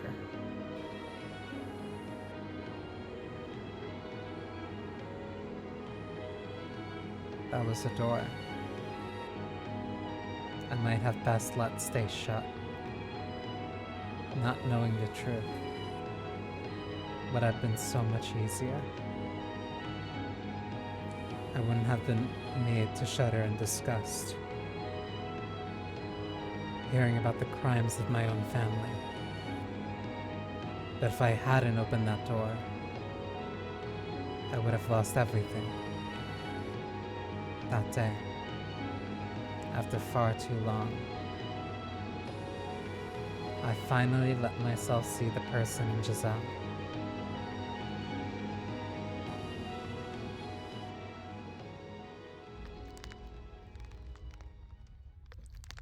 Giselle didn't recover for some time after I managed to get her inside. Unsure what else I could do for her, I had her sit before the fireplace and waited in silence as she sobbed. I had no idea what one was supposed to say to someone who was crying. Was it normal to offer them a warm drink? I didn't know. I did know I needed to reflect on the things she said outside and try to make sense of them.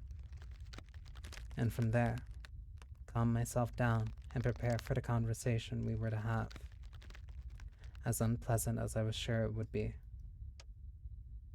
A considerable amount of time later, Giselle sobbing drew to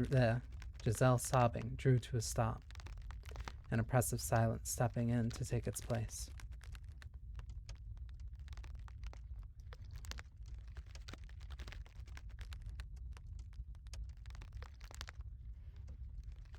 For longer than was comfortable, the only sound we heard was the gentle crackling of the fire. I had to say something. I knew that, but I didn't know how.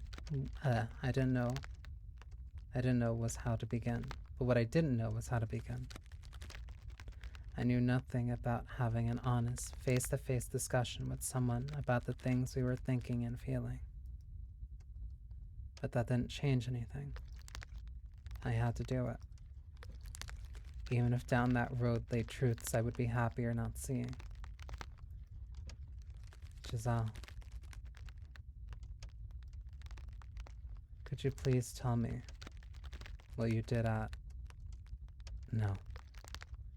what was done to you at my family's home? How you ended up coming to this mansion, and what happened after you left?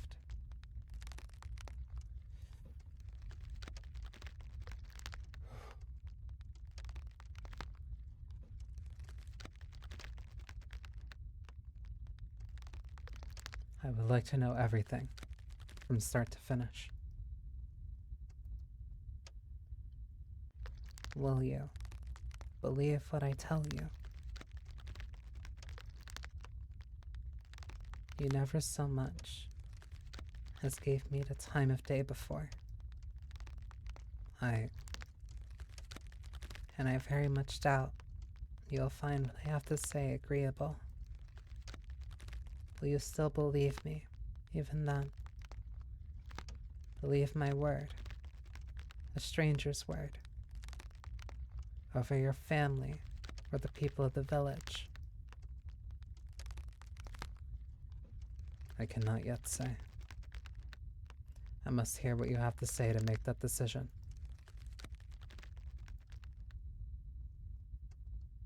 I suppose that might be better than you saying you'll believe me unconditionally. All right, I'll tell you everything. Just know that nothing I say is a lie. Understood.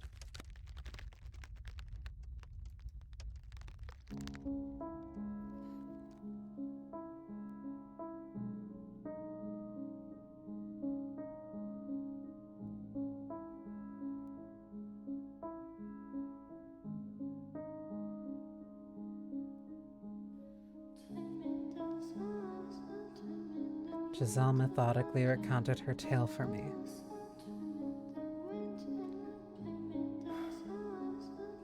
She told me of how she accepted an offer from the Bollingers to work as an Abigail to earn money for her family. Of how my father, Antonin, had other plans for her. Of the things he did to her. She spoke dryly, simply putting words to each event, one after the other.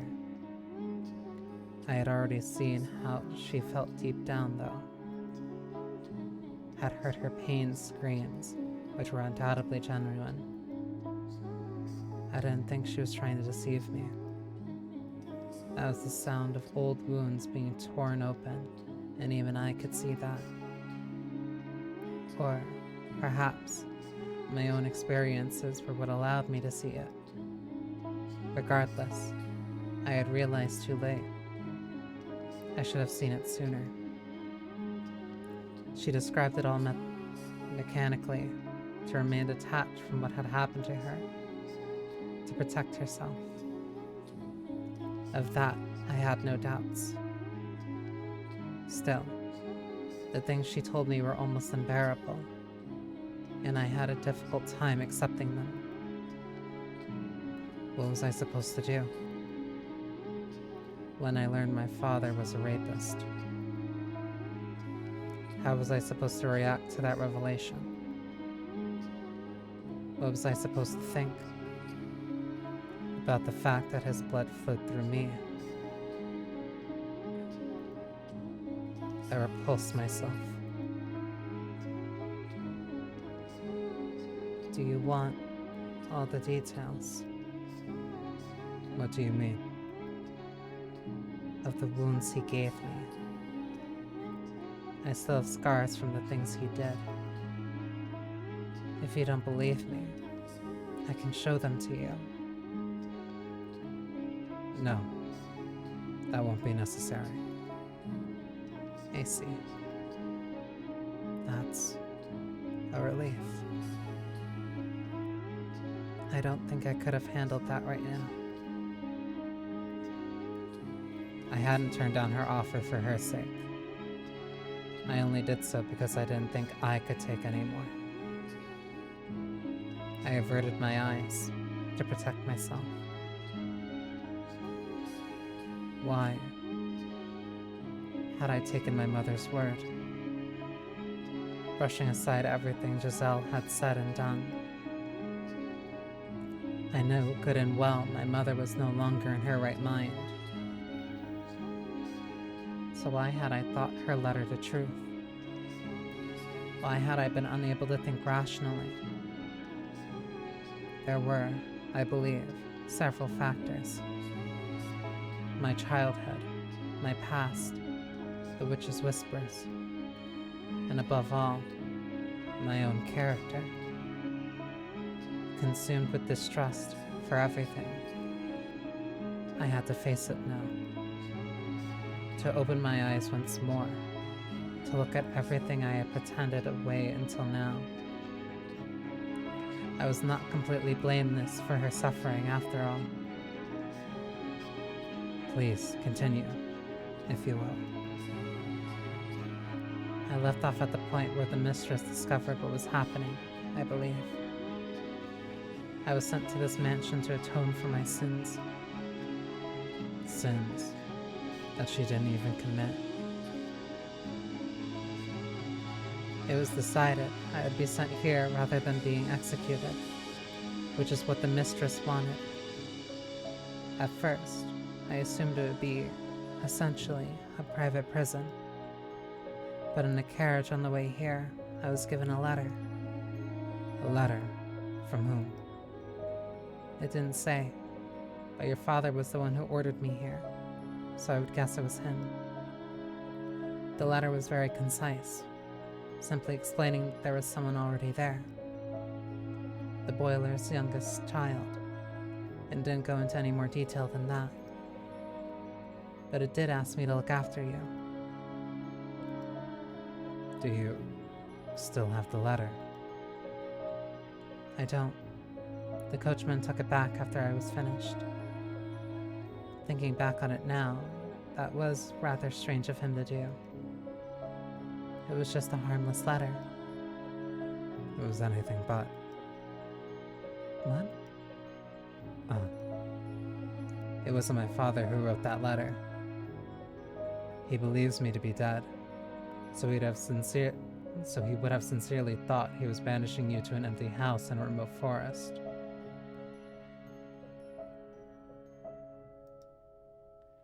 The writer couldn't risk leaving anything that might suggest I was still alive. Then who? My brother, I believe.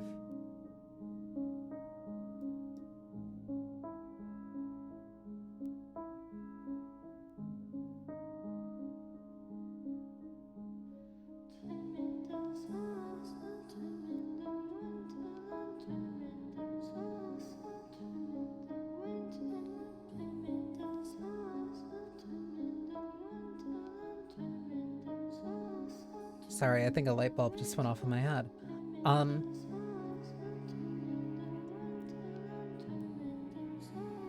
Either Didiger or Georges, but I would suggest Didiger.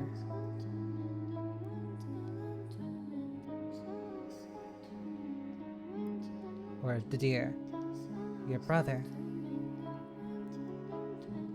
Why would he... I do not know. I can't imagine why he would write such a letter. Or why he would want to tell you about me. I don't believe he had any ill intentions, at least. I mean, he asked me to look after you. That makes it sound like he's concerned about you. Why doesn't he stay in contact? Why does he never respond to my letters? It's a bit late to suddenly start being concerned. No, never mind that now. Please tell me the rest. Alright. Giselle resumed her story from the day she fled the mansion, terrified by my behavior. She seemed to be putting a bit more emotion in her tone of voice now, perhaps because she could see I was more interested in this part. There was a deep sadness on her face as she described that night in the rain, listening to the thunder, when she gave up on living. And I knew I had caused it. She then told me of the time she slept in a nearby village. How, at first, life seemed wonderful, but in time it had come crumbling down. Naturally, she wouldn't be here to tell me if nothing had happened there. Once she was through her tale, Giselle let out a long, heavy sigh, as though she had been holding it in for some time. I thought I could hear just a faint trembling in the air as she exhaled. That is everything. Do you believe me? If you don't, if you still think I'm deceiving you, then I won't argue with you. That's fine. If that's the case, please, just kill me. Why didn't you tell me this sooner? I know I wasn't very open to anything you said, but if that day, when I found you in my room, you had told me I was mistaken, that the sin belonged to my father, it might not have turned out like this. The knife. What? You were holding a knife. I can't handle blades anymore.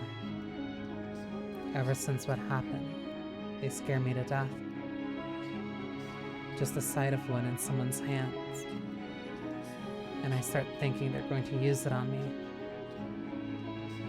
I can't help it.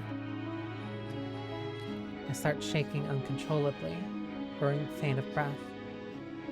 The world goes white. I can't even form words. There's nothing I can do. Ah, now I finally see. She was grimacing in pain. The day the package arrived, when you knocked my hand away.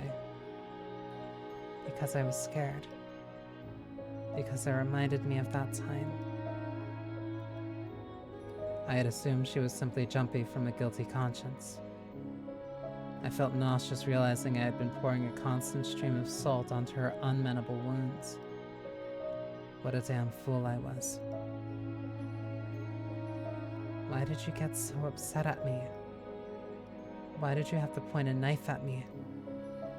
I didn't want you snooping. If you meant to sell information about me, I thought I had to do anything in my power to stop you.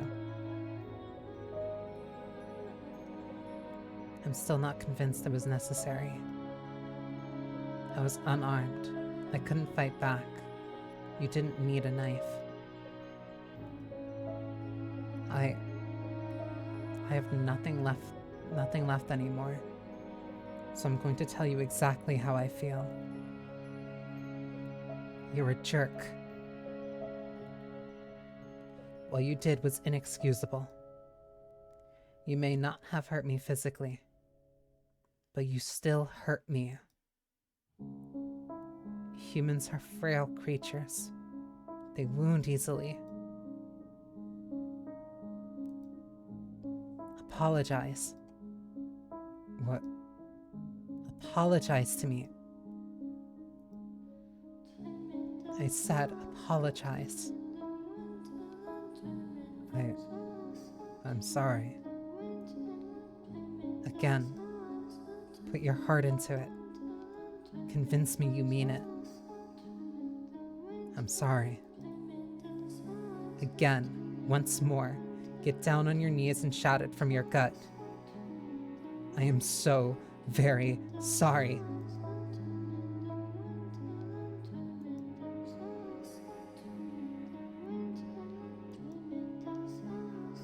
What was that? Is that a laugh?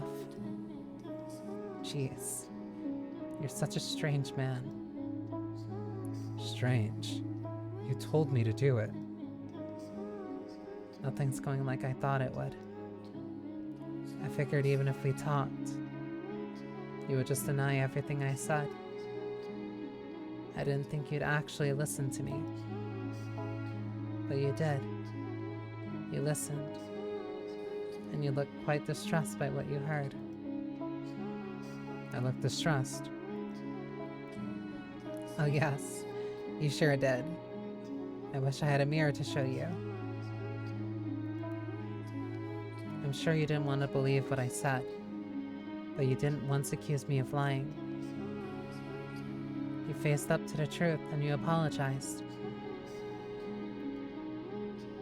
I seem to have had the wrong impression of you as well. I didn't try to see you for who you were, instead letting myself believe you were someone to be afraid of. To be honest, I didn't like you very much. The feeling was mutual. But for some reason, I don't feel that way now. Is it guilt? I need to apologize to you too. Apologize? For what? I let the villagers hear. I almost sold my soul to the devil. I tried to sell you out to save myself. And for that, I am truly sorry. I don't understand. What? Do I need to get down on my knees too? No, that's not what I meant. The blame falls on the village for falsely accusing you of stealing. You were a convenient scapegoat for the real thieves. They planned to take advantage of you from the start. That Amity was probably in on it as well, to get back at you for rejecting his proposal. Plus, giving the village a single target to let out their frustrations on would, in a way, help unify them. They used you to meet that end. In order to escape from their trap, you told them about me. But this was after I had threatened you, causing you to flee from this place. You have nothing to apologize for.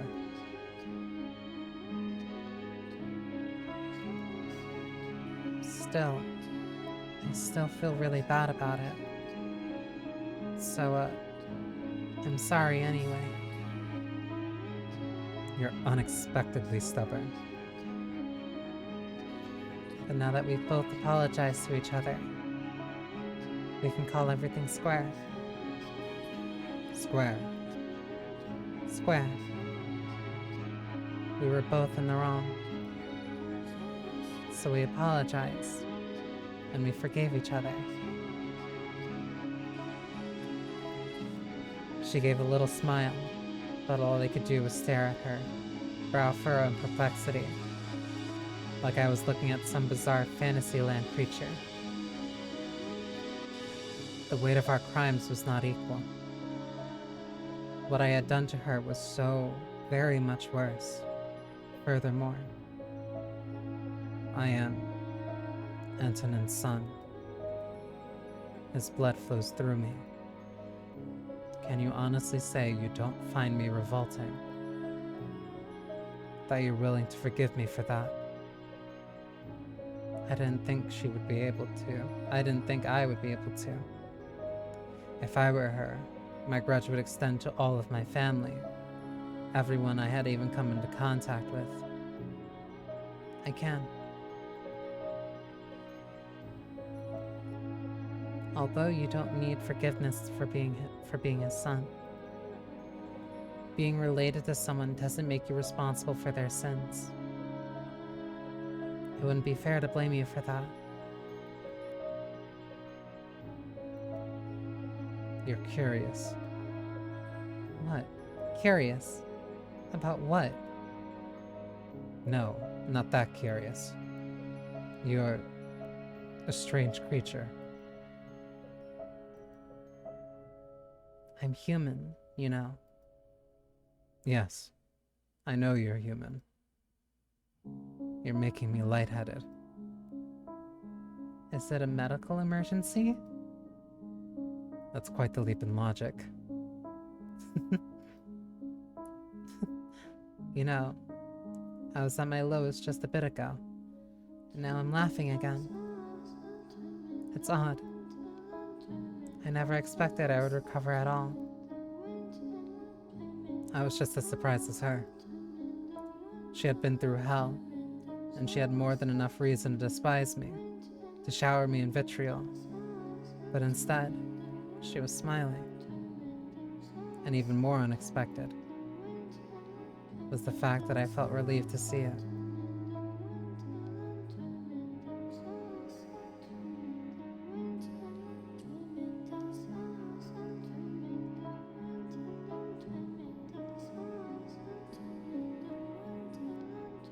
I really, truly wished I had gotten to know him sooner. Yes, I had fled from the mansion in fear of him, but maybe if I had just a little more courage, enough to tell him the truth, maybe he would have listened. I had let my initial impression of him solidify too quickly. I had convinced myself he was insensitive and perpetually expressionless, save for the Arctic stare. But the man standing before me did experience sadness, pain, distress. Or, at the very least, he appeared to, from where I was standing.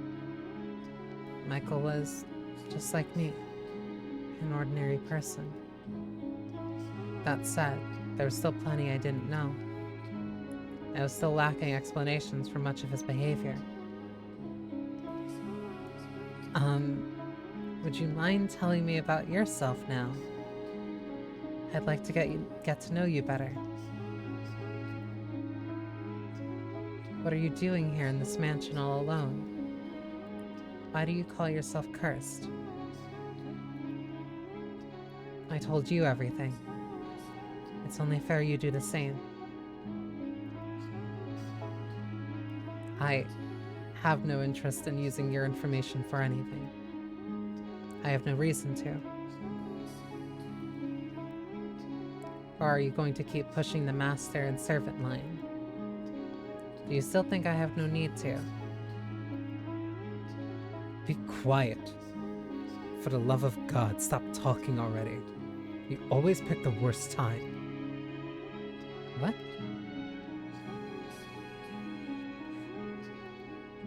That was the witch.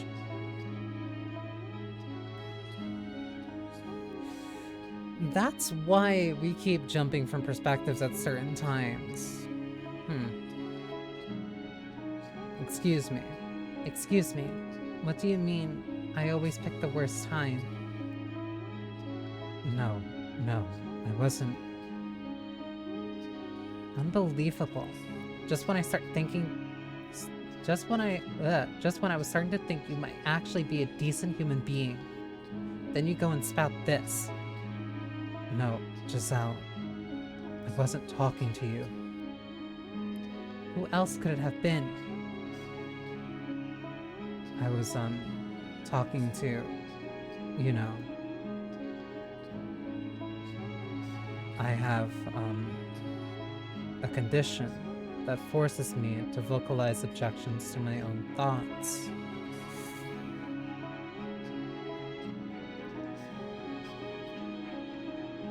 Okay. Ooh, ad break.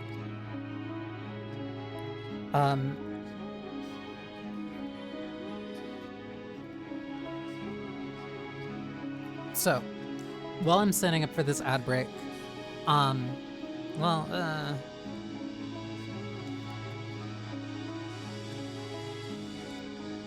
I'll save it for when the ad break is over, because it is kind of like a serious thing, and I want to make sure that like everybody hears it.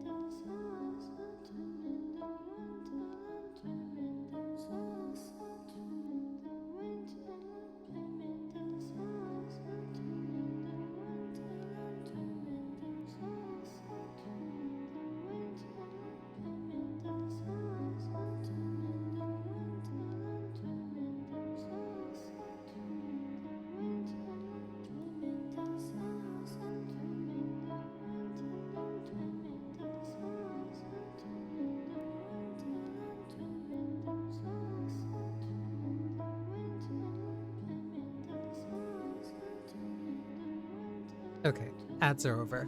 And I think we've been through a lot of Giselle's part, and I feel like we're gonna get to a lot of Michael's stuff finally. But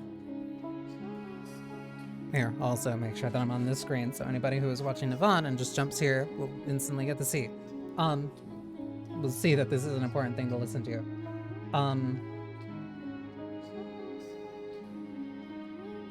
I want to clarify.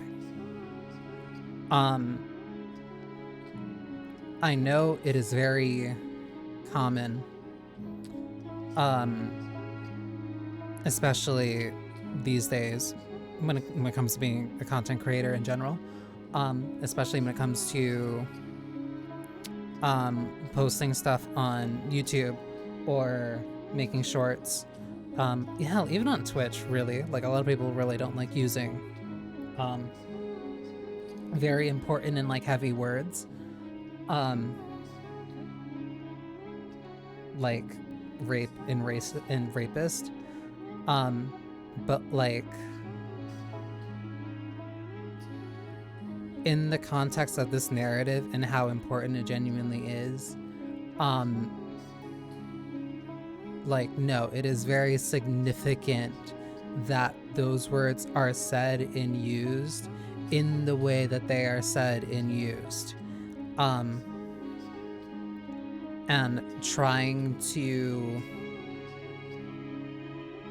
like skirt around those words for the sake of like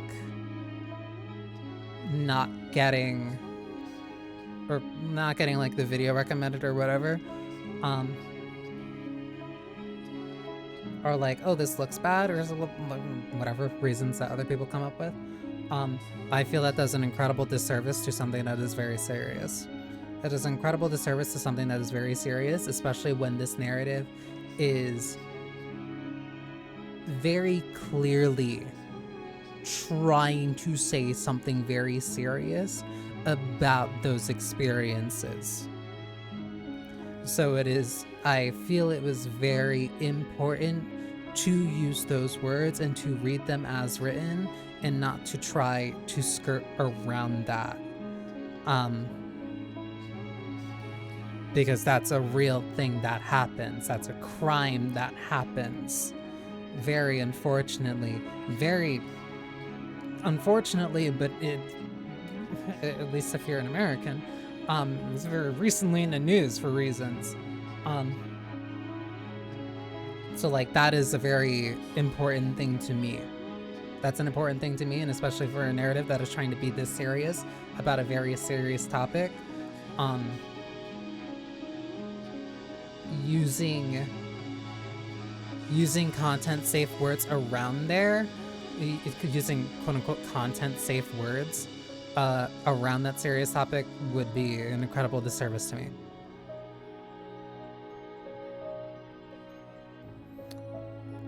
If we're trying to be more comfortable about what the narrative is saying, we definitely be missing the point. Yeah, because like her saying that in a very exhausted and very angry way, like, no, that is a very important thing for her to say in its entirety. And that is also a very important thing for Michael to say in its entirety, to call out what his father is. You can't side skirt that. And to side skirt that would very heavily diminish the impact that those scenes are really going for. It is a reckoning with how awful of a life Giselle has had. And it really says a lot about Michael to be like, oh, that is my father. His blood runs through my veins. I would not blame Giselle for being mad at me for being my father's child. Like, those are two very important character moments for both of them. And so using any type of like other word around that would be a huge disservice. So that's kind of clarity for like why I use that there. I didn't necessarily feel like I had to justify that, but I felt like that was kind of a moment where it's just like, okay, I kind of this game, it feels like something that like I do frequently at this point, where depending on the narrative and depending on the game, like I'm having these moments where it's just like, okay, we're gonna sit down and talk about this elephant that's in this room because it's a very serious elephant actually.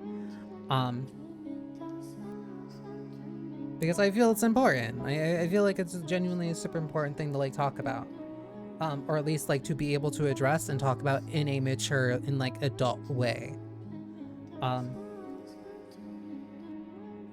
There are certain words I will not say on stream for any reason, regardless. Typically slurs for obvious reasons. There are other ones that are kind of context sensitive. This is one of the ones that was context sensitive. So yeah. This bot's definitely getting a content warning. Big content warning in the description. But high key, genuinely, even before like the Michael stuff, this might be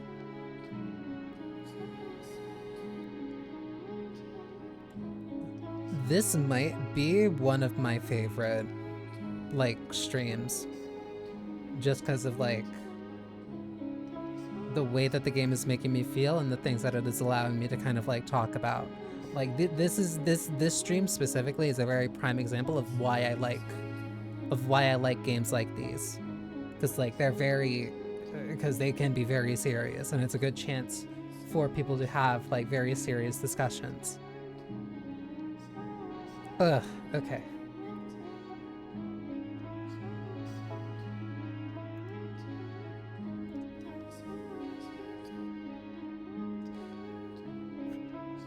I have a condition that forces me to vocalize objections to my own thoughts.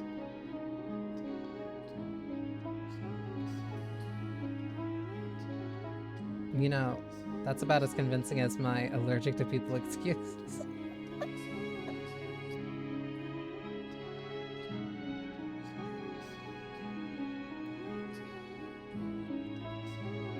That's also, it's also, she's right, and I called it out as being an excuse for, like, a very serious thing, but I like the fact that she's also using it as a joke now. Because, like, she can slightly joke about it. Like, it's not like it's completely water under the bridge. It's, like, still a sensitive topic for her, but, like, she's at this level of comfort now where, like, she can kind of indirectly joke about it. Which is progress, and it's probably only very specifically that she can joke about this with, like, Michael, but it's still, that's character development. That's a sign of trust. Sorry. Weirdo.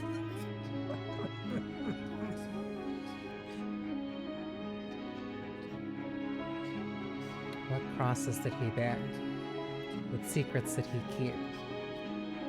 Maybe the truth was far beyond my reckoning. And if it was, even if he did, please tell me everything. No matter what you say, I won't doubt your words. I will trust you. And I'm sure I can accept anything you say.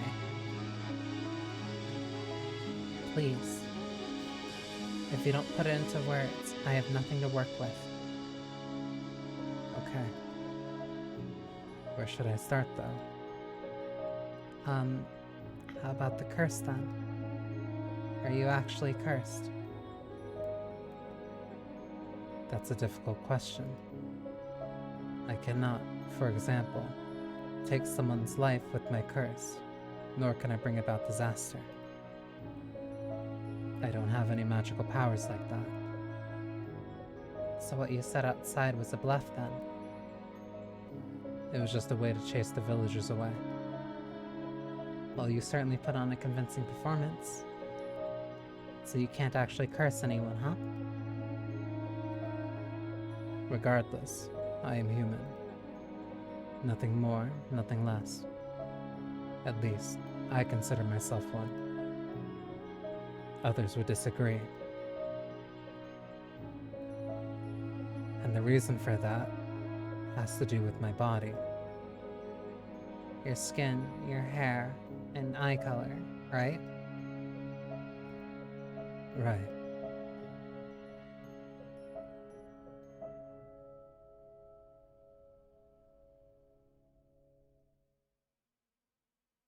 Seeing Michael under the sun, he certainly wasn't what most people would consider normal. Awe-inspiring, in fact. Giving birth to me, it broke my mother. No, it drove her mad. Not only did I appear inhuman, I'm sensitive to sunlight. I'm oversensitive to sunlight. While a little light through the window isn't much of a problem, I can't be outside, directly under the sun, for more than a couple hours. When she realized I couldn't go out into the sun, my mother started to think I was possessed by a demon. So she banished me to this mansion until my curse was broken. That was 10 years ago. Just because you look different from them. The family's reputation was at stake too. If other noble houses realized they were giving refuge to an unholy creature, they would destroy the Bollingers. You saw how the villagers reacted. They called me a demon when they saw me. I suspect the rumors about the mansion played a part in that. If nobody thought the house was cursed, then they wouldn't have. They wouldn't have. I'm sure you were afraid as well.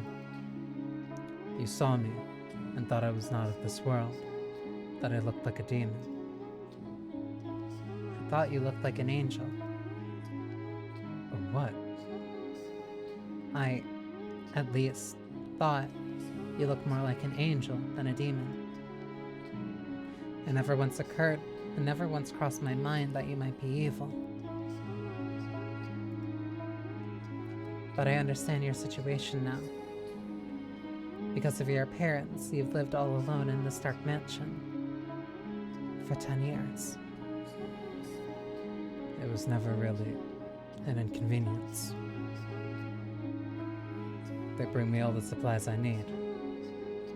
You big liar. Have you never considered running away? That's not an option. Because of the sun? No. I could move during the night if I really wanted to. I'm being watched. To ensure I don't leave. Watched? They can't allow anyone to find out that I'm alive. Particularly at the Bollinger estate.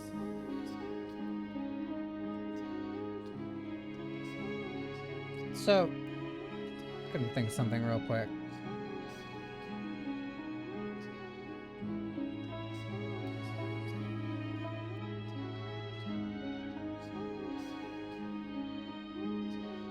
Giving birth to me, it broke my mother. No, it drove her mad. Not only did I appear inhuman, I'm over-insensitive to sunlight. With the little light through the window, it isn't much of a problem. When she realized I couldn't go out into the sun, my mother started thinking I was possessed by a demon, so she banished me to the mansion until my curse was broken. That was 10 years ago.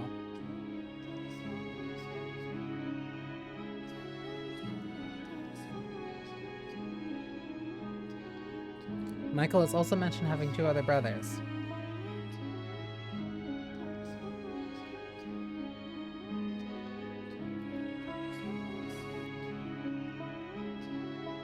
If I were to run and they were to find out, I would probably be killed. If only I didn't stand out so much, I may be able to stay out of sight easier. He is the youngest.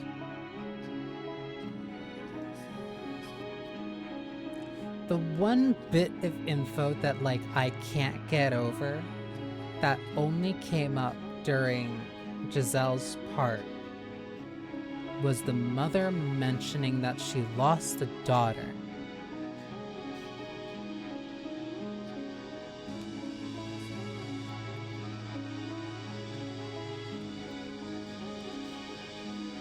If only I didn't stand out so much, I might be able to stay out of sight easier. But also, I had been holding on to a little hope, I think. Hope that I might be able to return someday.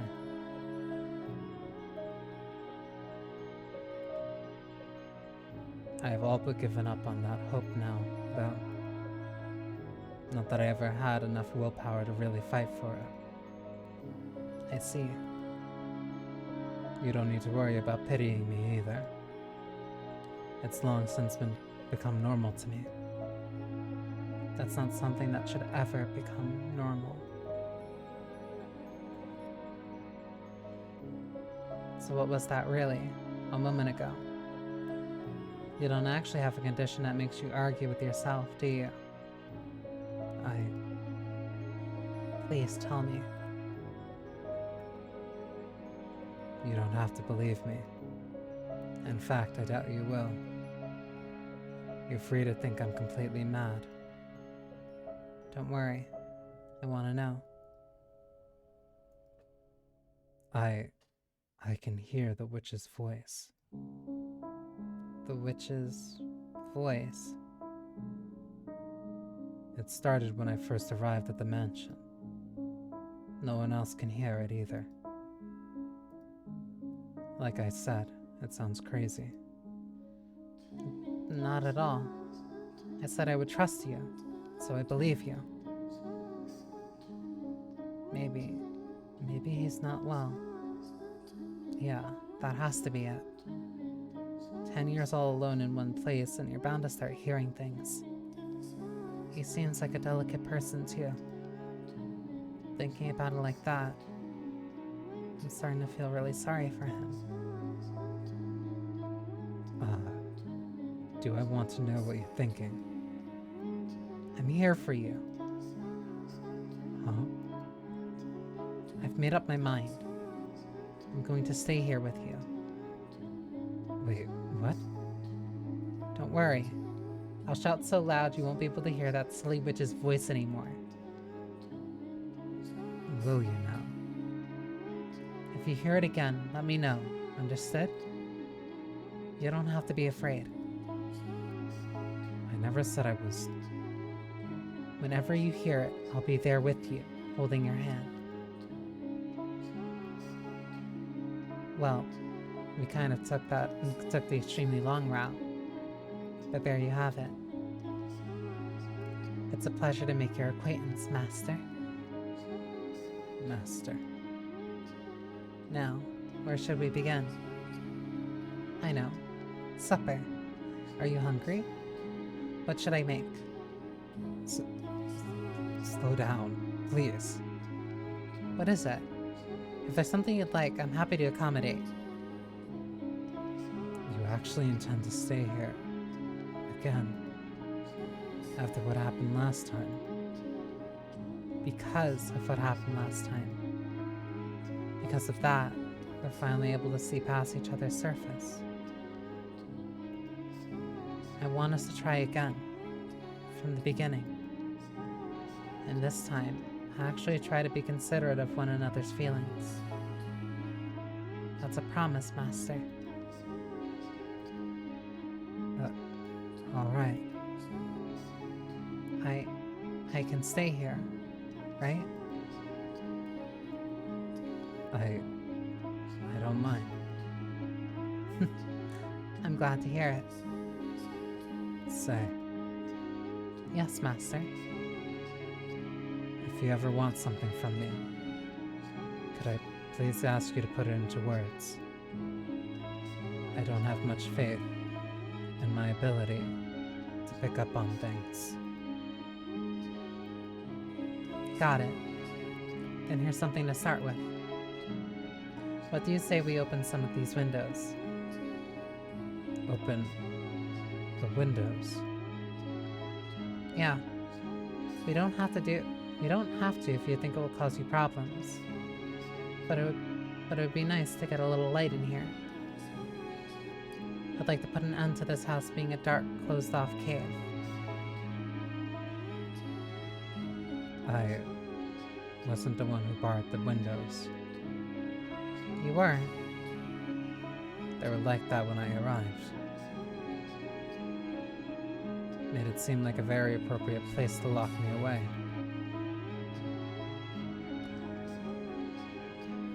And so you just never thought to open them?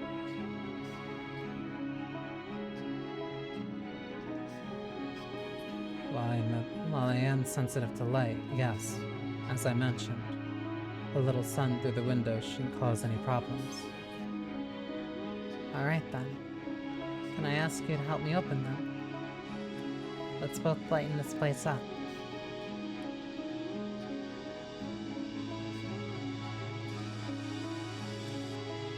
After a few moments of silence, Michael gave me a curt nod. While we couldn't do anything about the windows that had been boarded up, the two of us forced open the ones that were just covered by rust-over shutters. When we got the first one open, a beautiful stream of light like nothing I had ever seen before.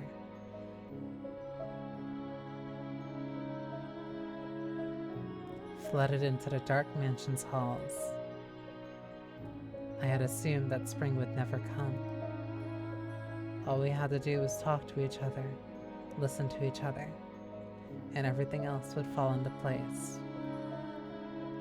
But it was the first step that was so hard, so much harder than either of us had expected. And now that the ice was melting, we had to treasure that. It might not have seemed like much to someone else, but to us, it was a huge accomplishment. Hey, so that thing I mentioned yesterday about communication being a skill. Also the symbolism of both of them just resting in the darkness until like they can actually communicate with each other. And then the mansion has light in it. This time, it'll all work out. It has to. I had all the confidence in the world when we were together. But now that I'm alone in the dark, in the absolute silence of the night, I'm starting to get anxious again. Starting to feel like something bad is going to happen. Like I'm going to mess something up again. We took a big step today, and I know I have to keep it together to keep thinking positive.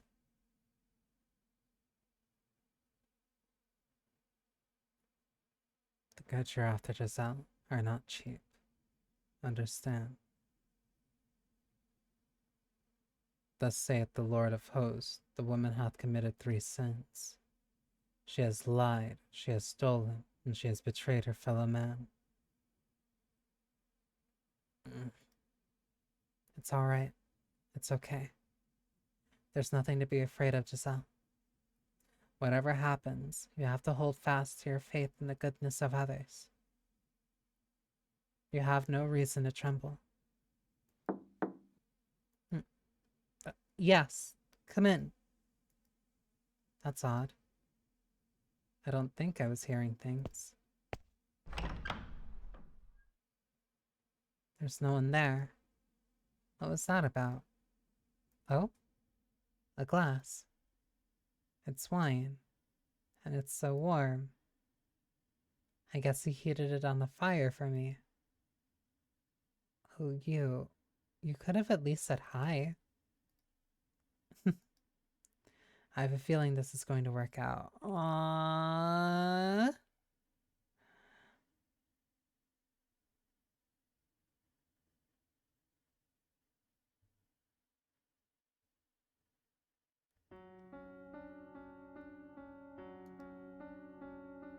The light shining in through the windows is swallowed whole by the darkness, as if to say our time together never actually existed.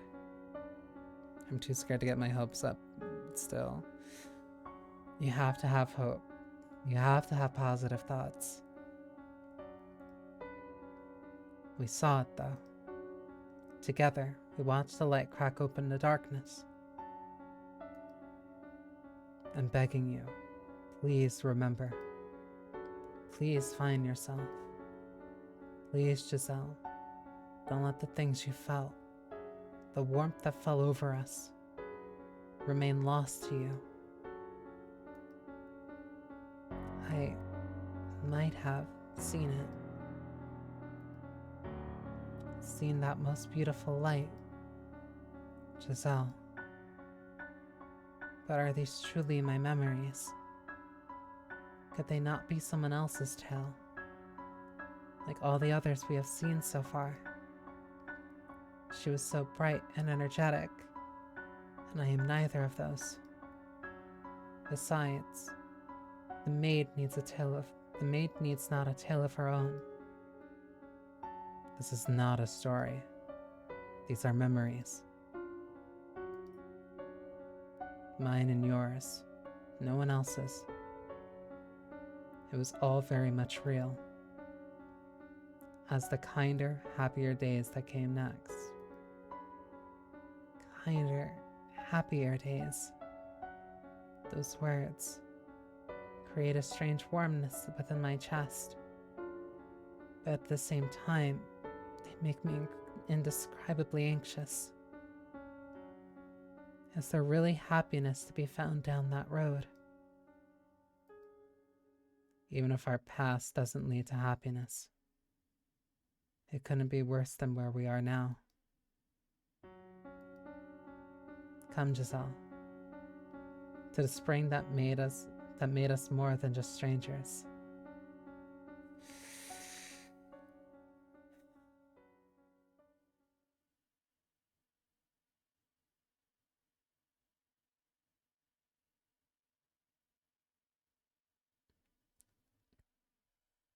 Master, come on, get up. Up with you. Master. This is the memory from before. So, see? What did I tell you? It's so much nicer in here with the little light. Morning? Wait a sec. Don't you hide under your bedspread. Get out of there. I'm fine with my room staying dark. What's she even doing in here? Oh, but Master, you agreed that I could open the windows. I did, yes. Don't worry, I put curtains up. If it gets too bright, you can draw them.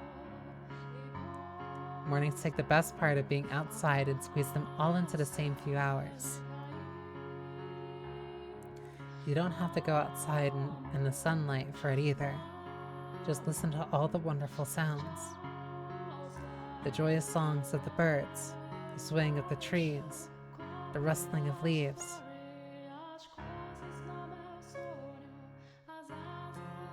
Am I being as pushy as I feel right now? Kind of. But you wouldn't be you if you weren't. So, for now, I won't get on you about it. Also, now that I know your real intentions, no, never mind. I completely misjudged you. You're the exact opposite of what I thought you were. What did you think of me? Let's see. I thought you were cold and cruel, heartless and incomprehensible. But I'm beginning to get a better idea. You try to put on airs, but you're really rather childish. You have a short temper, but can be surprisingly playful. What else? You have a pretty difficult personality, too. That's not a single good trait on that list. There's not a single good trait on that list. Now, hear me out here. That's not everything. You gave me a chance to talk, and you listened intently. You can be kind of nice, too.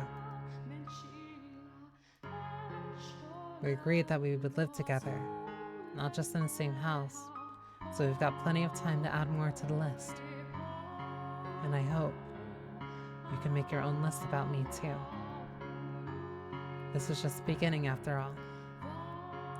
We've got a long, long time ahead of us.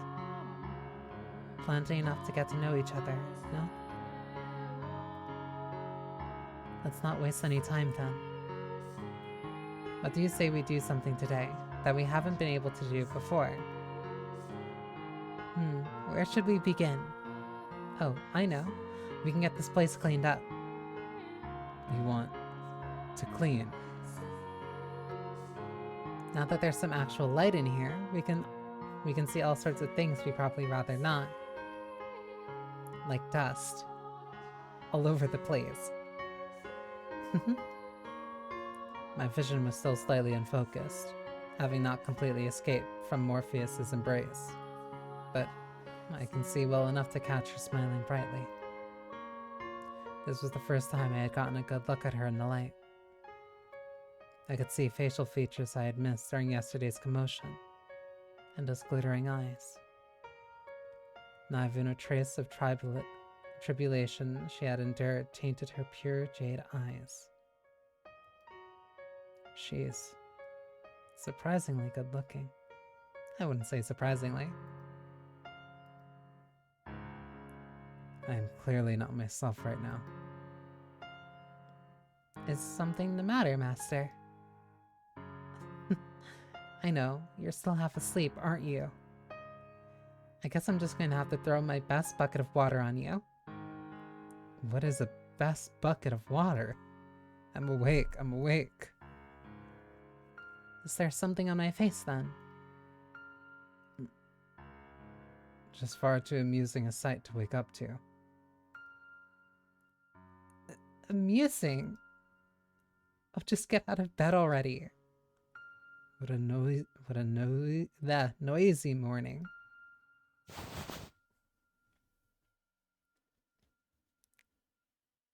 It's cute.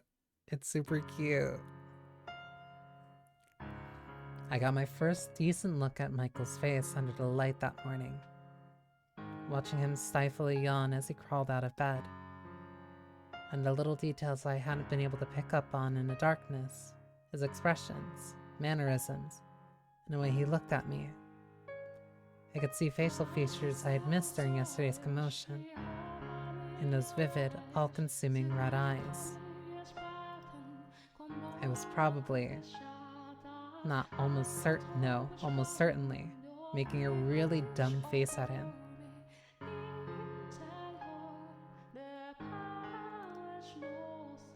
Is it just me, or is he kind of, no, very pretty?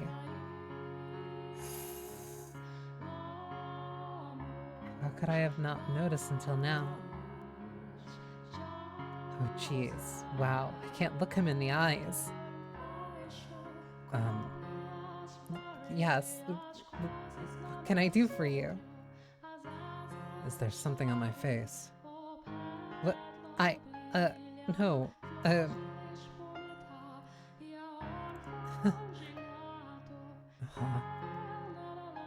hair monster. Excuse me? No, your hair, it's really long. Yeah, that's it. Way too long.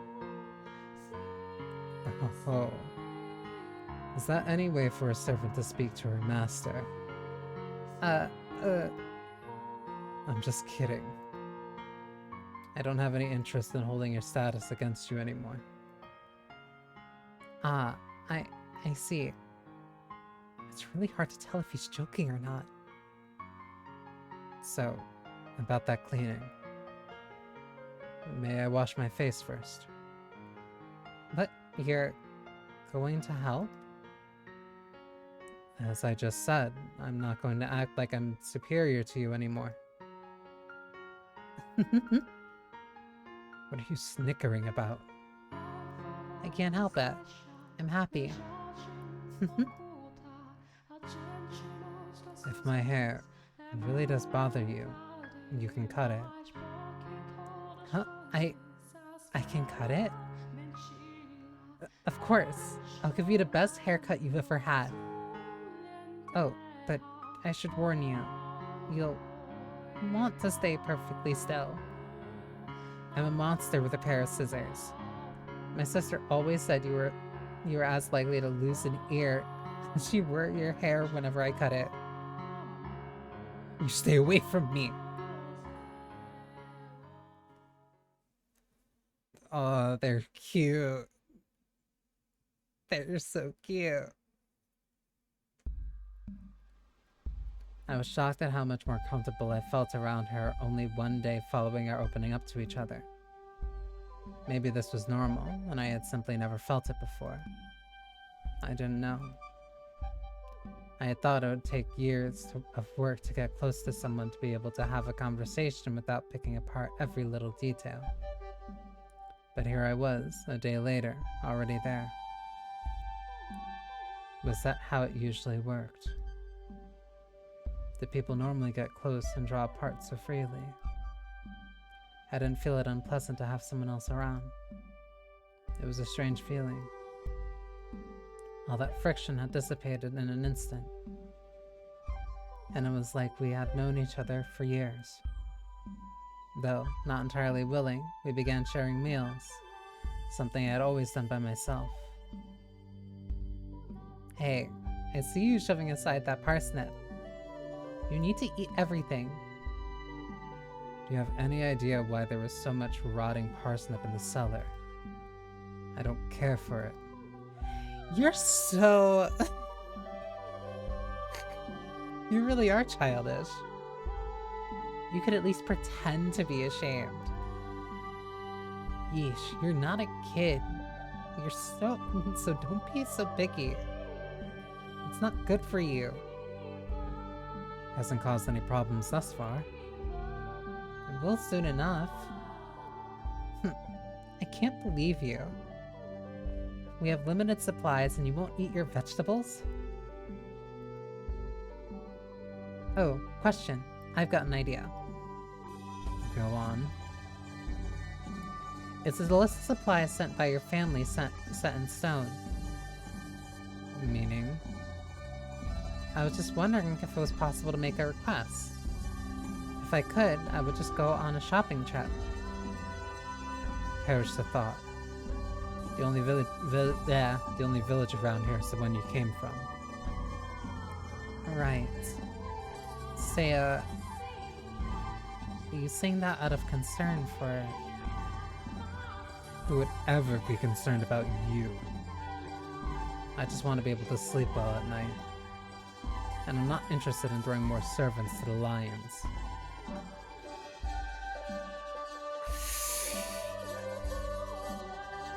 Aww. You know, you're a whole lot simpler of a person than I first thought. What's that supposed to mean? Oh, nothing. Back to your question about the delivery. Yes, you can. I haven't made any requests recently, but you can write what you want on a sheet of parchment. Or, if we don't have any, something similar. Put it in the box and leave it outside. As long as your request is not completely unreasonable, it should arrive with the next package. Why? Is there something you need? Yeah, I was hoping to increase our selection of vegetables. And while I'm at it, if possible... Actually, that's a secret. A secret? It's nothing too exciting. I'll tell you when the time is right.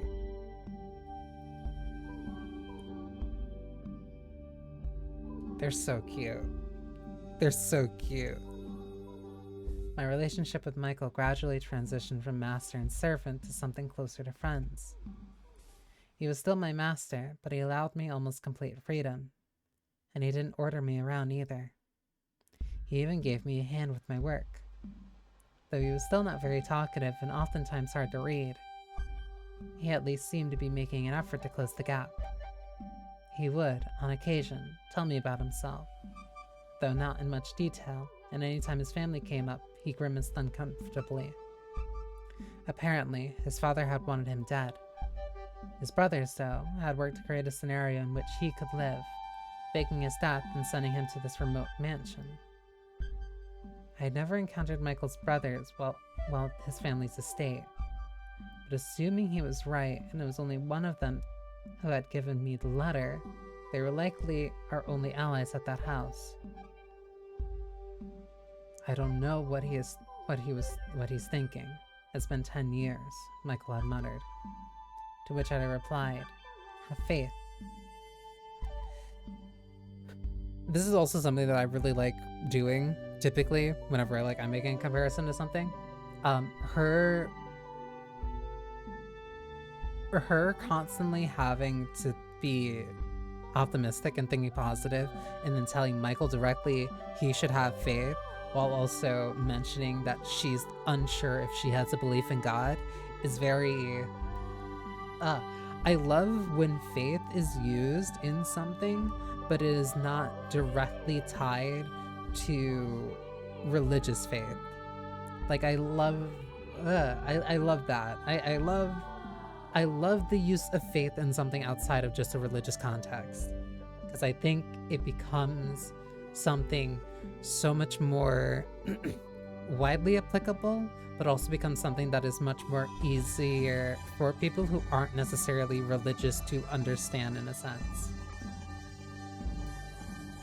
Uh,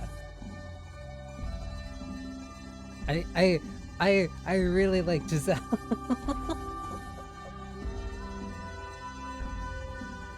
It was better to believe in something, even if it felt silly and, and unreasonable, than to lose faith in everything. My being able to find renewed belief in the kindness of people was what allowed me to start smiling again after all. Because I was able to have that faith, I was able to enjoy life once more. It wasn't an exciting or thrilling life. It was a humble, simple one with just the two of us. But I wouldn't trade that light for anything. Some people might think it dull or dreary, but it was ours.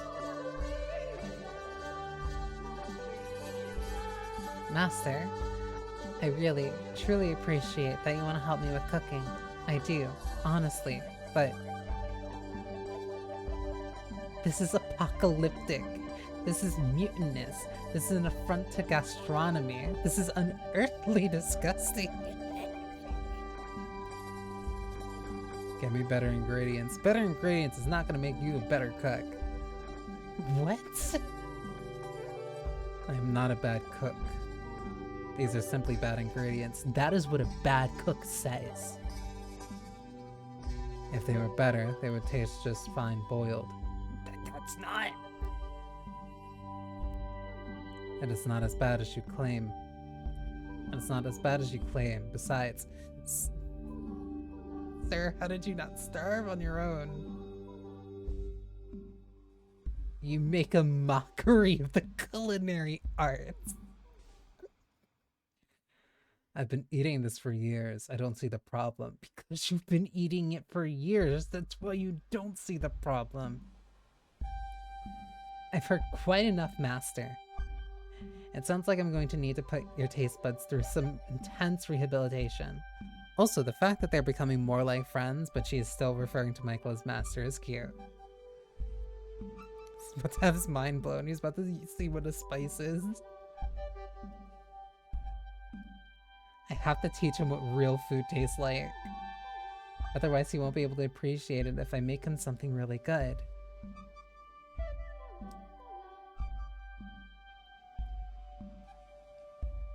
He's gonna try paprika once and his taste buds are gonna explode.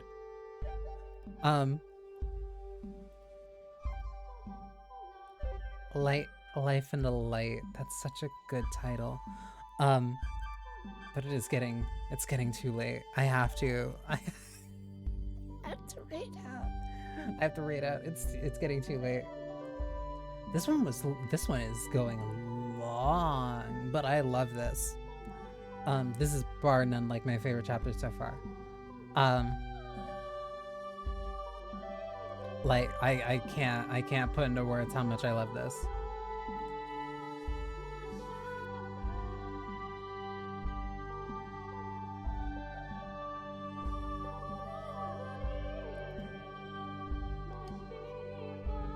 Let me.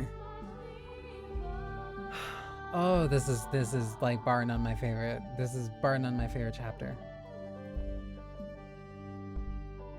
This has been such a fun read.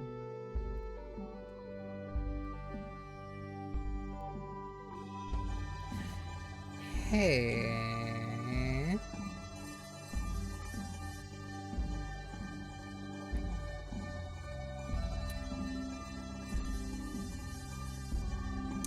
Perfect. Usually I buy things but until I'm actually going to play them. But I bought Fata Morgana tonight. It's so good.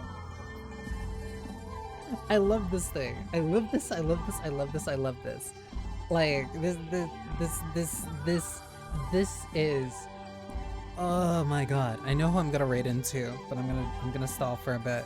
1, the music is fantastic. 2, the writing is phenomenal. The writing is absolutely phenomenal. And 3, the art is gorgeous. Like, this is such a... This is such... this has been a treat. Like, I know, like this very specifically has been like a very. Actually, I have no notes. This has been tremendous start to end. Like, I. This has been an extremely heavy, like, stream specifically. But, like, it is so phenomenal. It has been so fun to read. I have loved the characters, and the fact that it like addresses very serious things in a very both in like a very respectable serious manner. Like no, this is becoming one of my favorite VNs ever. Like no question at all. I adore this game. Um, but unfortunately, it's late. I'm tired. Um, so I'm going to raid into a cool voice actor. So, whoa. Or not. If raid doesn't want to work.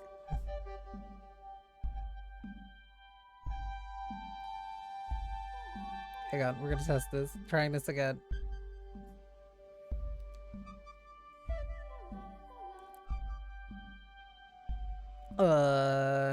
Hang on. I can fix this.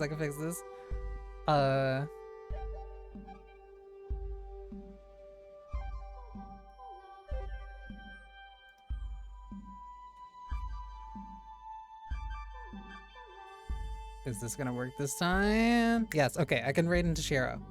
Shiro's not a voice actor, but Shiro's playing Etrian Odyssey.